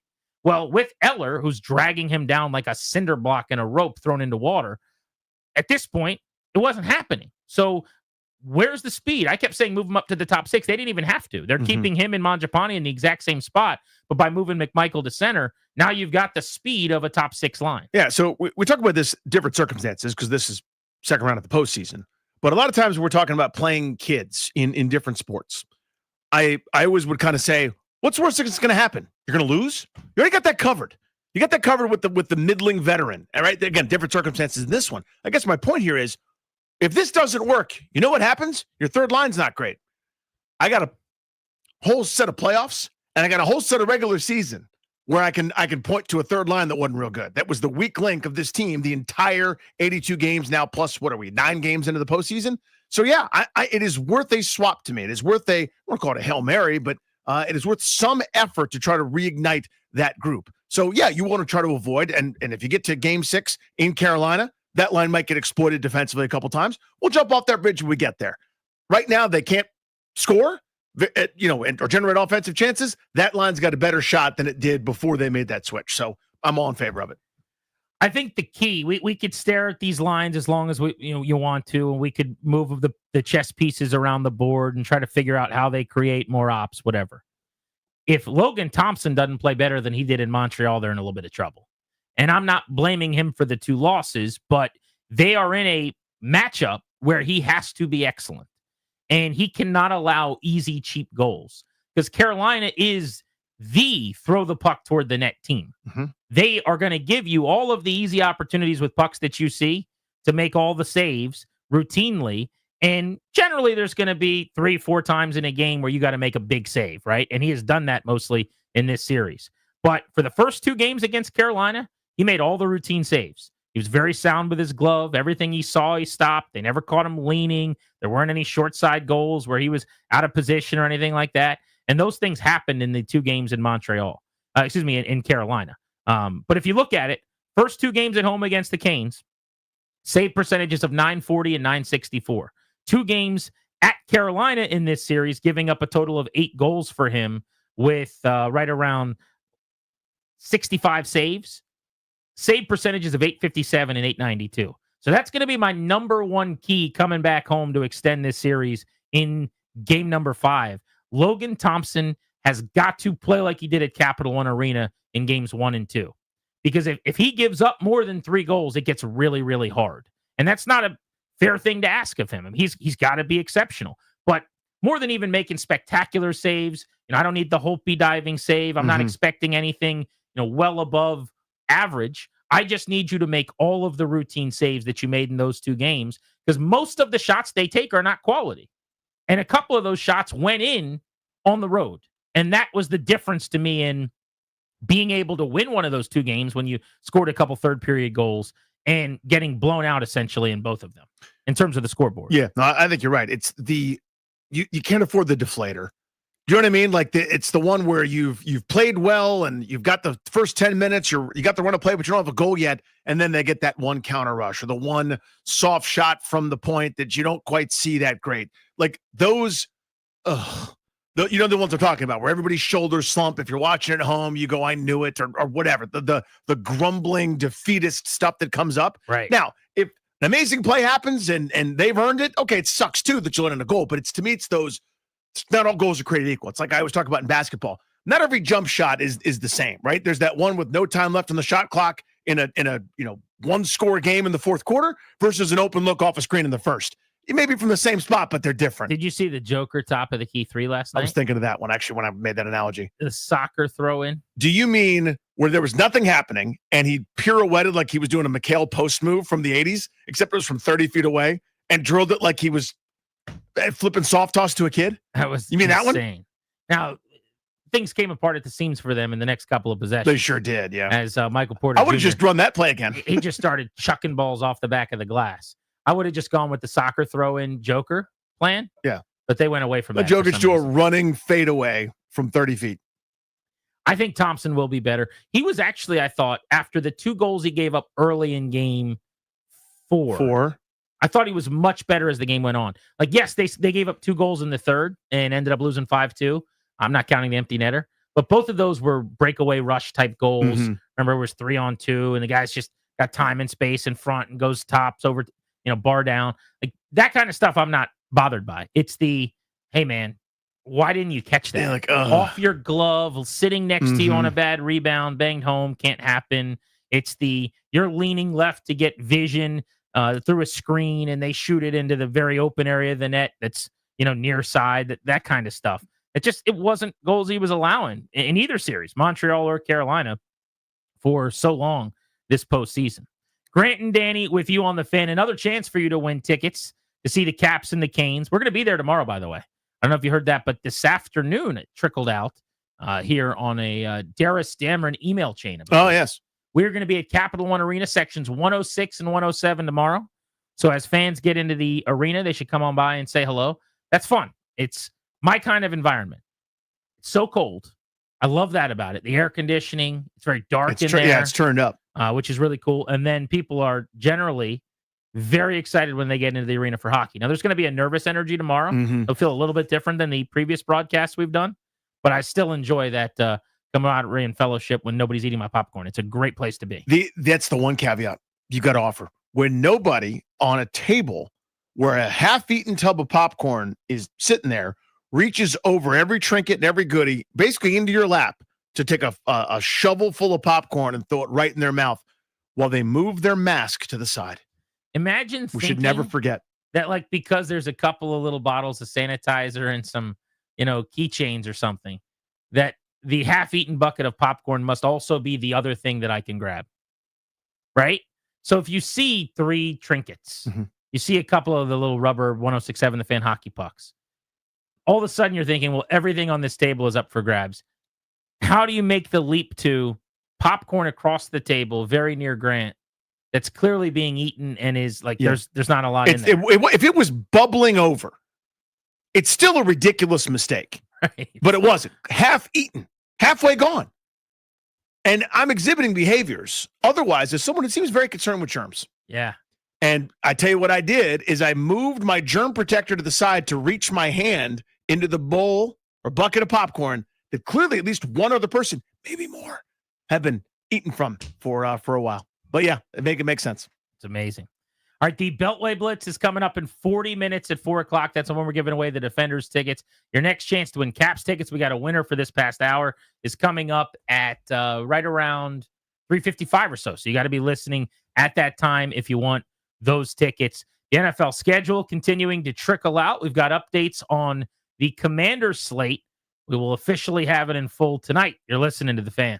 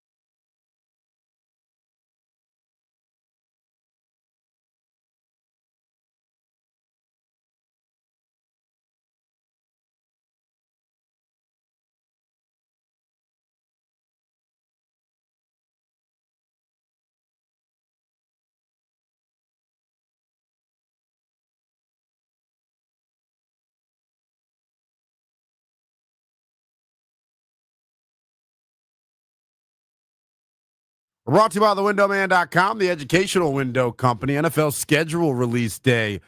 Happy NFL schedule release day to those who celebrate. The Commanders schedule continuing to be leaked throughout the afternoon. They open up the season at Northwest Stadium hosting Abdul Carter and the Giants. In week 2, Washington takes their show on the road to take on Jordan Love and the Packers in prime time on Thursday Night Football.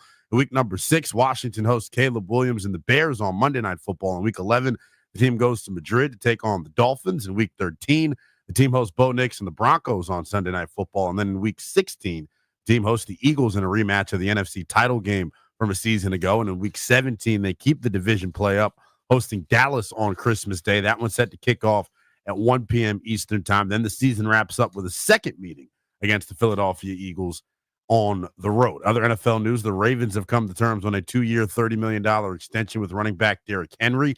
NBA playoffs continue tonight as well with a doubleheader on tap out east. The Knicks look to end the Celtics season as they're up 3-1. That one's set to tip at 7 p.m. out west. The Timberwolves looking to close the door on the Warriors. They're up 3-1, looking to close that series out in Game 5 at home. Nats baseball on tap tonight as well. Series finale between the Nats and the Braves. Mitchell Parker on the bump for D.C. It's a 7:15 first pitch. Pre-game coverage gets rolling at 6:45. Summer heat is on the way. Replace those inefficient vinyl windows now. TheWindowMan.com's fiberglass windows offer maximum comfort and are now $200 off every window. Visit TheWindowMan.com for your free consultation. Get $200 in savings per Infinity window replacement. Minimums and installations apply. From the Crop Metcalf 5-Star Sports Desk, I'm Linnell Willingham on The Fan.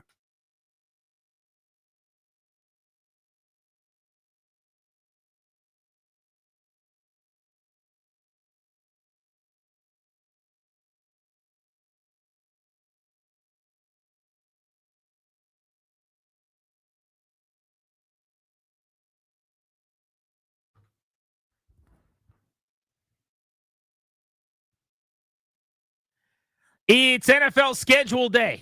Welcome back, 106.7 The Fan. We are Grant and Danny. Nats in action tonight in Atlanta, trying to make sure they don't lose an 8th straight game. That would be pretty gross.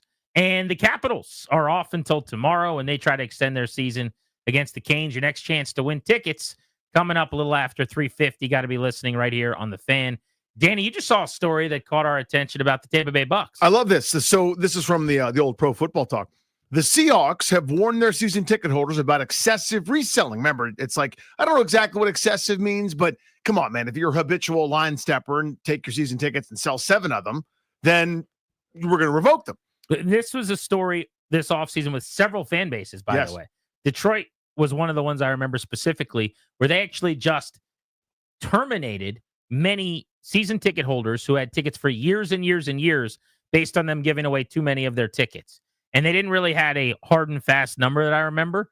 If you gave away all your tickets, obviously they said you don't need season tickets anymore. But there was no necessary warning about this. They just said you can't just get season tickets and then sell them constantly. If you're not going to the games, we don't want you to have season tickets. So they booted a bunch of people. But this has happened with a lot of fan bases. Yeah, so this is what Tampa Bay's doing. The Buccaneers are introducing a ticket buyback program for season ticket members. This is from Greg Allman of Fox Sports. It allows season ticket holders to return tickets back to the team for up to 2 games in exchange for a credit toward 2026 season ticket renewal. The buyback window runs through the month of June. So in other words, if you go, hey, I got my season tickets, but I know now my cousin's getting married in a different city, whatever, October something or other. I can't make that. Then you don't have to do the resale thing or whatever. It goes back to the team. That money then gets credited towards your next year's season ticket. So it's, in other words, a way to kind of, A, keep you in the program, but B, you get something back for it. You're not paying all the fees of the resellers and losing money on the deal. And then presumably the team is then going to be able to sell it to who they want, encouraging their own fans. So some people don't like this sort of stuff. They want the free market to reign. Here's my view on this. Every organization, every single team, it'll never be perfect. There are always going to be enemy fans in your home stadiums. It's the sport is too popular. Too many people move around. The freedom of movement's a wonderful thing in our country, and it's awesome. There's always going to be the Dolphins fan, the Chiefs fan, the Vikings fan, whatever at Nub Stadium. That's always the thing. You should be doing everything you could possibly doing. A huge production to let your fans know we want our fans here. So not only do we want our fans here, but we don't want the other ones. We're going to make it hard for them. They'll infiltrate. They'll get there. That's going to happen.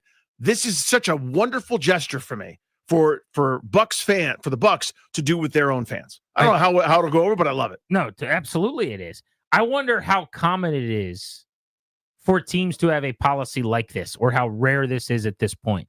To my knowledge, the Commanders don't have this. They should. Now, I understand why they don't, by the way, because you make it way more. I would think if you had this policy, then as a consumer, it's better for me, which oftentimes is worse for you, if that makes sense. Mm-hmm. Like, if I'm buying season tickets without this policy, I'm likely to have to either eat a bunch of tickets or to then sell those tickets or give them away or whatever, and I'm out the money. Whereas in this case, it's the team's job to go find someone to use the tickets. Right. You don't have to do anything else. Exactly. I get the tickets, and I realize my schedule comes back, and I go, okay, I can't be there week 2, week 6, week 11. These 3 games I don't need. And they're assuming it's face value. I don't know that the price is 1 for 1. It really probably shouldn't be, honestly. Like, there should be some. I'm putting in a lot of work here as a team. I should get something out of it. So maybe, it's 80% of the price or whatever. But they go, we'll take those tickets for you, and we'll redistribute them to people that want them. Now you're doing the work, not the consumer. And so I understand why the team wouldn't want to be involved. They just want to sell the tickets and go like this. Hands are out of it. Well, Hands clean. But the problem with that is that's why they did the 10,000 seat blocks to the ticket brokers. They don't really care what happens to those seats if you're in Dan Snyder's What era. I was going to bring up. When you just sell them, you go, hey, we'll sell you 15,000 seats at the rate that we're trying to sell them at. And they go, yeah, no problem. Well, then they go, and with their fees and all the markups and everything, they go make a profit. So everybody kind of wins except the consumer, who's got to sit there next to 4,000 Eagles fans who got them online. Who got the block. Yeah. And that's what it was. Under Snyder and company, they, we all know how everything went, but it was basically they were partnering with StubHub or whatever the ticket broker sites were before anyone else was. And it was kind of this almost preferred way of doing it, where the sales associate that's had the really tough job for a while of selling those tickets would go, my work's done. Right. I did it the first day of the month. I found some broker to bus people down from New York, or take the train down, or, to come up from Carolina, or whatever the hell it was. So this way, now I don't think you could do this for the Local 53 just yet. I don't know that there's still enough demand where if one Washington fan couldn't go to a certain game, you'd guarantee that another one is like dying to take his place. You could have back in the day at RFK. At the new stadium, though, if and when that happens and we're all locked and loaded, you could do that. I do think the demand is coming where you can go, you know what, we're going to have some policies in place. We'll make it convenient this way, not just without warning, rip your tickets from you because we think you may have given them to a Lions fan or something. We'll do it this way where, hey, you can't make a couple of games. Don't go through the hassle of pricing them a certain way or trying to figure out where the demand is. They might end up in the hands of an Eagles fan or something like that. Give them back to us. We'll give you credit for it. And we'll handle the hassle. We'll do the hard part because we're professional ticket sellers. You're a dude. You're just a person that's going to go to some games. We are in the business of selling tickets. Let the people who are in business of selling tickets sell the tickets for you. I love that. What's the next step after they get the tickets back, I wonder? So they buy back the tickets from Danny, the season ticket holder, who's not going to use them. Mm-hmm. Okay. Do they just have that as part of the allotment that's for sale on their website? It's just their tickets to sell. So that's a great question. What I think they should actually do is have a pool of season ticket holder seats where there might be a game where I want 3 extra seats. Now, they're not obviously going to be able to bunch them close to me. Maybe there's a way that you can get as close as possible or something. But in a world where you almost like, here's the example I'll use for the Orioles. We have a very small season plan where we actually just put money into an account, and then we can use it over the course of the year. So if it doesn't work out, then like we can a flex plan or something. Exactly. Like that? Yeah. So let's say that we put $600 into an account for Orioles tickets over the course of the year. A couple weekends ago, they were at home, schedule aligned. We didn't have anything, and we said, let's take the kids up to Camden Yards in Baltimore. So we went to the Orioles game. We got club level seats because with our kids, you just can't be out in the sun. And, it's a giant pain in the ass. So we had the indoor seats where they can run around inside and do all that. We put a dent into our, $400 plan or whatever it is. Or if you did that, you could probably only go 2+ times in a year. But I might go this weekend. My birthday's on Saturday. I might go and just get a crappy seat out in right field or whatever and sit near the flag court. That's only going to cost me $23 for my plan. My point is, in a world like that for the Commanders, it would be really nice if Normally, I have 4 seats, but there's a weekend where I need 3 more seats. If I could dip into the season ticket pool with what's been returned, and then some weeks it's like the leave a penny, take a penny at 7-Eleven, I only need 3 of my seats. So I'm going to give one of my seats back. Now, they'll pay me for it. There's money. Right. But at least it goes into a pot for other season ticket holders who that day might have a relative in town That's interesting. that need one. Or do they just say, and I imagine it's this, we paid you the money, we're going to do what we want with the tickets, and now we're just selling them on commanders.com. Yeah, and so I think the point of this, because the focus of the little spiel here is they've had a number of times where it was Lions, Eagles, and actually the Commanders, the Local 53, have attended games really well in Tampa. They're trying to prevent that. So by controlling the tickets and not letting third-party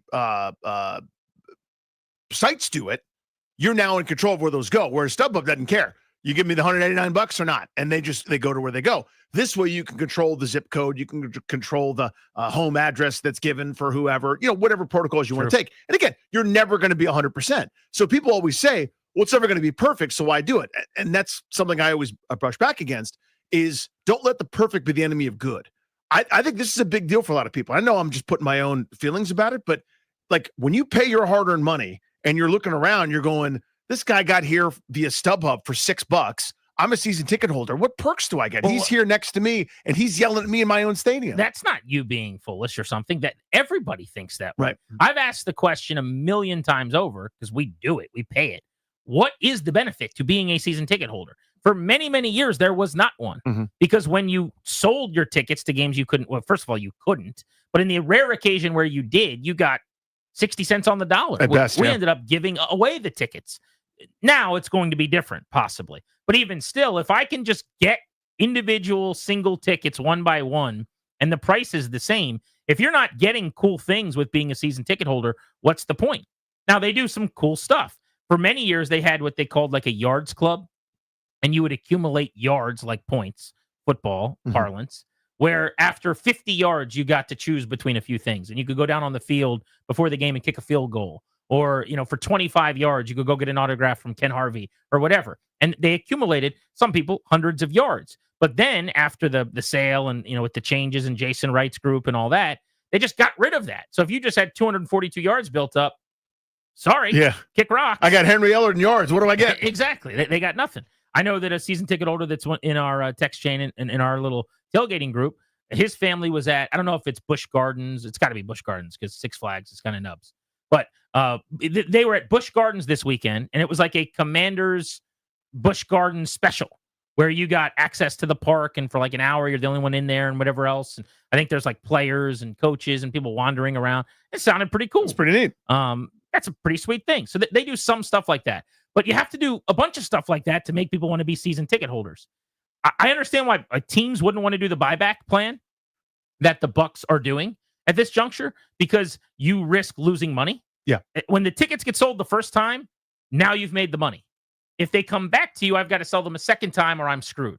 It's the equivalent of saying, it's like offering, if you send your food back, you don't have to pay for anything, basically. Because it's like, well, I made it. I sent it out. We're doing pretty good. We got someone to come into the restaurant. Well, now, as soon as they send it back, I've got to find someone else to send it. Like, it doesn't work. So should teams do it? Yes, I understand why they don't, but good on the Bucs. Yeah. So the one point, and I think you're right, though, it's a matter of accounting. They're not handed cash back. They get credit for next year's season tickets, but it's still money has changed hands. But and you would lose. Yeah, that's money that next year you're not getting for those tickets. Right. If you're not able to move them and sell them. To your point, I think you're right about that. I think you can only do this if you feel like there's enough demand, right? Where there's a lot of teams. Again, I don't think Washington could do this yet with their current stadium. I think they'll be able to. Demand's way up, but it's probably not up enough. It's not up to the point where I would have so much confidence if I turn in I'm just making up a number, my $200 ticket for that game that I would 100% get $200 for it. People are going and more than they did before. That's obvious. There's more demand. It's not to the point where it's a must-have. I think if you view it that way, you're going to go, I may lose on this deal, but it's worth it to me to show my fans that A, we care about them. B, we care about not having opposing fans scream at them in their own sections. Just makes it, though, way more appealing to be a season ticket holder. Yeah. And that should be one of their biggest priorities. Their season ticket base was down massively. I mean, the number I heard at one point, now this was before the sale, This was rock bottom. This is Jason Wright era, Mhm. trying to basically Trying to fix it, yeah. revitalize it. Was like that they were down to 9,000-ish season ticket holders.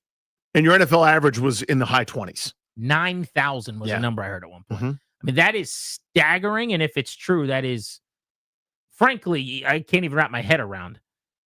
Knowing full well, like everybody else, that the season ticket waiting list was mostly alive for a long, long time. But that's unbelievably cratering. Yeah. So they've opened the books. They see those things. They know how much work they've got to do. They probably can't operate like a Bucks or one of these organizations where it's very healthy. But when they get there, you'd like to see them do some things like that. Double Play is next. What's going on in our lives? Nothing to do with sports. In about 15 minutes or less, we're going to be giving away another pair of Caps tickets to a listener on Grant and Danny.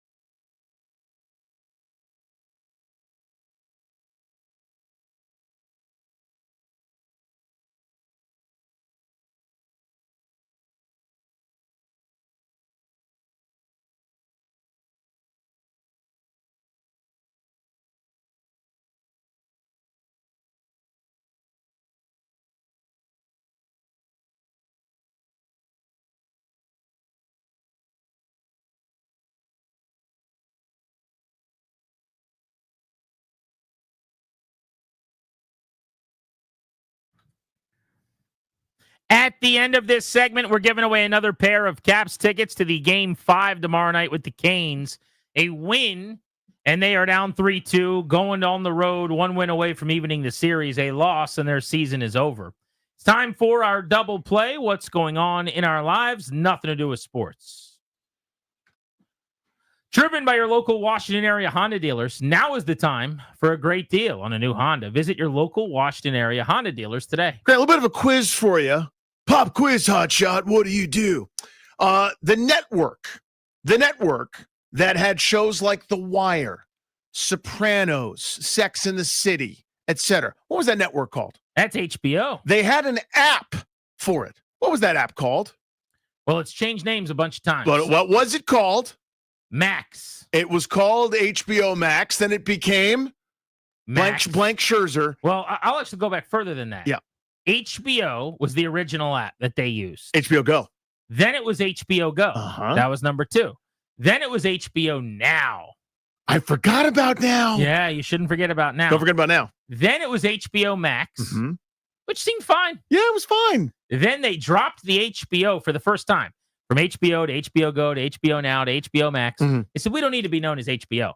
We're just going to be Max. So as of yesterday, when I scrolled to the left to go find Real Time with Bill Maher and click on it and watch a little, which, by the way, I agree with everything. I'm not saying I agree with everything. Come on that program. It goes without saying. I agree with everything you guys think, and I disagree with everything you guys think as well. But when I did my little scrolling to go find a film on HBO Max, I clicked on that purple app, HBO Max, and it was actually, then it was called Max. It was just Max. And not today. Not today. Not now all it's HBO Max. Here's what happened. So the good folks at Warner Brothers Discovery decided we can't just have HBO. We're going to do a Max because it's a big deal. What we're going to do is take all the prestige, excellent, amazing, innovative, cutting-edge, wonderful dramas and programming on HBO and combine them with our absolute turds, with our crap, with the stupid reality crap, with the dumb I want to get married but I don't know anybody show, or I'm overweight but videotape me all the time shows, all of their nonsense that they do, which is terrible and embarrassing. They wanted to combine those two things and put that under one umbrella, and they couldn't have HBO in the title anymore. It was just Max. They now realize that, that dilutes the great thing, which is HBO, and we need to separate HBO from the things that suck and are embarrassing. It's just such a bad blunder. It's one of those, what they call an own goal or unforced error or whatever. So now they're going back to HBO Max again. So nothing changed. If you still want to watch an episode of The Sopranos, you go to HBO Max. HBO Max to HBO Max. It's just embarrassing for them. Also, if you remember, when they made the change, everyone made fun of them. They got destroyed for it.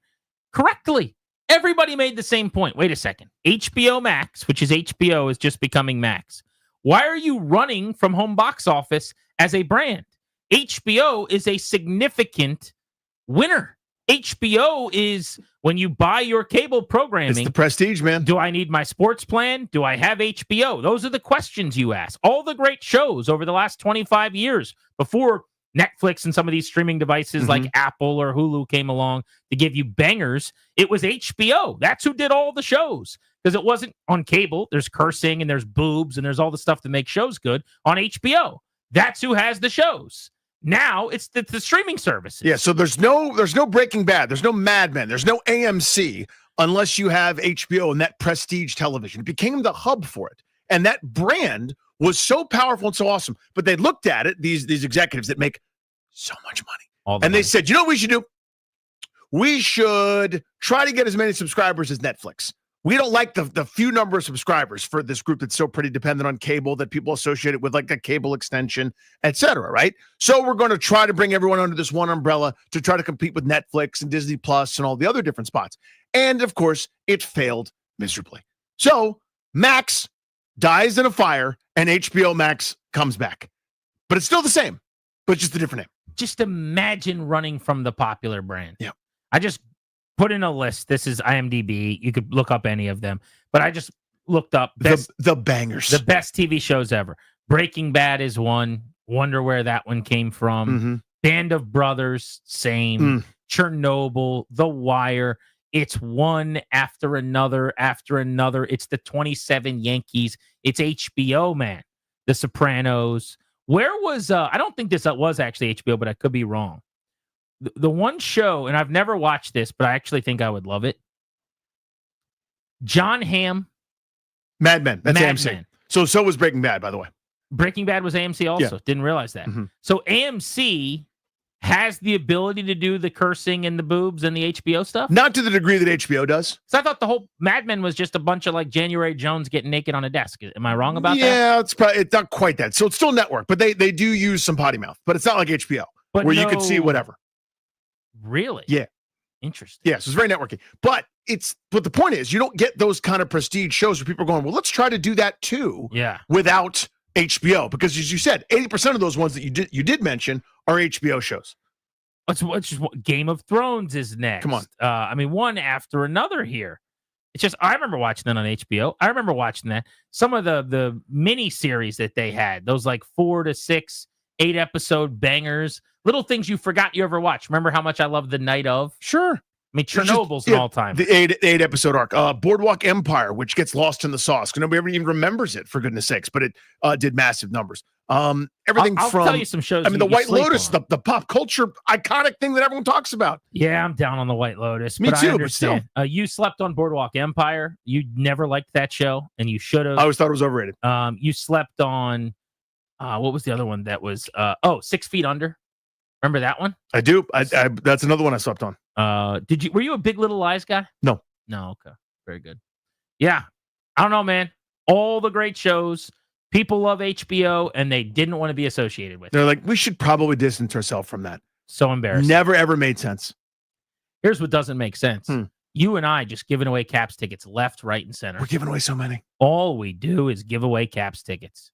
We're just trying to use Caps tickets to win over you liking us. That's what we want. It's on kind this of we're program. bribing you.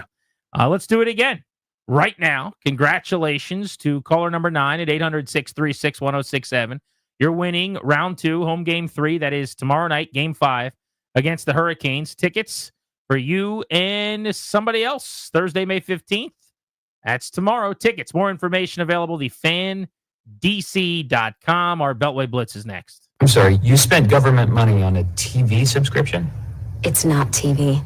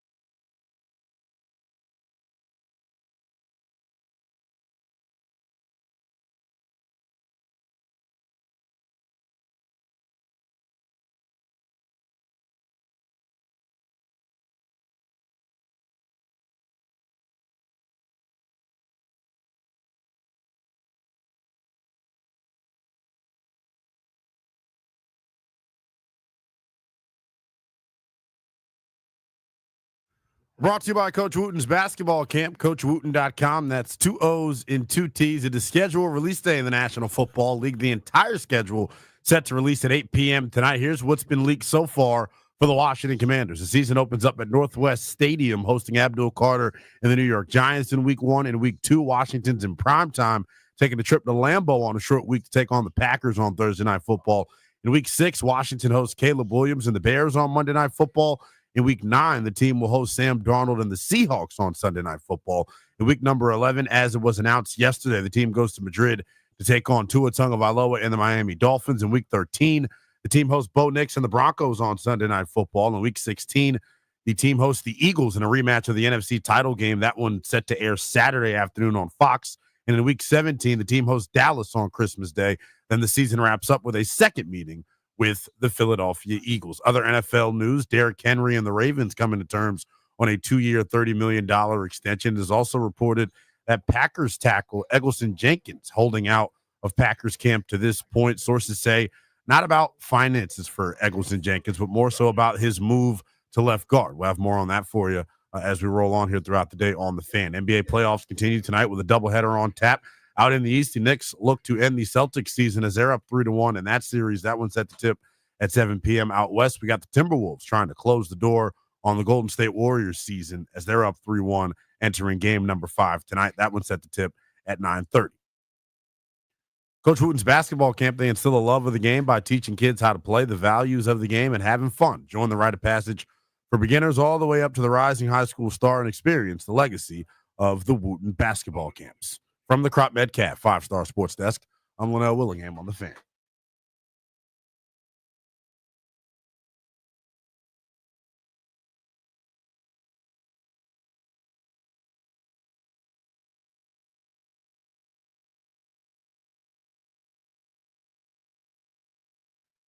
We will be giving away DC Defenders tickets when we talk about the Defenders and the Blitz coming up in about 10 minutes. Make sure you're listening at that time. Grant and Danny with you on The Fan, brought to you by our friends, the law firm Kondorian Murad. They will help you to draft your last will and testament, set up a living trust, or put together a medical power of attorney. Schedule a free consultation with their attorneys today at kmlawyers.com.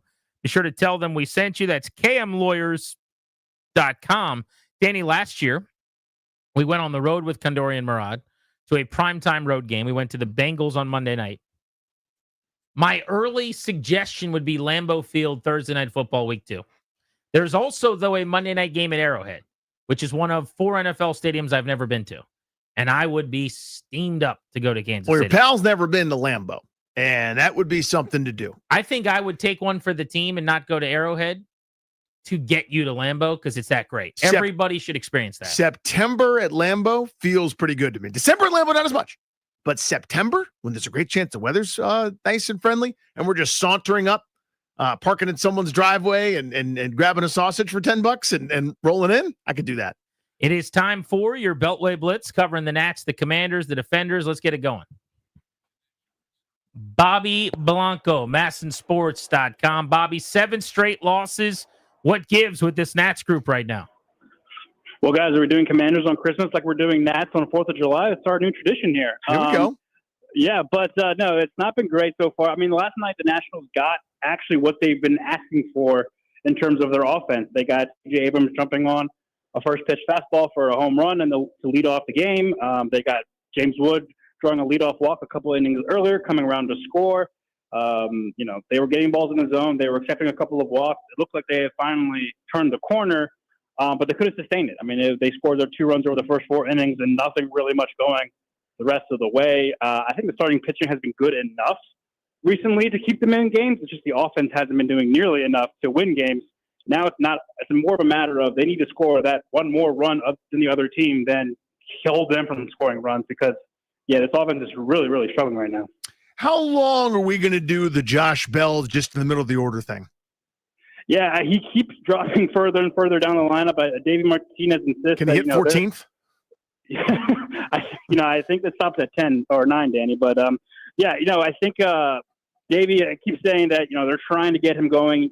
He is a huge piece of this lineup that they feel like if he starts to produce anything, really anything, because he's hitting below 200, then this lineup can really start moving. But yeah, he keeps falling further and further down the lineup because the Nationals can't afford to keep him hitting at the top of the lineup behind James Wood, behind Nathaniel Lowe. So you're seeing a lot of, CJ, James, Nathaniel, Kaber when he's in there at the top, and Josh Belks is swung. So I don't know the answer to how much longer they can keep doing this, but they do think that Josh is close to turning it around. But we kind of need to see it before we can believe it. It's been a disaster. They paid him $6 million. It has not gone well so far. Bobby Blanco, MASNsports.com is with us. Bobby, they said, this wasn't what I said. This is what they said. They chose to do it. It's time to win. We're ready to win. It's time to win. It's time to turn the page. It's time to compete. It's time to win. It's time to get over 500, whatever else. They're on pace to go 64-98 after back-to-back 71-win seasons. Now, probably not fair to take a snapshot on May 14th, and it's certainly not fair to do so after 7 straight losses, but these are the results right now. How should we feel about that?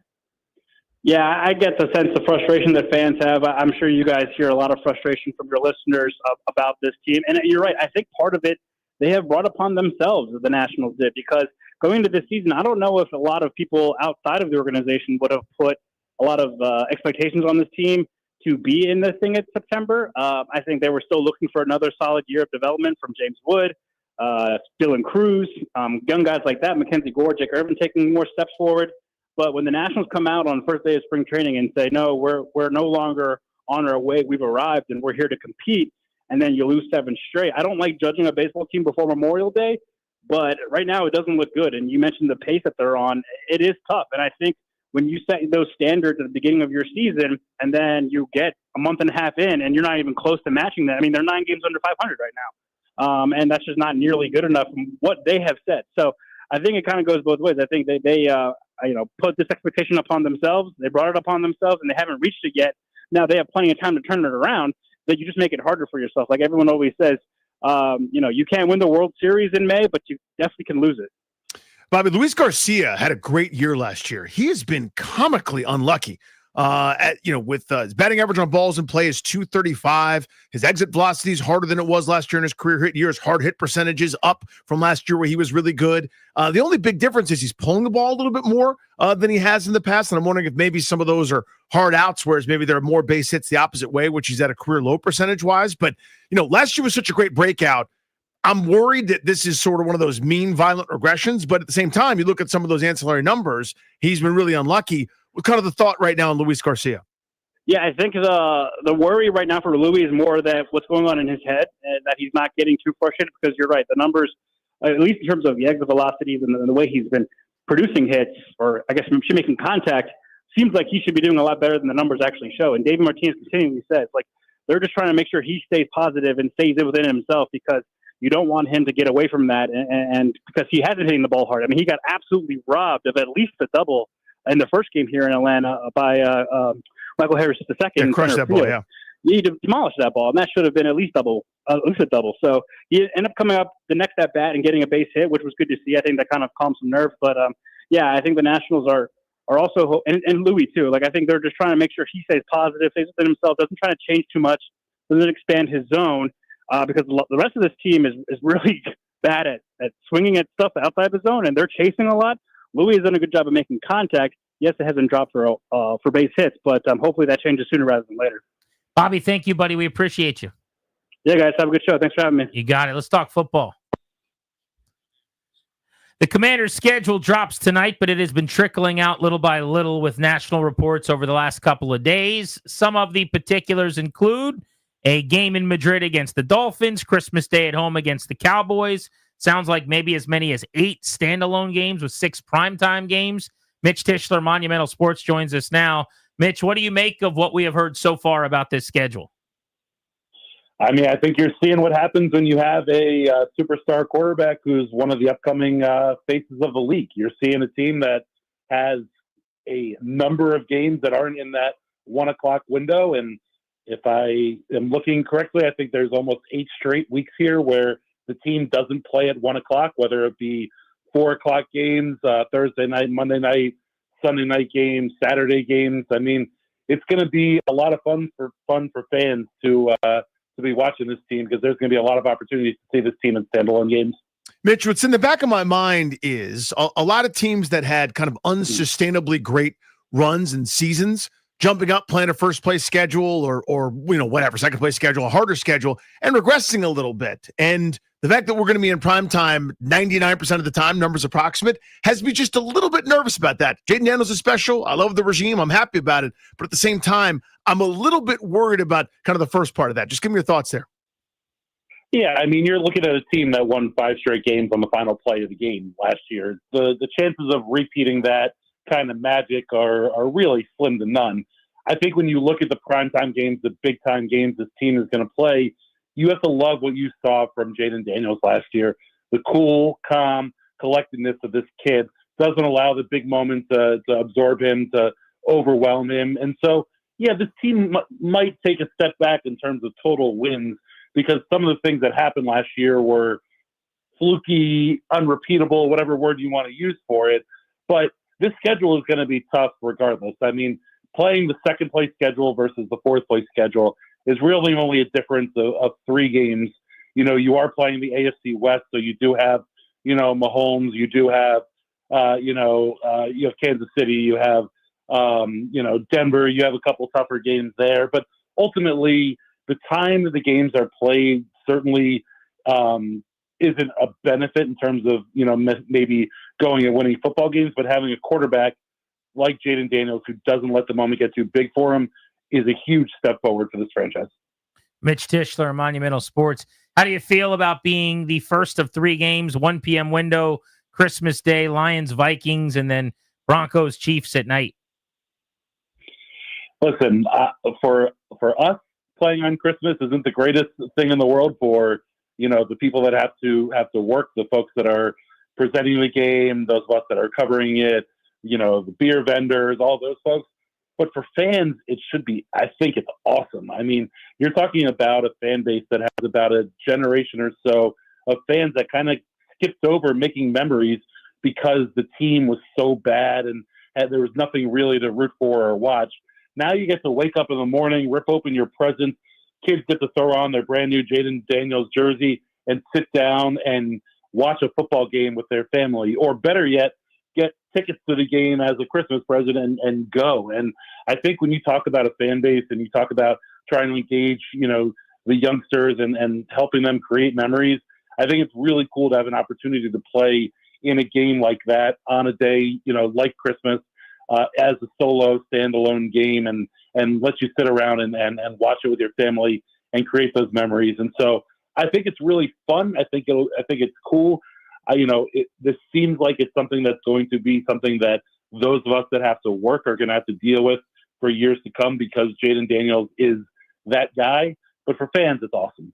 Quick one. Do you expect them to be interested in Trey Hendrickson?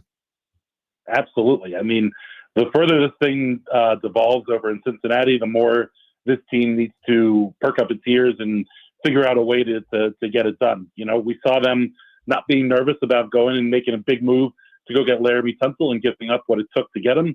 I imagine the Trey Hendrickson world is very similar for the Commanders front office side. Mitch, we appreciate you, buddy. Thank you. Absolutely. Thanks so much, guys. You got it. Caller number 10 at 800-636-1067. As we get ready to talk Defenders, we're about to give out a 4-pack of tickets to DC Defenders action against Arlington Sunday. That's this weekend, May 18th at Audi Field, noon kick. Tickets are on sale now. For tickets and more event information, go to thefandc.com. The DC Defenders are getting ready for a home tilt this weekend on Sunday afternoon at noon. They kick off on ABC. The Defenders coming back from a 3-game road trip. They were 2-1. They have the best record of the league, 5-2. They can clinch a playoff spot with a win this weekend. And we're joined now by Joe Wallace, who is the Defensive Player of the Week in the UFL. He was dominant this past weekend, 6 tackles, 2 sacks, 3 TFLs. What a performance for you. That was impressive. Man, I appreciate you, man. I appreciate you for having me on the show, man. Man, it was an awesome experience, though. Like I was saying a while ago, man, our defense, man, played lights out. Man, D-Row with the pressure, Ant Hines with the touchdown, the DBs. Man, it was just an amazing game all in all for the defensive unit, man, for sure. You guys are coming back to Audi Field. They call it rowdy outy at this point. You know that the beer snake will be there and everyone's going to be fired up. What's that atmosphere been like for you guys this year, and how do you feel about where you guys are at? You're one win away from the playoffs. Yeah, one win away. We coming back to DC facing a hungry Arlington team, man, and actually we have never since I've been in the XFL a couple of years ago, we have never been able to beat those guys twice in one season. So one thing I'm forcing on our guys is I really want this game. I really want to dominate these guys. So we need the fans, man. We need everyone to come out, show out, and support. Because we're trying to pull a hat trick on these guys for this week. Arlington Renegades head coach Bob Stoops, one of the more respected teams in the league. So you guys are looking for the clean sweep, nationally televised on ABC. Speak to coming off the performance you did, getting the Defensive Player of the Week honors, the multiple sacks, the TFLs, just your style of play. You're not a very tall guy at D tackle, about 5'10", but you are obviously very strong. You get low, you take up space. Give us an idea of the kind of player you are. Yeah, man. I think that, like you said, I'm not just your average size defensive tackle, just like in stature, just the tallest. But I have that leverage. I'm really explosive. I'm really strong.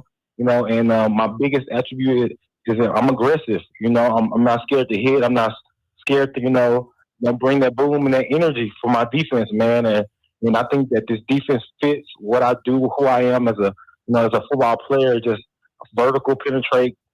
Downhill type of defender, man. So, I got blessed with, Greg Williams and now my amazing defensive coordinator, Blake, his son. And, these guys put me in positions to, be myself, just the explosive D tackle that I am, man. So, that's me just in a nutshell, just your explosive, aggressive, defensive tackle, man. I think the listeners we have that have been out to Audi Field have thoroughly enjoyed the experience. It's a lot of fun. We're always trying to spread the word and get more people out there. I'm taking my kid. It's a fan appreciation day on Sunday.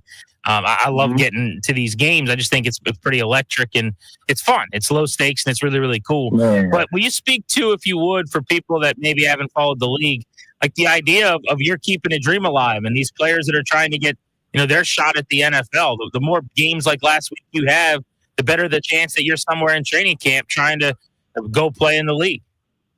Yeah, definitely. We're in a time right now of, a lot of different opportunities, whether it's NIL or, whether it's, guys, coaches trying to get back in the NFL. So, we are definitely a lead of opportunity. We have plethora of guys that prove that. The kicker from Michigan last year and, most of our receivers that comes through the DC Defenders gets the opportunity, So we only thing I think that we all want to do as the whole of this organization of the UFL is to get to the next level, And I think that my team this organization and the DC Defenders, everyone is trying to get to that next step. So this is just an obstacle, not an obstacle, but just like an opportunity for us to showcase our talent, man. And it's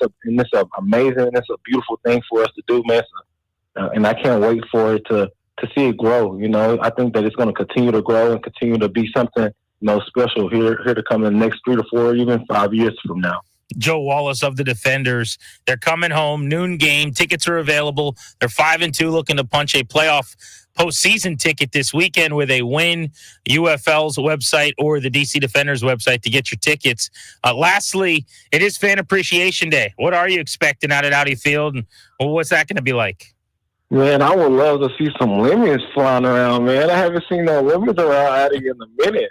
I love to see that beer snake, to the tippy top.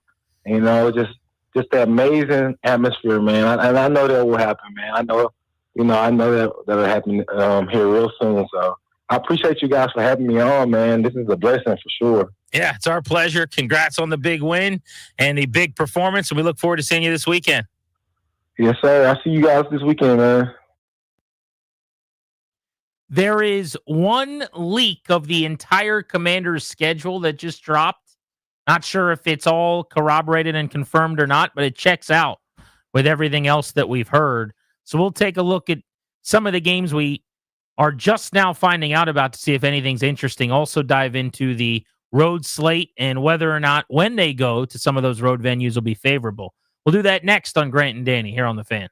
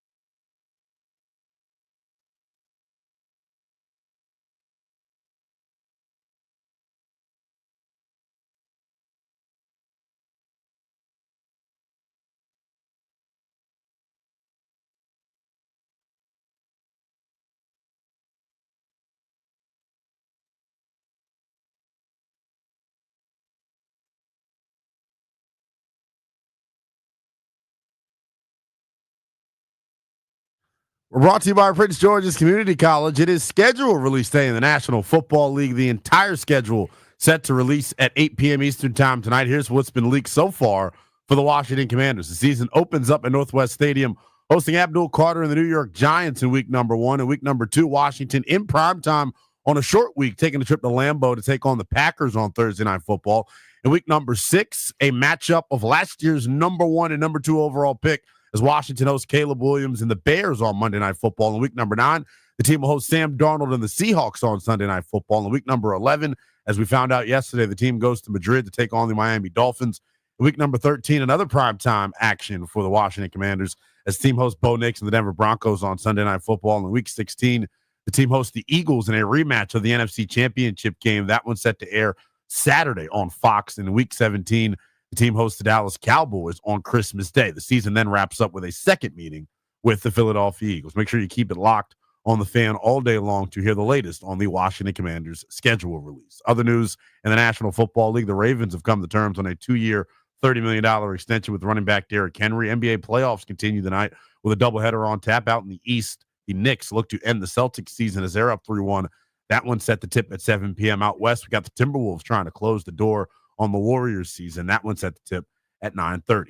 That's baseball on tap tonight as well. Game number 3 of a 4-game series as they're in Atlanta taking on the Braves. Nats looking to snap their 7-game losing streak. It'll be Mitchell Parker on the bump. It is a 7:15 first pitch.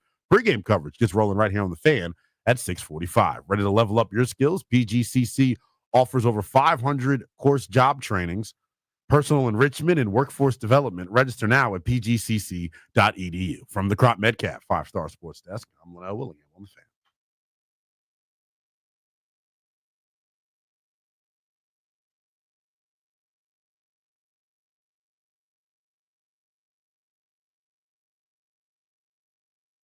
Welcome back to Grant and Danny on the Fan. We'll take you up to 6:30 on this Wednesday.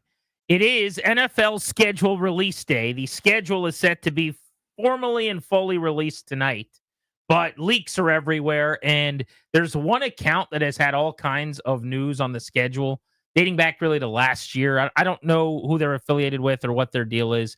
You go by Aussie NFL, but they claim to have the full Commander schedule, and typically I wouldn't pay a whole lot of attention to like a random social media account, but because they have had a bunch of the games already that were leaked correct, and because the schedule matches everything that we already know to be true, I guess it's possible that something here could be wrong, but it seems like they've got the full Washington schedule. And a couple of observations for you on this, if in fact this leaked schedule is correct.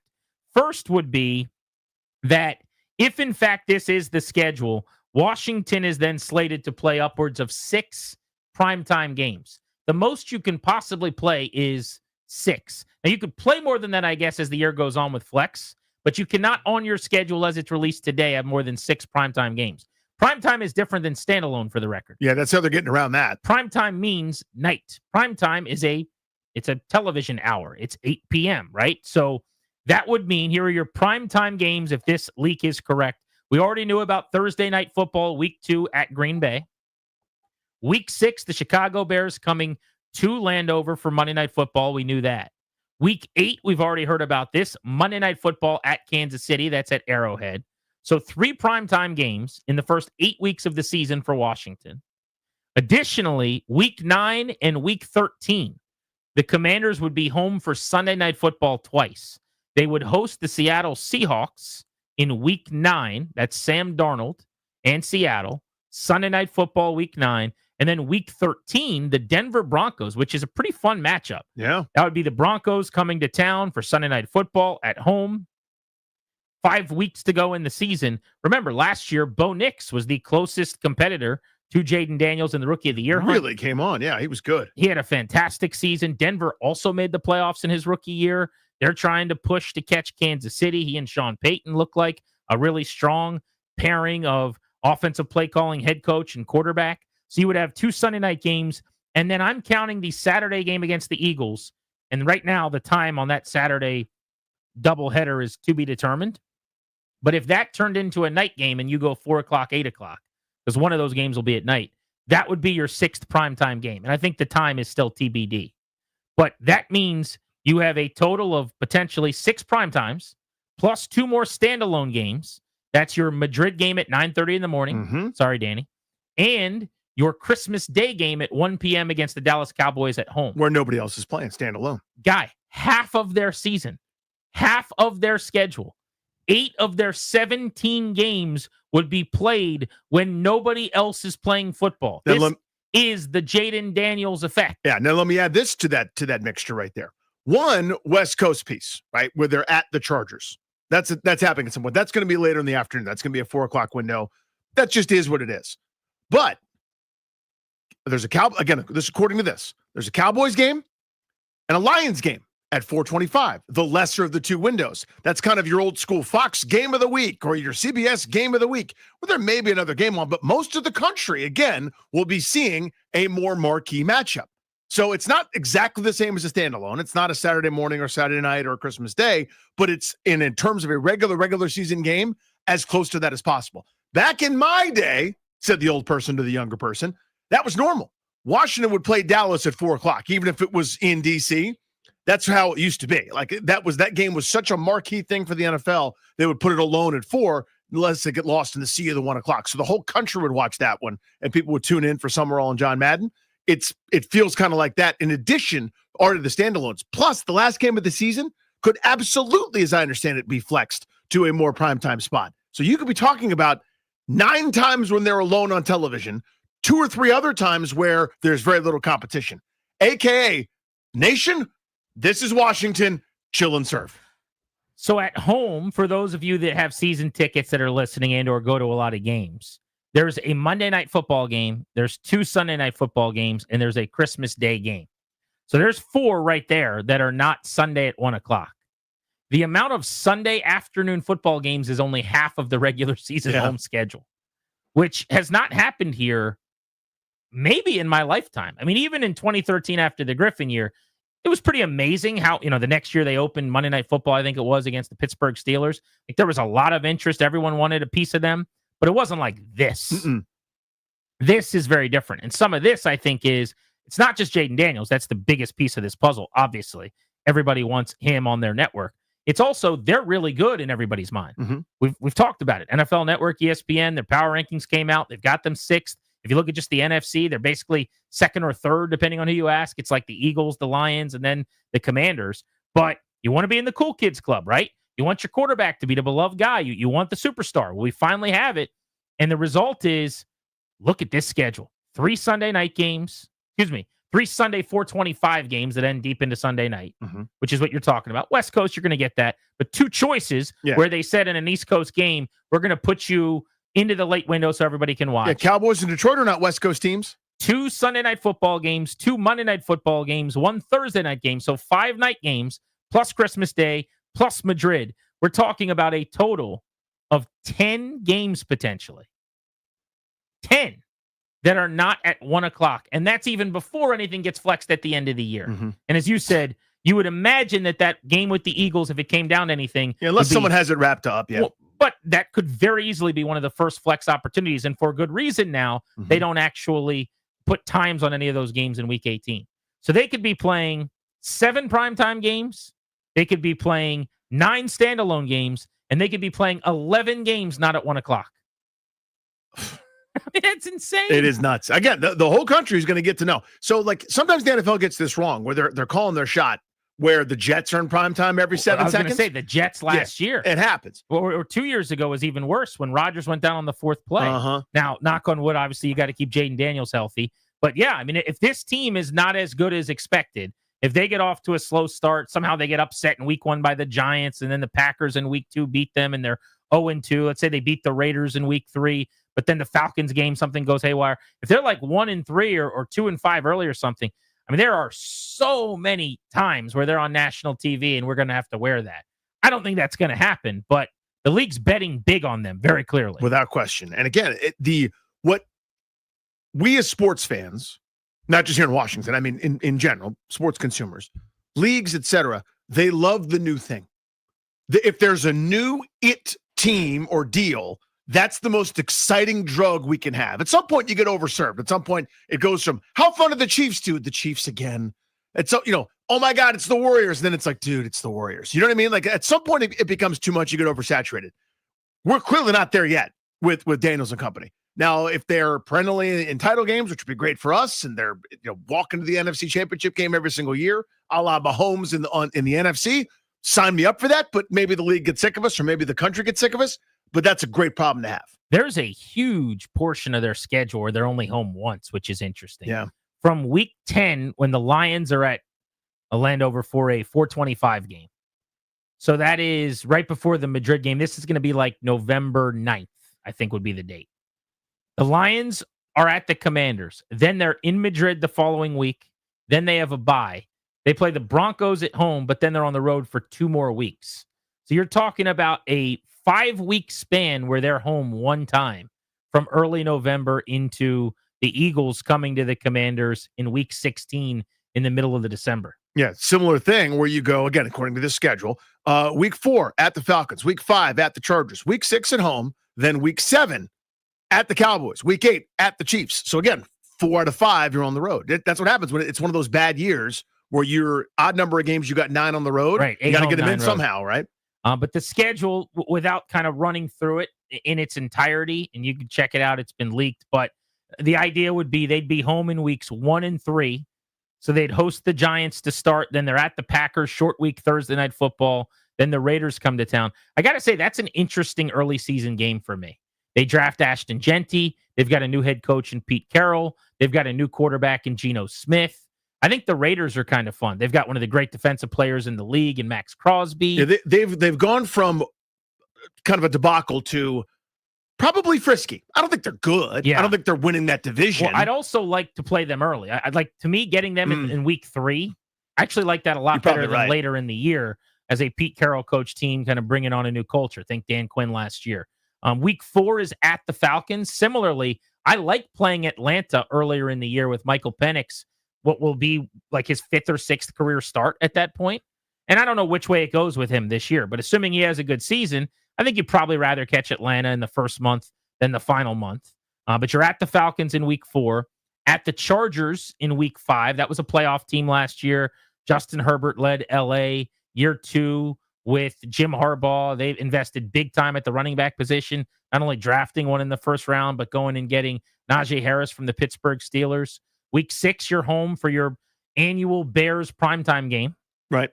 That's Caleb Williams, Jaden Daniels. That was the Hail Mary game from last year. That's on Monday night. How many times in week 6 on Monday Night Football will we see that highlight, by the way? And play it as much as you want to. It might get shown a few times. Week 7 at the Cowboys, 425. That's about as boring a Cowboys game as you're going to get. Just a 4 o'clock window, national TV, Joe Buck. It wouldn't be Joe Buck anymore. It's Burkhardt. Kevin Burkhardt and Greg Olson. No, Tom Brady on the call. I can't keep up with Fox's terrible decisions.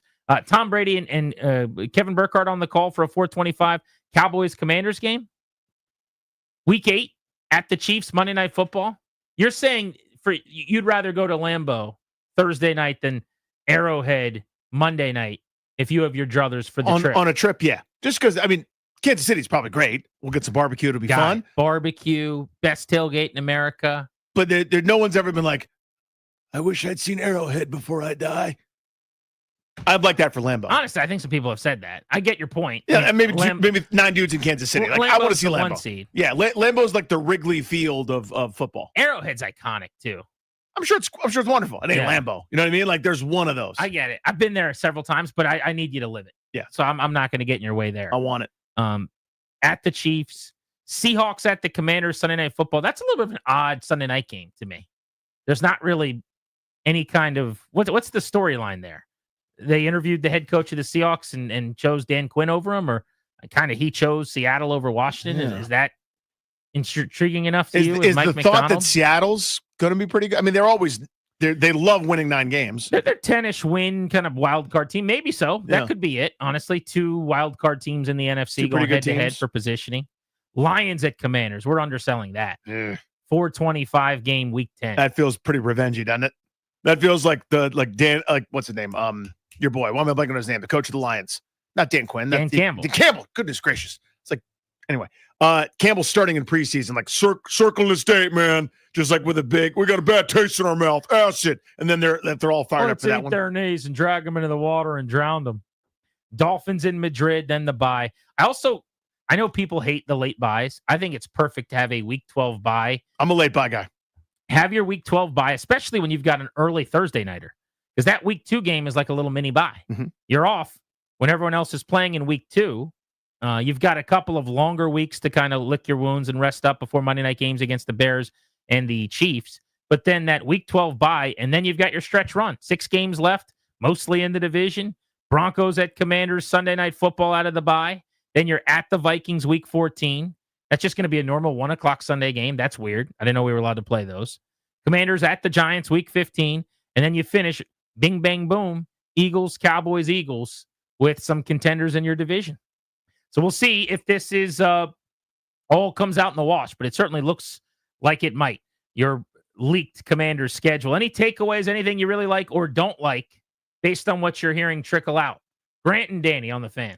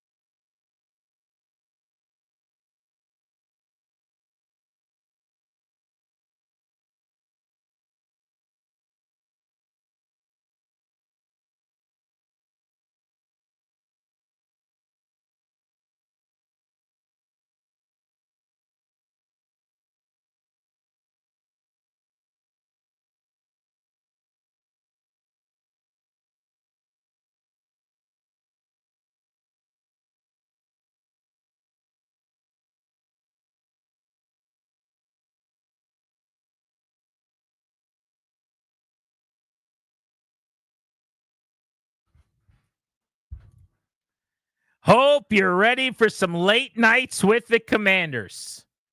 The dream has come true, Danny. Washington has the it quarterback, and they are the team everybody wants a piece of.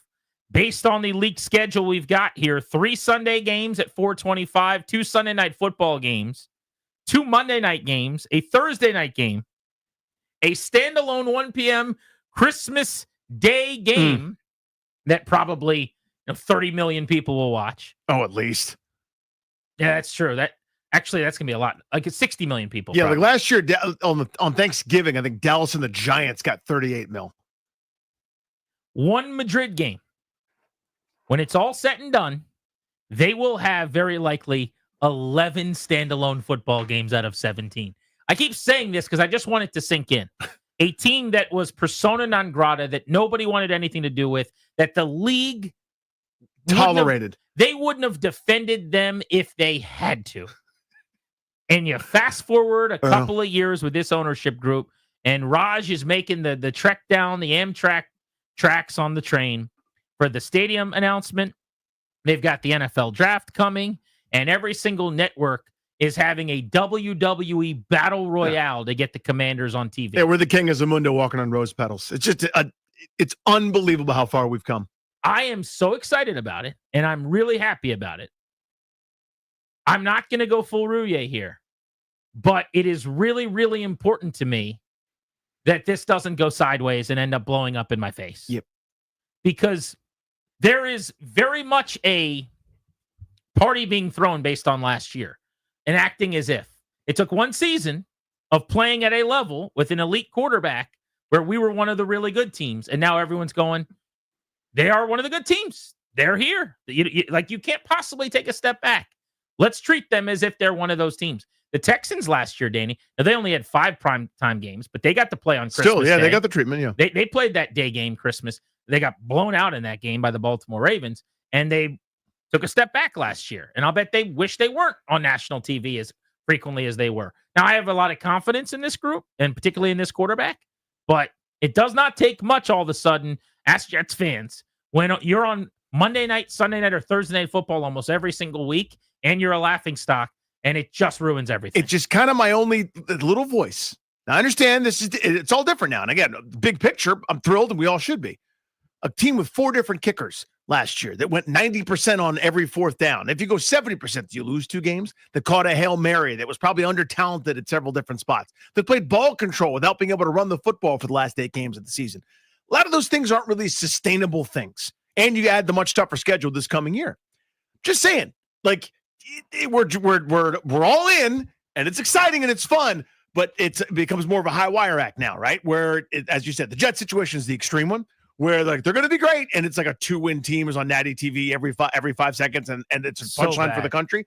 I don't think that's the case, but I'm saying, oh man, what if it was half of that amount of standalone games? It'd still be a lot. Let's go to Sean in Falls Church on Grant and Danny. What's up, Sean? How are you? I'm doing well. I'm definitely a little bit more excited about today than yesterday. Yesterday was the drab and dreary. This is we're doing some hoo-hays rather than rouilles. There we go. We're feeling good. It may be actually the schedule talk got me thinking about the 18-game schedule. I don't know if that's something you guys want to talk about or throw in.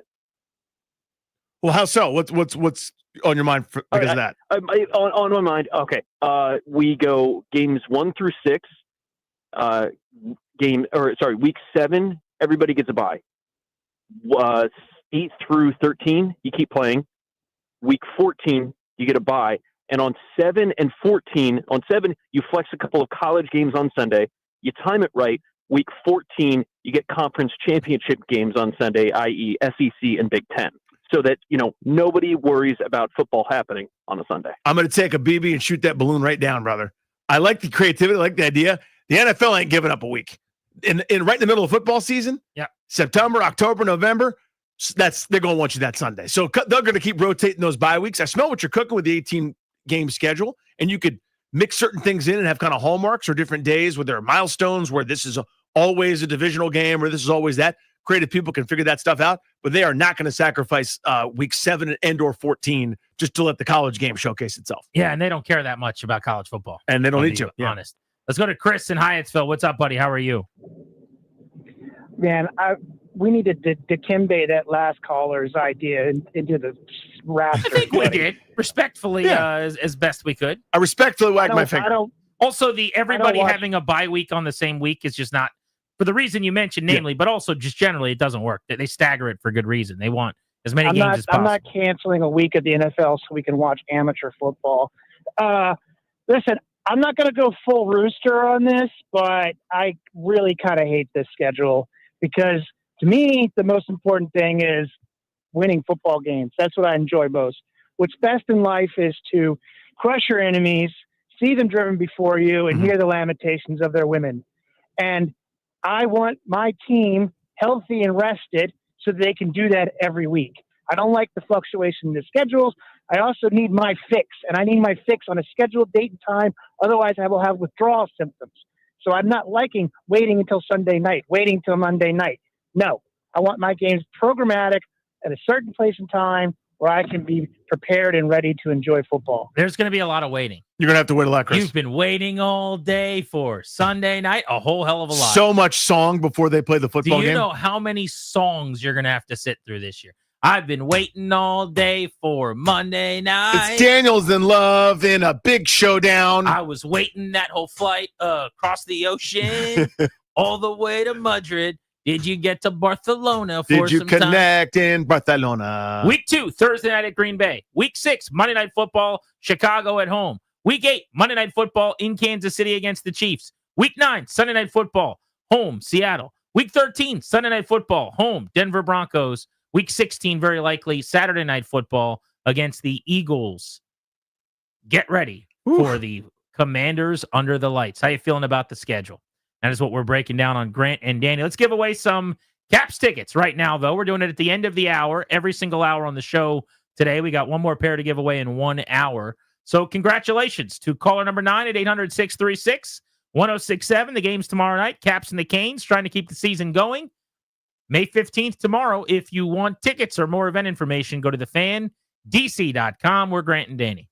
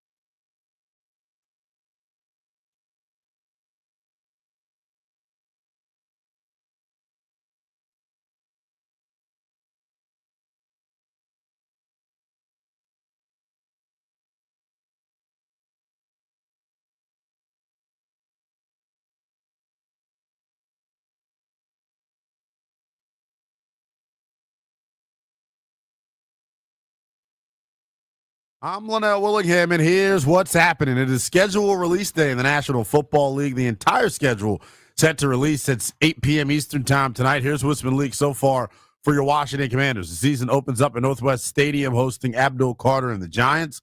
In week 2, Washington in prime time on a short week, taking a trip to Lambeau to visit the Packers on Thursday Night Football. In week number 6, Washington will host Caleb Williams and the Bears on Monday Night Football. And then in week number 8, the Commanders travel to Arrowhead to take on Pat Mahomes and the Chiefs on Monday Night Football. So plenty of primetime action to start. In week 9, the team will host Sam Darnold and the Seahawks on Sunday Night Football. As we found out yesterday, in week number 11, the team will go to Madrid to take on the Miami Dolphins. In week 13, the team hosts Bo Nix and the Broncos on Sunday Night Football. In week 16, the team hosts the Eagles in a rematch of the NFC Championship game from last year.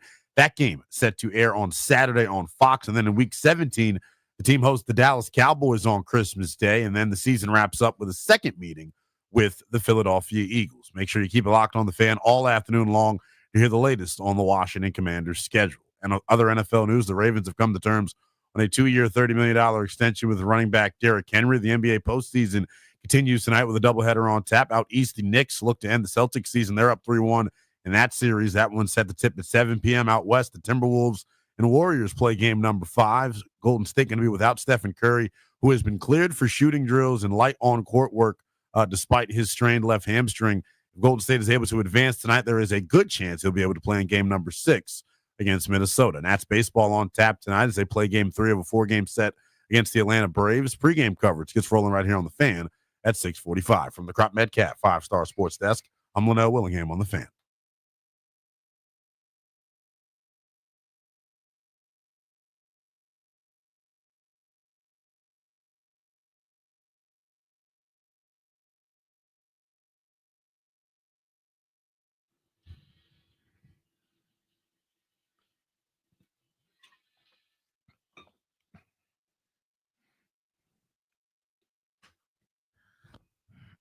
Grant and Danny on the Fan, taking you up to 6:30. Thank you for listening to the show as always. The Nationals play the Braves tonight in Atlanta, trying to avoid what would be an 8th straight loss. Danny, it's gotten ugly here in the last week with the 7 consecutive L's. Mostly they're just not hitting. They're not scoring.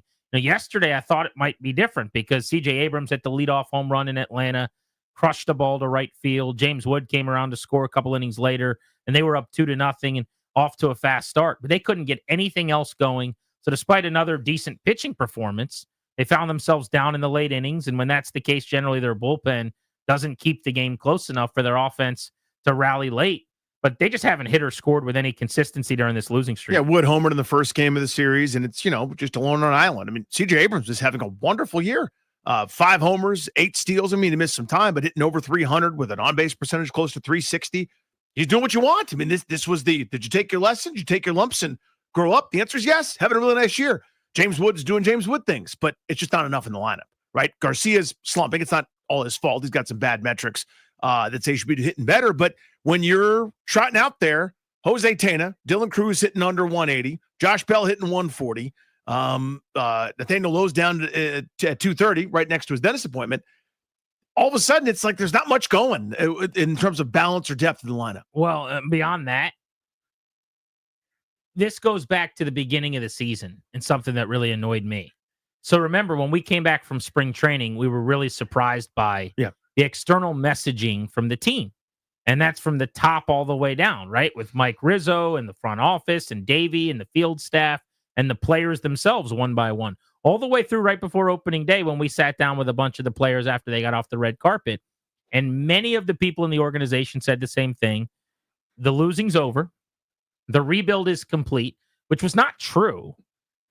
But what it does is it gives ammunition to the people that don't really understand what's going on. Mm-hmm. And I didn't understand that messaging or that branding because in order to turn the corner, which they were all suggesting it was time to do, we're ready to turn the corner. We're ready to compete. We're ready to get over 500. Well, no, you're not. You've won 71 games the last 2 years. You didn't add enough talent. You didn't add enough money to the payroll. You didn't spend what it's going to take to make a leap. Your pitching splash was an oft-injured guy who had a high ERA and hasn't been that successful and has mostly been hurt the last few years in your rotation. Your bullpen splashes were guys that were available without much of a market that other teams weren't lining up for it, a couple $1 million a piece. By the way, most of those guys have already been released early this season. Your lineup splashes were Josh Bell, who, when they sent him out of here the last time, was starting to slow down and has since become even a worse, less consistent offensive player. And, to me, I just didn't understand. I get what the offseason was. Ownership's not spending money. They're not giving you what you need to make the 71 wins become 83 wins and 83 wins become 87. But then don't tell everyone you're ready. At some point, those games have to be played. Yeah, I don't mind internal messaging to kids being like, you're not here to lose. Go compete. I got no problem telling Mackenzie Gore and James Wood and Dylan Cruz and CJ Abrams, this isn't a babysitting service. You're not here to develop. You're here to go play baseball games and win them. Yeah, it's not okay to go out and go 74 wins and 90 whatever losses that the math is this year. Tell them that. But that's not what they were doing. They were going on the radio and with that's you my and point. and they were saying to the ticket holders and the fans and the media and building expectations that after back-to-back 71-win seasons, and last year was better than the year before, they happened to sell off pretty significantly again last year, or else they would have won maybe 74, 75 games. But the idea was, we made a little improvement last year from 71 to probably a 74, 75 win caliber team. This year we can get to 80 to 82 wins. They're talking wild card. So what's happened lately? Your round of starting pitching for a couple of weeks, couple turns through the rotation, have had a couple rough outings, right? Mitchell Parker's in a bit of a scuffle. Jake Irvin has lost velocity and is now not having the same year he was last year. So when any kind of hiccup happens in a less than perfect machine, a bullpen's already a disaster. You got an offense that can't hit its way out of a paper bag. So yeah, ta-da, ipso facto on the verge of losing 8 straight. So that's where we are. It's one of those groups that, there's no, it's obviously not a fair standard, but I'm just offering this by way of example. There's no Aaron Judge to fix everything. You know what I mean? There's no superstar that when the starting pitching slump, it don't matter. Bobby Witt's going to hit a 3-run homer and steal 2 bases and make a goal play it short, or the stopper's coming up to fix everything and go 8 shutout when you need something. They got some good young pieces, some guys that I'm excited about still building around. There's no reason not to be excited about Gore, Wood, Abrams and company. I'm all in. But the kid reinforcements are still a little ways away, Brady House and company, and they don't have enough at the major league level to warrant the kind of conversations that they were having. You and I both kind of looked at each other a couple different times going, that's another person that just said it. That's not just some 22-year-old saying it. That's up and down the organization. And I guess I get why they might have thought they were better than they were, possibly, because I really do believe they're a 500 ball club with like a 57-win bullpen. I think their starting rotation and their lineup are probably 500-ish. That's like a 79 to 82 win starting rotation and lineup. But the problem I have with that thinking is you knew the bullpen wasn't going to be good. There's no way the baseball people over there. And also, not everything goes according to plan. A starting pitcher that like Trevor Williams was a renaissance last year. You sure again? You sure that's happening again? But he's your 5th starter.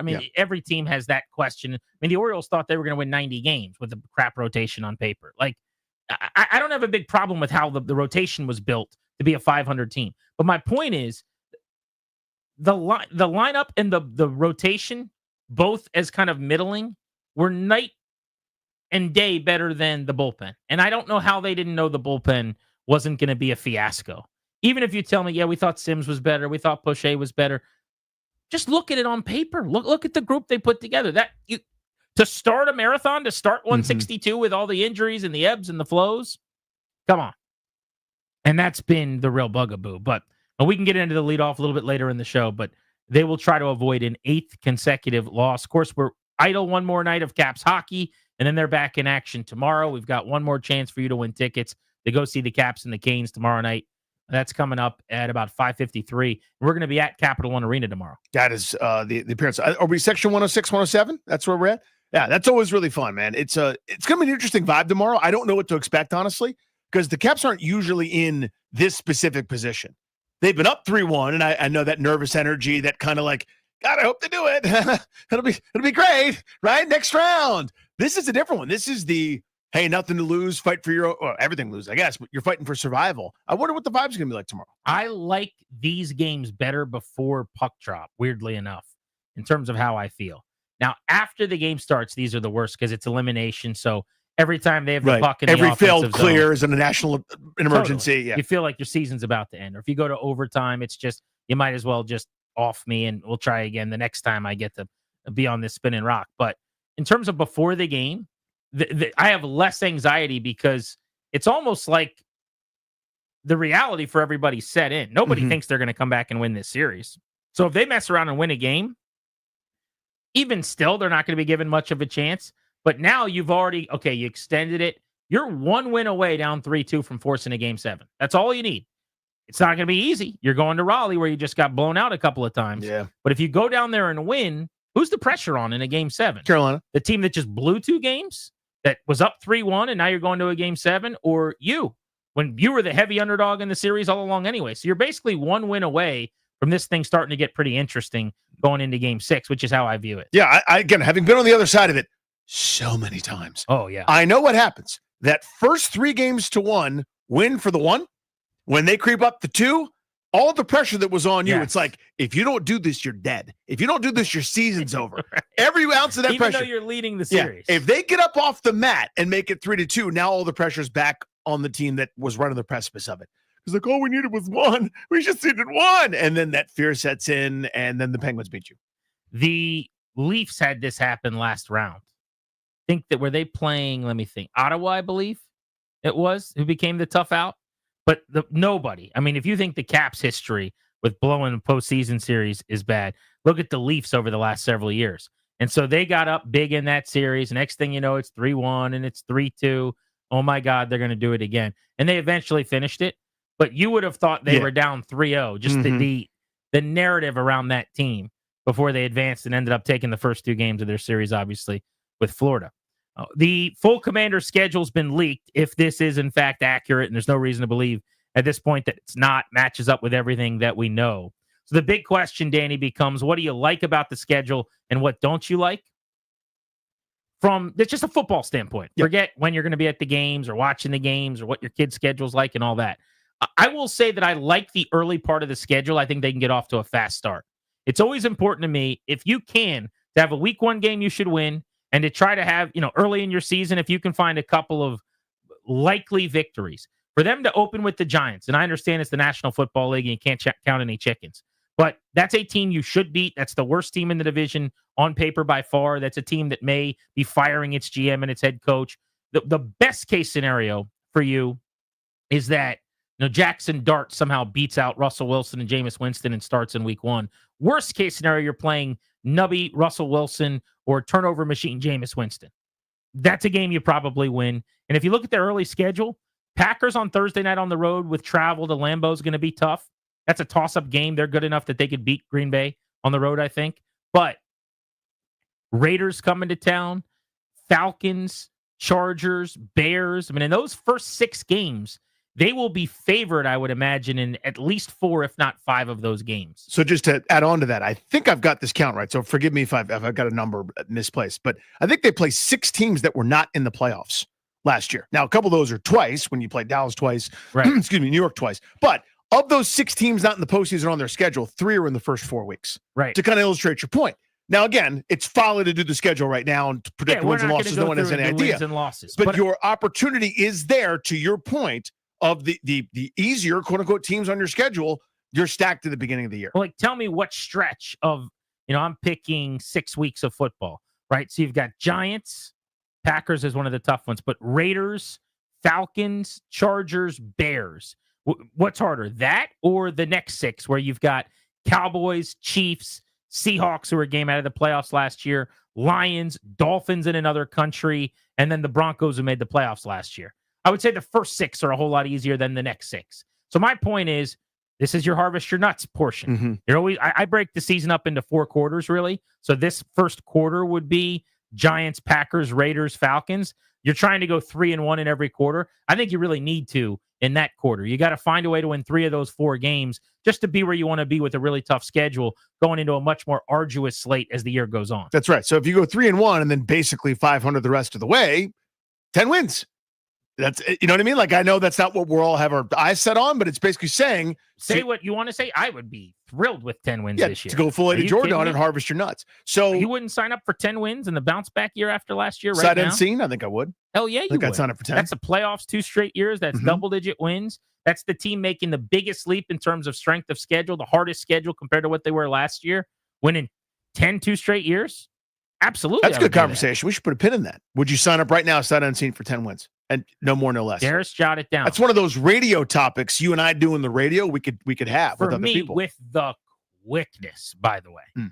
Absolutely, I would do that. Means Jaden Daniels stayed healthy. You got a season out of him, second season. Yes, sign me up. 10 wins right now. So you and I both have the same beginning of the season. I think is the thing that I like the most. I like the late bye week is the only other thing I would add to it. Some people don't like that. That's fine by me. I like that week 10, week 11, week 12, somewhere in there. It's like you sprint from training camp to that point, and then to rest up. If you're going to have meaningful football in December, potentially January, I like having that late bye to rest and recoup, put your feet up. The thing that I don't like is there are multiple stretches where there's the majority of their games on the road. It's like a 3 out of 4 and a 4 out of 5. So if you go, again, according to this leaked schedule, don't know if it's accurate or not, but we're just basing everything off that.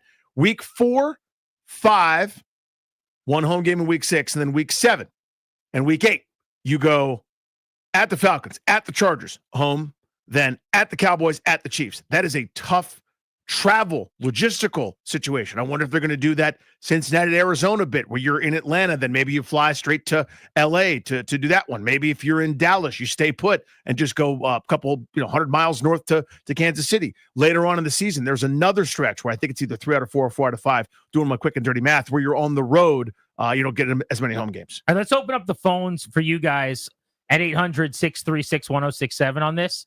I want to know the Christmas Day game, which is the story of the day here. Commanders, first time in modern NFL recent team history, going to be hosting a Christmas Day game. And polarizing views in both directions. It's actually our Metropolitan Moving and Storage poll of the day. 3 decades of best-in-class service and experience. You can go vote on the fan Twitter account if you like the Christmas Day game. But the question I want to pose on the phones is, how does this influence or change your Christmas Day plans? Like right now, this moment, looking ahead to Christmas, do you see yourself going? Are you on a text chain where you're making plans? Does it change nothing because you just plop down and watch the game and you do everything normally? It's 1 o'clock, right? So how does that change the Christmas presents opening and whatever else you got going on? 800-636-1067 is the number on Grant and Danny.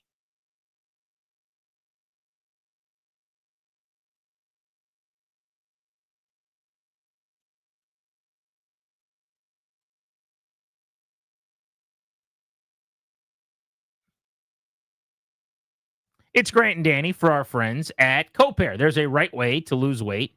The Copair way is the right way for sure. This is the old EMP 180. They teach you throughout your process as you're losing weight over an extended period of time how to live pretty healthy and keep the weight off. There are multiple ways to enter this program. You can get injections to help quell hunger and help with the weight loss. You don't have to do that, even though Danny and I have chosen to do that. But the key is what we're doing, what everybody's doing, coaching 1 week at a time, meetings, weigh-ins with a coach. Yeah, that layer of accountability is what makes the difference. I've tried to do this on my own, and I get some measurements back from various physicals, and my insurance rates are higher than they should be. I've got health risks, so I needed to get this done. And so many of our listeners have, like Ann wanted to feel better about herself and be able to keep up with her son. There are millions of different stories. You've got your own. Take control with Copair. They will help you reach your health goals. I'm telling you, it is a must-do if you want to take this seriously. Let them help you. 855-888-0180. That's 855-888-0180.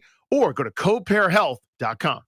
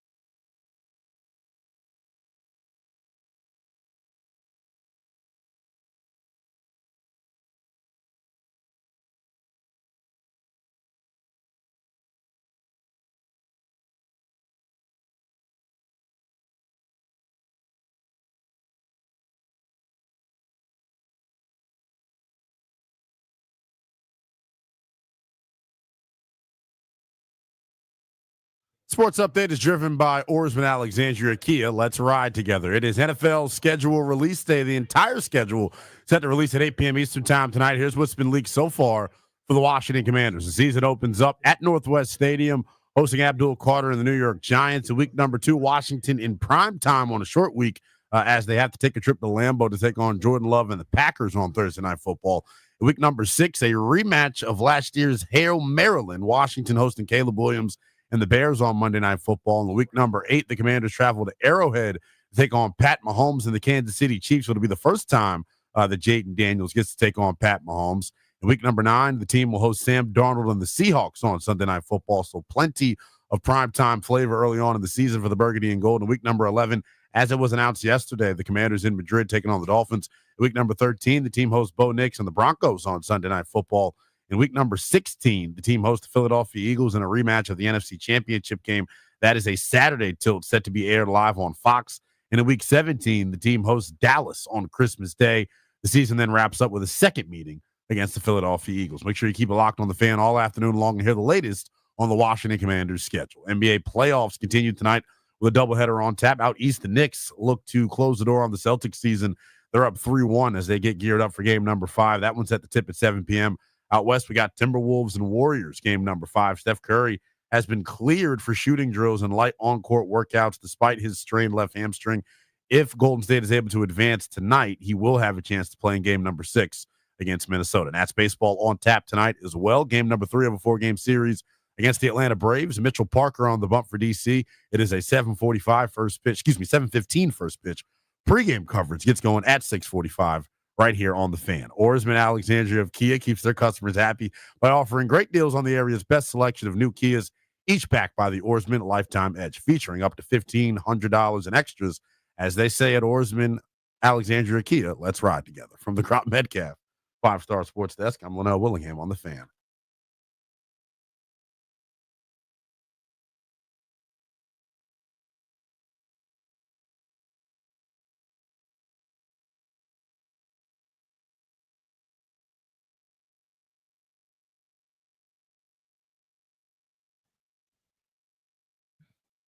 No, I won't. Welcome back, Grant and Danny on the Fan. Hello, friends. Jim Nantz style. We got ourselves a schedule. It'll be official tonight. What are the Commanders going to do to release their schedule? I know this is one of those things, Danny, that probably annoys you, but every NFL team, they don't just put it out. They do something over the top. There's got to be a thing. It's big. The Commanders, to their credit, have had some creative wrinkles over the last few years. Do you remember what they did? I don't remember what they did. So here's been their trend. Yeah. They have gone with a viral internet trend or fun thing, and they've done it. Now, a lot of times it feels like they do it several months after it was like hot, and I'm not making fun of them. I'm just saying, I think they come up with the idea and they go, let's use this for this year's schedule release. Mm-hmm. So like they did the thing where it's like cake or the actual item. That was amazing. Oh, right. A lot of people I think you didn't get it somehow. Right, I understand. It was everywhere on the internet for months and months and months. I guess you had missed those accounts. But you still see this sometimes. Like, is this cake or is it an apple? And that's what they did for their schedule. Mm-hmm. I like that. My favorite one they've done was when they had everyone bashing everything at one of those places where you can go just use a sledgehammer and a bat and you just break everything. So they actually had players like Charles Leno and Tress Way, and I think Cam Cheeseman was involved for some reason I'll never understand. But they had a bunch of guys breaking a bunch of things. Everyone we traded up for, go break stuff. Long snappers too. Don't worry, we trade up for you. I thought that was a really good one. The Chargers have done good ones. I remember Tennessee did the one with the da-da-da-da-da, or like, what team is this? And you'd be like, I don't know. The Road Kills. That was perfect. Like, and they stole that from like a TikTok bit, but it was still great. What did the Commanders do last year? Last year was not the cake theme, was it? They've done the cake. I thought that was 2 years ago. And they did the breaking things 3 years ago. Last year must not be quite as memorable if I can't remember what they did. Anybody? No. Tumbleweed for me. Blank space. Got nothing. Somebody call in and remind me how the Commanders released their schedule last year. Let's go to Joe in Virginia on G&D. What's up, Joe? How we doing, fellas? So, I just wanted to talk a little bit about the Christmas game. So I'm a season ticket holder, under 40, and I've got 4 kids, 13 and under. So I was really hoping it was going to be the 4 o'clock game. 1 o'clock just probably doesn't work for me. I don't see how we're going to be able to make that work and still do a Christmas morning like normal. Well, do you normally go with your kids? Do you go with like one or two, three, or all of your kids? It's usually 2 or 3 of the kids. Not all of them. My oldest doesn't have any interest in going, but I don't want to miss out on that Christmas morning. You don't get that time back. So, I mean, I love the Commanders, but that's one I'm probably going to have to give up. Thank you, Joe. I found there. One. It is. Yeah, I'm telling you, they're out there. Mm-hmm. There are going to be thousands of fans. If you're like super, I don't want to. Kids first of all, but if Christmas is a big family day for you, mm-hmm. and it's not just a semi-common normal day where you have like, oh, we'll do a Christmas dinner or a Christmas breakfast. If it's like a big event where the family's around all day long and people are coming in from other states, I don't know how else to say it. This is a disaster. Right. That's all. Now, it's going to be fun for the people that can go, and I'm not saying they shouldn't do it. We got to wear this one, the rest of us. But there are a huge, huge, huge portion of the people that go to the game that this is not good for. Right. I think if you're like, if the kid is already going to the games with you and it's like, here's your new jersey and here are the tickets, we're going, get ready right now, put your coat on, we're leaving. Yeah. Then it's the greatest thing ever. But I think that's a smaller slice of this subgroup we're talking There's about. going to be a few dozen of those Yeah. where a kid opens up that present of the Terry jersey Mhm. with the tickets and dad and him are going to the game. Mm-hmm. Sick. Yeah. Put your shoes on. Let's go. That almost makes the whole thing worth it. But there are also a lot of people, I'm going to call these people the tailgate Teds, who their tailgate starts at 9:30 in the morning. Their prep starts at 7:45 in the morning. Like I over talk about the little tailgate group that I'm plugged in on, but it's, the wife and the group and whatever else. They're leaving their driveways at 7:30, 8 a.m. for the game. They're getting there in the 9 o'clock hour. Christmas is at the same time. It's a 1 o'clock. It's a normal time. So just if they don't do anything special or different for Christmas, you're talking about leaving your house at 8 to 9 a.m. for that football game. Or else you're getting there a little late and your routine for your game day is thrown off. That doesn't leave much time for Christmas. It just doesn't. That was one of those times where I think the routine would lose and the special occasion would win. Of course. But so I understand that might frustrate some folks. Okay, but that means, so I push it back to 10. For a lot of people, we've talked a lot about the stadium lately, getting to Landover, Maryland ain't that easy. I mean, most of their season ticket holders, I would guess, are from Virginia. Mm-hmm. You're coming across the river. You're going around the Beltway. Now, hopefully there's no traffic because it's Christmas Day and people are all sitting around, a living room somewhere exchanging gifts. So you might be able to fly right around the Beltway. But still, you're leaving at 10:30. You're getting there and basically walking right into the stadium, which takes away from your normal experience. If you're doing that just to go to the game, just stay home. And I think plenty of people probably will. Let's go to Bargov in Gaithersburg. Is that right? Yes, sir. Bargov. Bargov. The governor. What's up? Is that your first name, My guy. Bargov? Yeah, bar like bar, gov like governor. Bargov. Yep. How do you spell that? Barguv.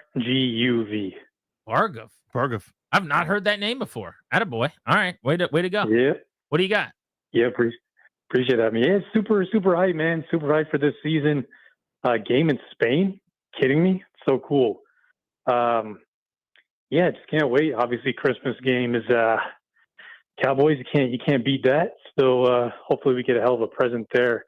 And yeah, just super hype, man. Excited for the season. Obviously, I'm a little bit concerned with some natural regression in certain ways. Perhaps that's just a cynical PTSD fan in me. But You've been around long enough. You got some of that. But that's reasonable. I mean, again, this what this league is. There's a few teams that have armor that are immune to it.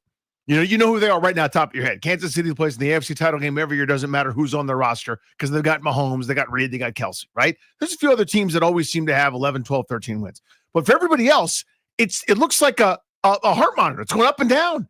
Teams that are out go in. Teams that are in worst or in last become first place teams. There's topsy-turvy stuff. Schedules get harder. Things happen. Regression happens. Well, it's okay to say, hey, this is possible. Darius looked up the years of the schedule releases. So basically there have been 3 years now where teams have done above and beyond videos. Like you now cannot just put out your schedule. That started basically in 2022, I guess. So what have the Commanders done for the last 3 years? So in 2022, the Commanders did the Rage Room video where they had Cameron Cheeseman in the gang.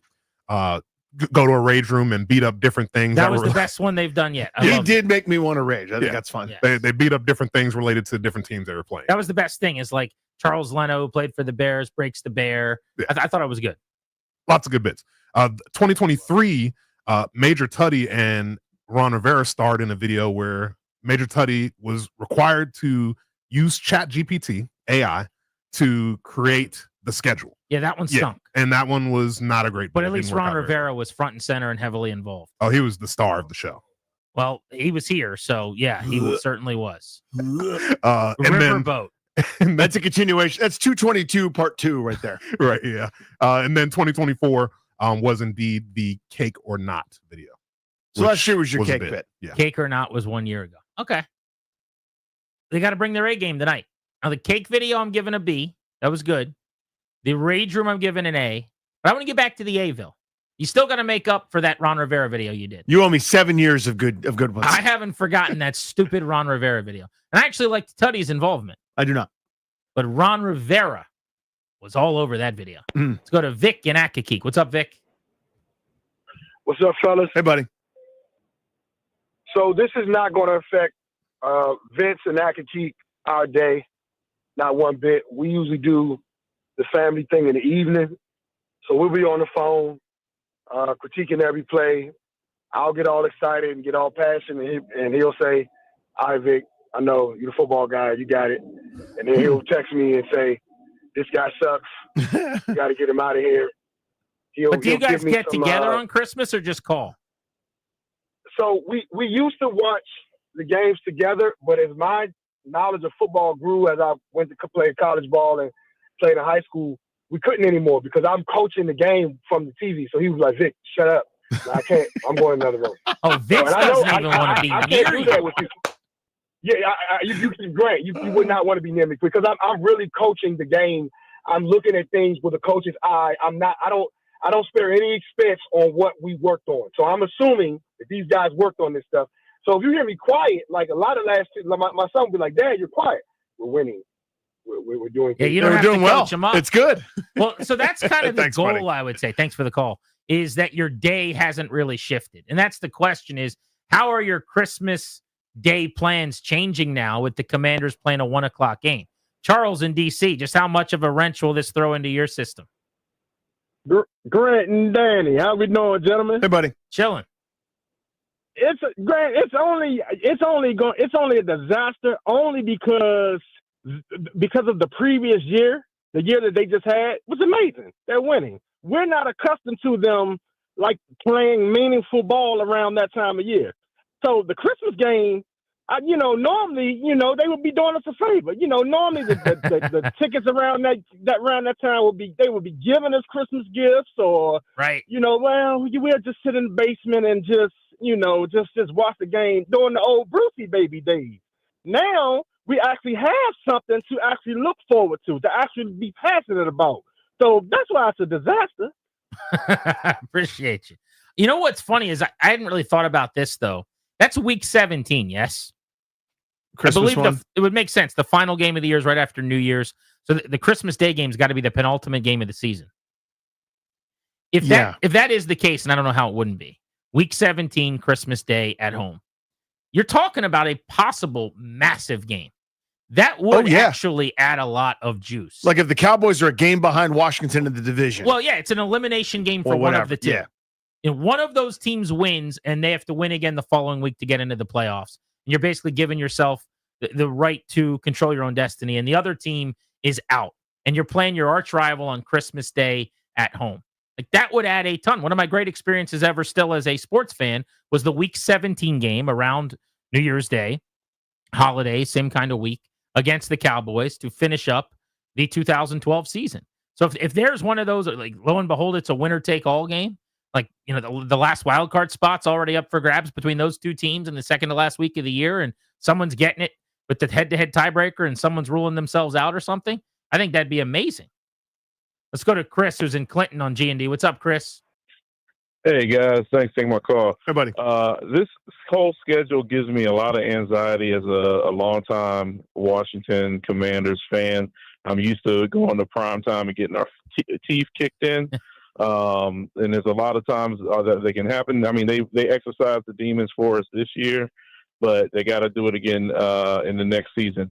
The people that I think should be really pissed off about this is all these Eagles fans and the Eagles, because they're the bell. They want to be the bell of the ball. They always want to be the bell of the ball, and they won the Super Bowl, but we seem to be the team that's the bell of the ball. That's a good point. I don't know if the Eagles, I haven't seen their schedule, if it's been leaked or not, but I'll bet you they don't have 9 standalone games. Yeah, I don't think it could be as many as 11 for them. I bet you they don't have 6 primetime they'll be games. on a bunch, but man. They ain't going to Madrid. Yeah. They're not playing at home on Christmas Day.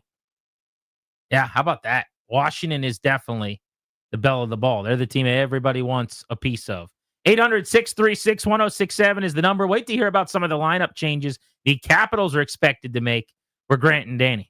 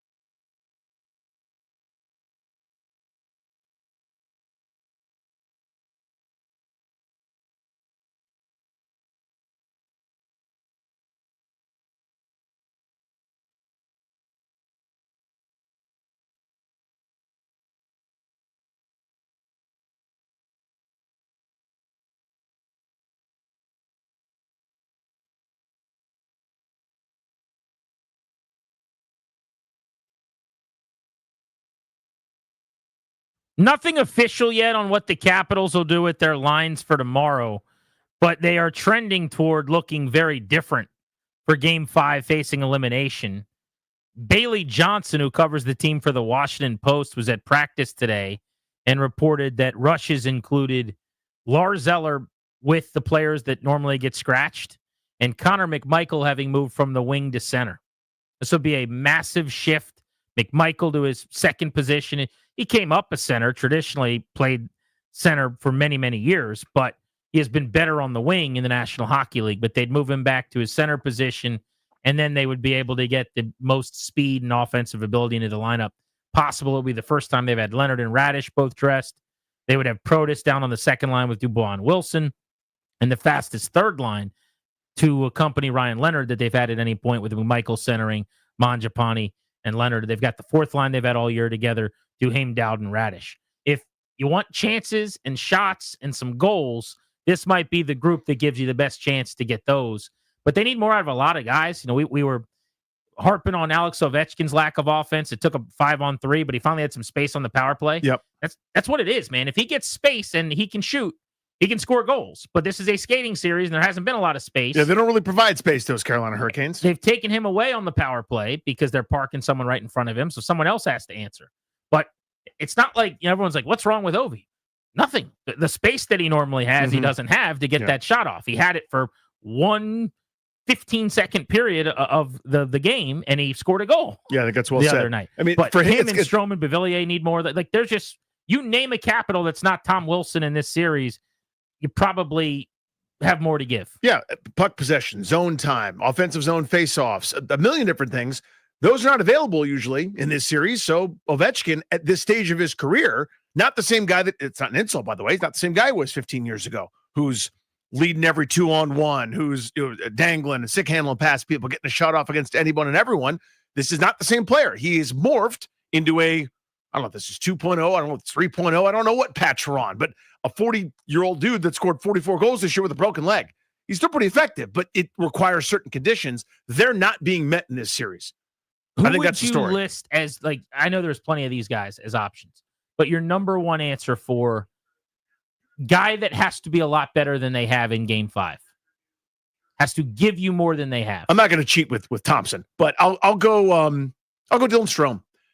They're just I need, again, more possession, more carrying it in, more effectiveness deep, setting guys up, scoring himself. Look at the difference between the two series. Yeah. With 1 point this series? He had 9 points in 5 games against Montreal, and he's got 1 point in 4 games in this series. I mean, it's night and day.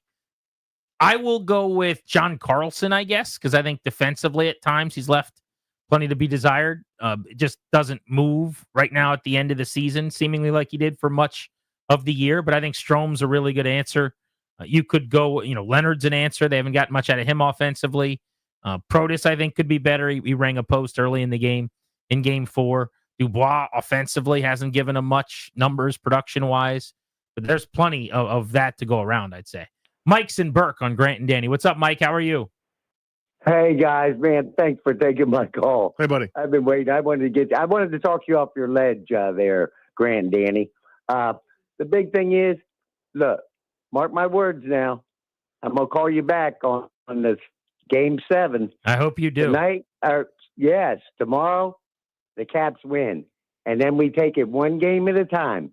And like I said, when it comes to Game 7, I'm gonna call you back. Good. And that's that.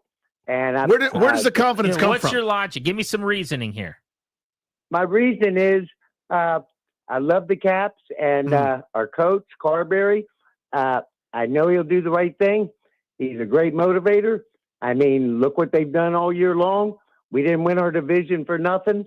We were the first ones to clinch the playoff, even over Winnipeg. And that's that. And I have my faith in him. And one other thing, as far as what you guys were just talking about a little bit ago, with the Commanders, I got total faith in them. And the people who are complaining about the schedule and all that, if you love them, you'll work it out, guys. Don't worry about that. Do you have faith in the Wizards too? You're a positive dude, man. I can use Wizards. it. They got the 6th pick. Is that going to turn into the next superstar? You know what? We'll just have to wait and see. Yeah. I'm not a big b-ball guy. Okay. but I love base. And then is the same with the baseball team. Yeah, they've lost 7 in a row. Are they turning it What around? can you What's tell gonna us happen? about the Nats? Is tonight the night they get a win? You know what? They do get a win. I'm predicting that also. And the owner needs to get off his wallet and give him some pitchers. It's not Mike's fault. It's not the coach's fault. It's the owner. He's got to get off some money, and we need to work on the bullpen. Well, you're going to get a lot of agreement from me Co-sign right about here. the bullpen. Here's what I wrote down. So I was thinking like, oh, he's on to something. He's dug into the film. Look at even strength puck possession Right. times. The He's neutral like- zone tells you. I thought he had something. I said, well, why? Why are the Caps going to get to Game 7? I wrote down because I love the Caps. Because I love the Caps. And then the follow-up was, he said more words than this, but they had a good regular season, and that's that. And I like Coach Carberry. True. Yeah. I love the Caps. I like their coach. They had a good regular season, and that's that. I hope he's right. Seriously, you call us back, sir. Nothing would make me happier. You know what? If they get to Game 7, you can come in studio and give a pep talk. Yeah, you can ahead of Game 7. Call us and gloat. You can pat yourself on the back. We'll give. I'll tell you what. How about multiple minutes? You can talk about whatever you want. Yeah. We're going to rename the show the Mike and Burke Show for at least a segment, if not longer. We'll have Darius do rejoins and the whole thing. The Mike and Burke Show. You just do whatever you want. We'll sit here and answer whatever questions you have for us. It's your show in studio. You're hosting. If they get to a Game 7, nothing would make me happy. I'd be thrilled. I'll take it.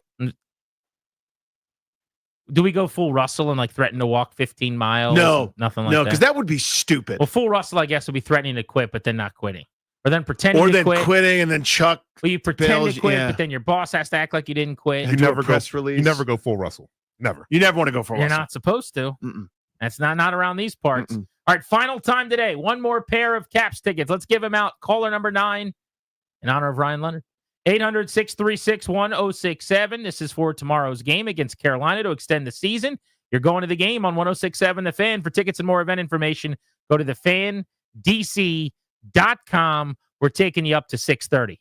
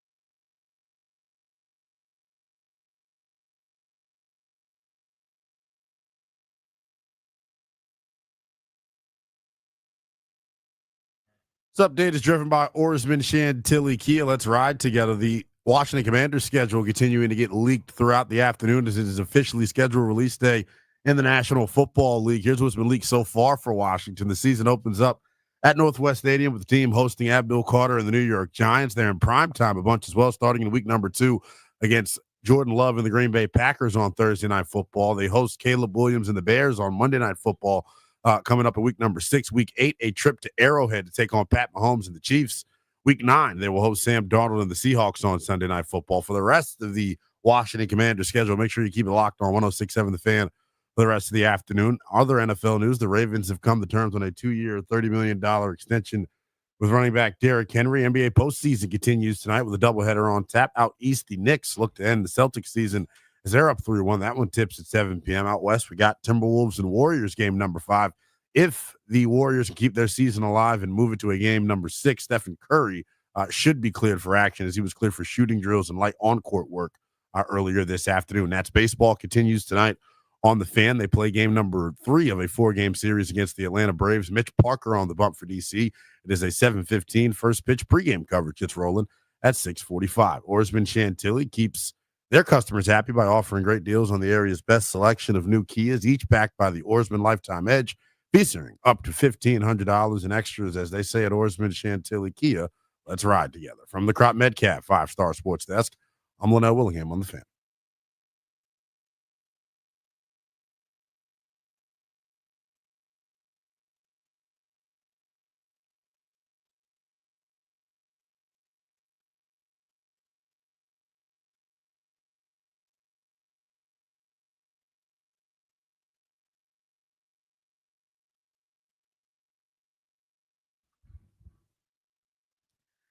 Final furlong of Grant and Danny on the Fan, sponsored exclusively by our friends, the law firm Condori and Murad, estate planning, elder law, real estate, transactions, probate administration. They do it all. Their attorneys are there to protect you and your family's assets. They schedule consultations at their website, kmlawyers.com. Go do that. Tell them we sent you. Get a discount. That's kmlawyers.com. Last year, we hit the road with our friends Condori and Murad, and we went to Cincinnati, and we went to Lincoln Financial Field, Philadelphia. This year, there's a little scuttlebutt. There's a little birdie chirping. Oh. The early leader in the clubhouse could be week 2 at Lambeau Field, Thursday Night Football. That's real interesting. For the Grant and Danny radio program to be on the road. Now, personally, I will also be advocating for a little Monday Night Football in Kansas City, but Thursday night, me, Darius, the Packers, the Commanders, Carissa Thompson, for God's sake, right? All in one building. She's very good at football. Yeah, why do you like her? Hosting an analysis. Yeah. Thursday Night Football. Let's do this thing together. Danny, I think right now, FanDuel odds minus 240 that the boys will be in Lambeau. Well, that Monday situation is a complicated situation travel-wise, and now you're basically talking about almost half the week where we're there. Like, when do you fly back? You'd be acting missing like that some wasn't show. what the Bengals situation was. Well, but that's not all the way across the country. That's Ohio. That's a short little hop and a skip. It's an hour longer flight instead That's of. a big deal. It's a big deal. I mean, Darius is belly laughing. When do you fly back? Clear So that you don't want to do Kansas City. It's not true at all. Okay. You're missing the point of the dude's story. The logistics of Monday night in Kansas City. Let's hear it. Because you're not flying back Monday night. You Nor have to- did we last time. Yeah, you'd have to fly back super early on Tuesday. Are there flights where that makes sense? We would do what we did last time. We did the show on Tuesday from the location of the game, and then we flew back that night. Tuesday evening. There you go. But now you're talking again. The point I'm making, 100% correct. Oh my God, it's so funny. Anyway, everything I'm saying is right. You're now talking about half the week in Kansas City for a Monday nighter, whereas it'd be a little bit different for the Thursday, Friday. Give me this half the week math. If we're flying out Tuesday night, because you're basically the first 40% of the week is dedicated to you're in that city, and then it's the same exact thing we did for Cincinnati. Right, but it's further, so it's like more of a time, more of a commitment to it. Okay. It is an hour longer flight, the same amount of days, but yeah, it's certainly a little bit further than Cincinnati is. I think Green Bay is going to be the favorite If we do one, it should probably be Lambeau. Because if I'm being honest, Mhm. I need Darius to experience it, who has not. I need you to experience That's it. what who I'm has looking not. for. I'd like Claire to experience it, who has not. It's one of those places, if you're a football fan and you've never done it, stop everything that you're doing. It's on my list. Like right now, this second. Let me pull the microphone closer. Is this thing on? Mm-hmm. Listener in Radioland, forget Madrid, Spain. You don't need to go to Madrid. You need to go to Lambeau. That should be your game. All your friends are getting excited, talking about going to Madrid and seeing the art and doing this and doing that. There's art in Wisconsin, too. It's called Lambeau Field. There's art in Wisconsin. Go to Lambeau. Here's what you're going to do. Uh-huh. You're going to park in a driveway of a random person in the neighborhood that the stadium is dropped into. Oh, sure. I've done this multiple times. The last time I went there, I parked for $20 in someone's driveway. It's actually right in their front yard. They'd run out of room in their driveway. They open your door for you. You get out of the car and they go, $20. And I say, here's my 20. They close my car door for me and they go, food's in the garage, bathroom in the house if you need it. And then you kind of waddle over to their garage. They've got, in this particular instance, but a lot of them look the same, it's just a buffet with a bunch of crock pots and all the football food you could ever want. They had meatballs. They had, chips and dip and hot dogs and hamburgers and the whole works. And it's just like folding tables set up along the outline of their garage. How do you decide which one to do? Whichever one you're ready to park in, I see. honestly. I happen to get set up with these people because through family, like my aunts, my wife's aunt and uncle live in Wisconsin, like 40 miles away from Lambeau. And so this is the place they always park at. They don't know those people. They just know them. And so they like text her and we're like, hey, they're in town. They're going to come by, put them on your list or whatever. So I've got a buddy who her family's from Wisconsin, not like Green Bay, but like greater. I assume everyone from Wisconsin knows each other. They probably all know the guy or a guy near Lambeau who's got a place to park. And that's kind of what I'm saying. I try to find out. So I go in there, I make a big plate of food. Now it's a little bit chilly. This is the problem. Okay. We're not sitting in this house, are we? And I'm thinking, what are we going to do? Well, they'd already had like 3 huge barrel fires in their front yard and backyard. So you stand around with just a bunch of strangers. Some of them are in burgundy and gold. Some of them are in green and gold. And you stand around these giant fires eating your food. That's so They weird. have TVs set up all over the garage and the yard, different little flat screens they've pulled out, using wireless or whatever. And they've got the games on from the early games. It's so strange. And we're just standing in their yard next to the barrel of fire, eating food. Then I'm talking to this one guy, and he sounded like the most Canadian dude I've ever met in my life. Okay, it was honest to God. He sounded like he should coach in the NHL, and he had a beard like 3 times as big as the fluffiest you've ever seen Darius's beard. Okay, and he had just so much hair, all white. He looked like Santa Claus, and I'm like, "You park here normally?" He's like, "Every day. It's my house." And I was like, "Oh, good to meet you. Okay. Like, I'm Grant. What's up?" And he's like, "Hey, how you doing?" He's like, "You been downstairs yet?" And I'm like, "No." He's like, "Well, I like to hunt moose. You want to see my moose?" And I'm like, "Oh yeah, I do." That's a lot of good conversations start that way. So I went downstairs into his basement. He's showing me all the dead stuff on his walls that he got in this mountain and that mountain and this mountain. And and then he's like, "You need anything from this cooler?" And it's all like liquor and drinks and beers.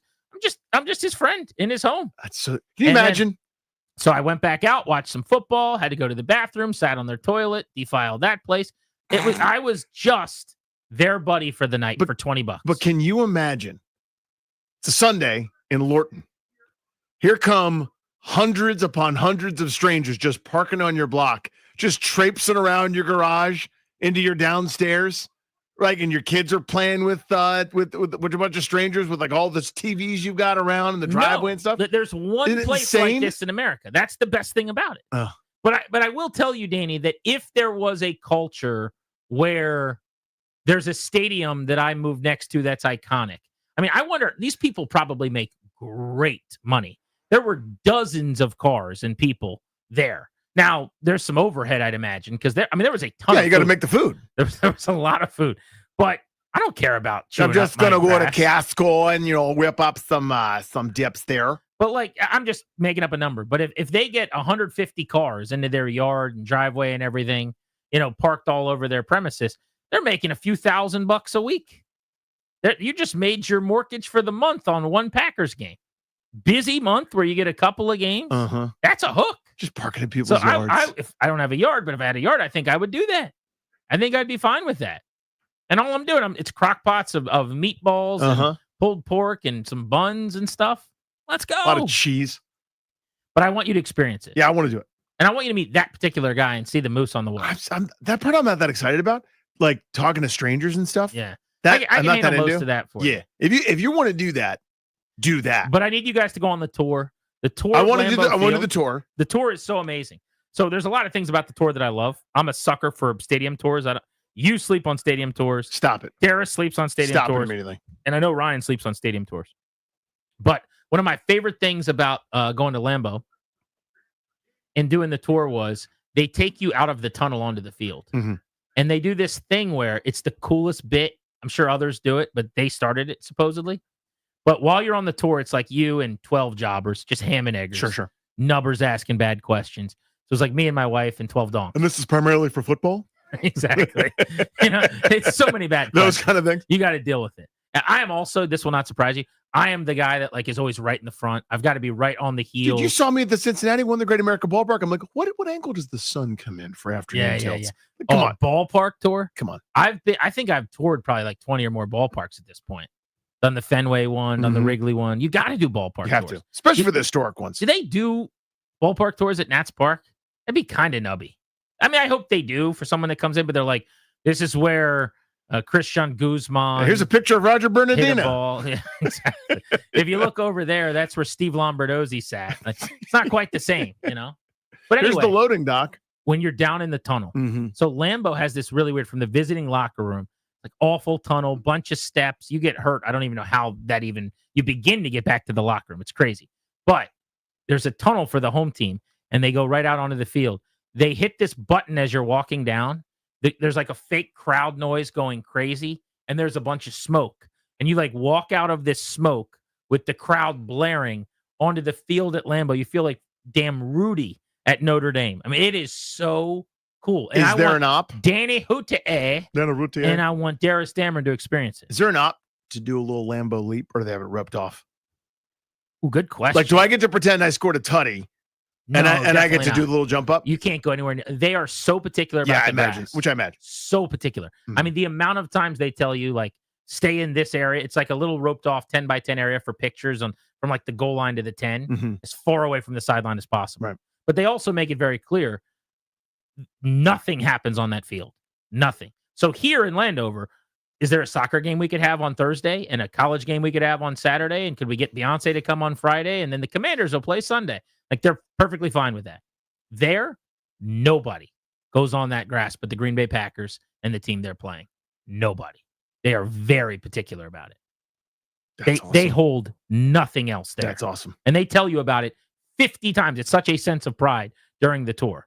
They will never host a concert. They will never host a soccer game. They will never, whatever your thing is. There's no then kiss event at their Lambeau butt. Field except for those 10 home It games. is the Green Bay Packers or bust. And if you are not a Packer, you're not standing on that grass. That's so silly. And I think it's the right way to go. I love that. It's totally the play. You remember how many times I was asking you this? Last year, I saw this story. I wanted to bring this up real quick. I don't understand, with all of the self-checkout, how stores are monitoring people and making sure they're not stealing. I brought this up a couple years ago when this started getting big. Apparently, a bunch of retailers, including Target very recently, that's where I saw this in the news, have begun to nix the self-checkout option because of theft. Yeah. It seems to me very obvious. You cannot trust people. A person, maybe. People? You're going People? to trust people? People? Have you met people? Have you met people? Everyone is looking to gain an Yeah, edge. person is okay. People suck. It's so funny. And this is not to knock anybody, but when we have the worst stuff ever from the closet on the whatever floor it's at in this building, we'll find movie posters from a movie nobody saw from 6 years ago that are crumbled up and have been used as book covers for a year, And they're like, oh, go put these on a table at the next Nats game. Like, that's the kind of stuff that we're putting on tables for people to grab. It's like a Van Helsing movie from 9 years ago. Samuel L. Jackson is Shaft. Lightly used poster, right? Yes. And people will come by and they're scooping it like it's $100. They're like, are these free? And we're like, yeah, totally. Yeah, man. And they're like, can I have 3?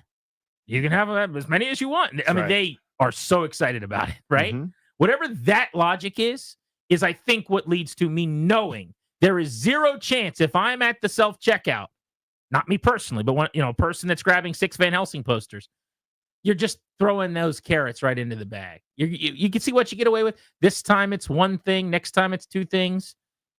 No one's stopping you. No one's monitoring you. They have to lose their ass, these grocery stores, on this. So here's what happened as far as I can tell. So I don't know anybody that works for a grocery store, but I've got friends who work at kind of the corporate level of some things, okay?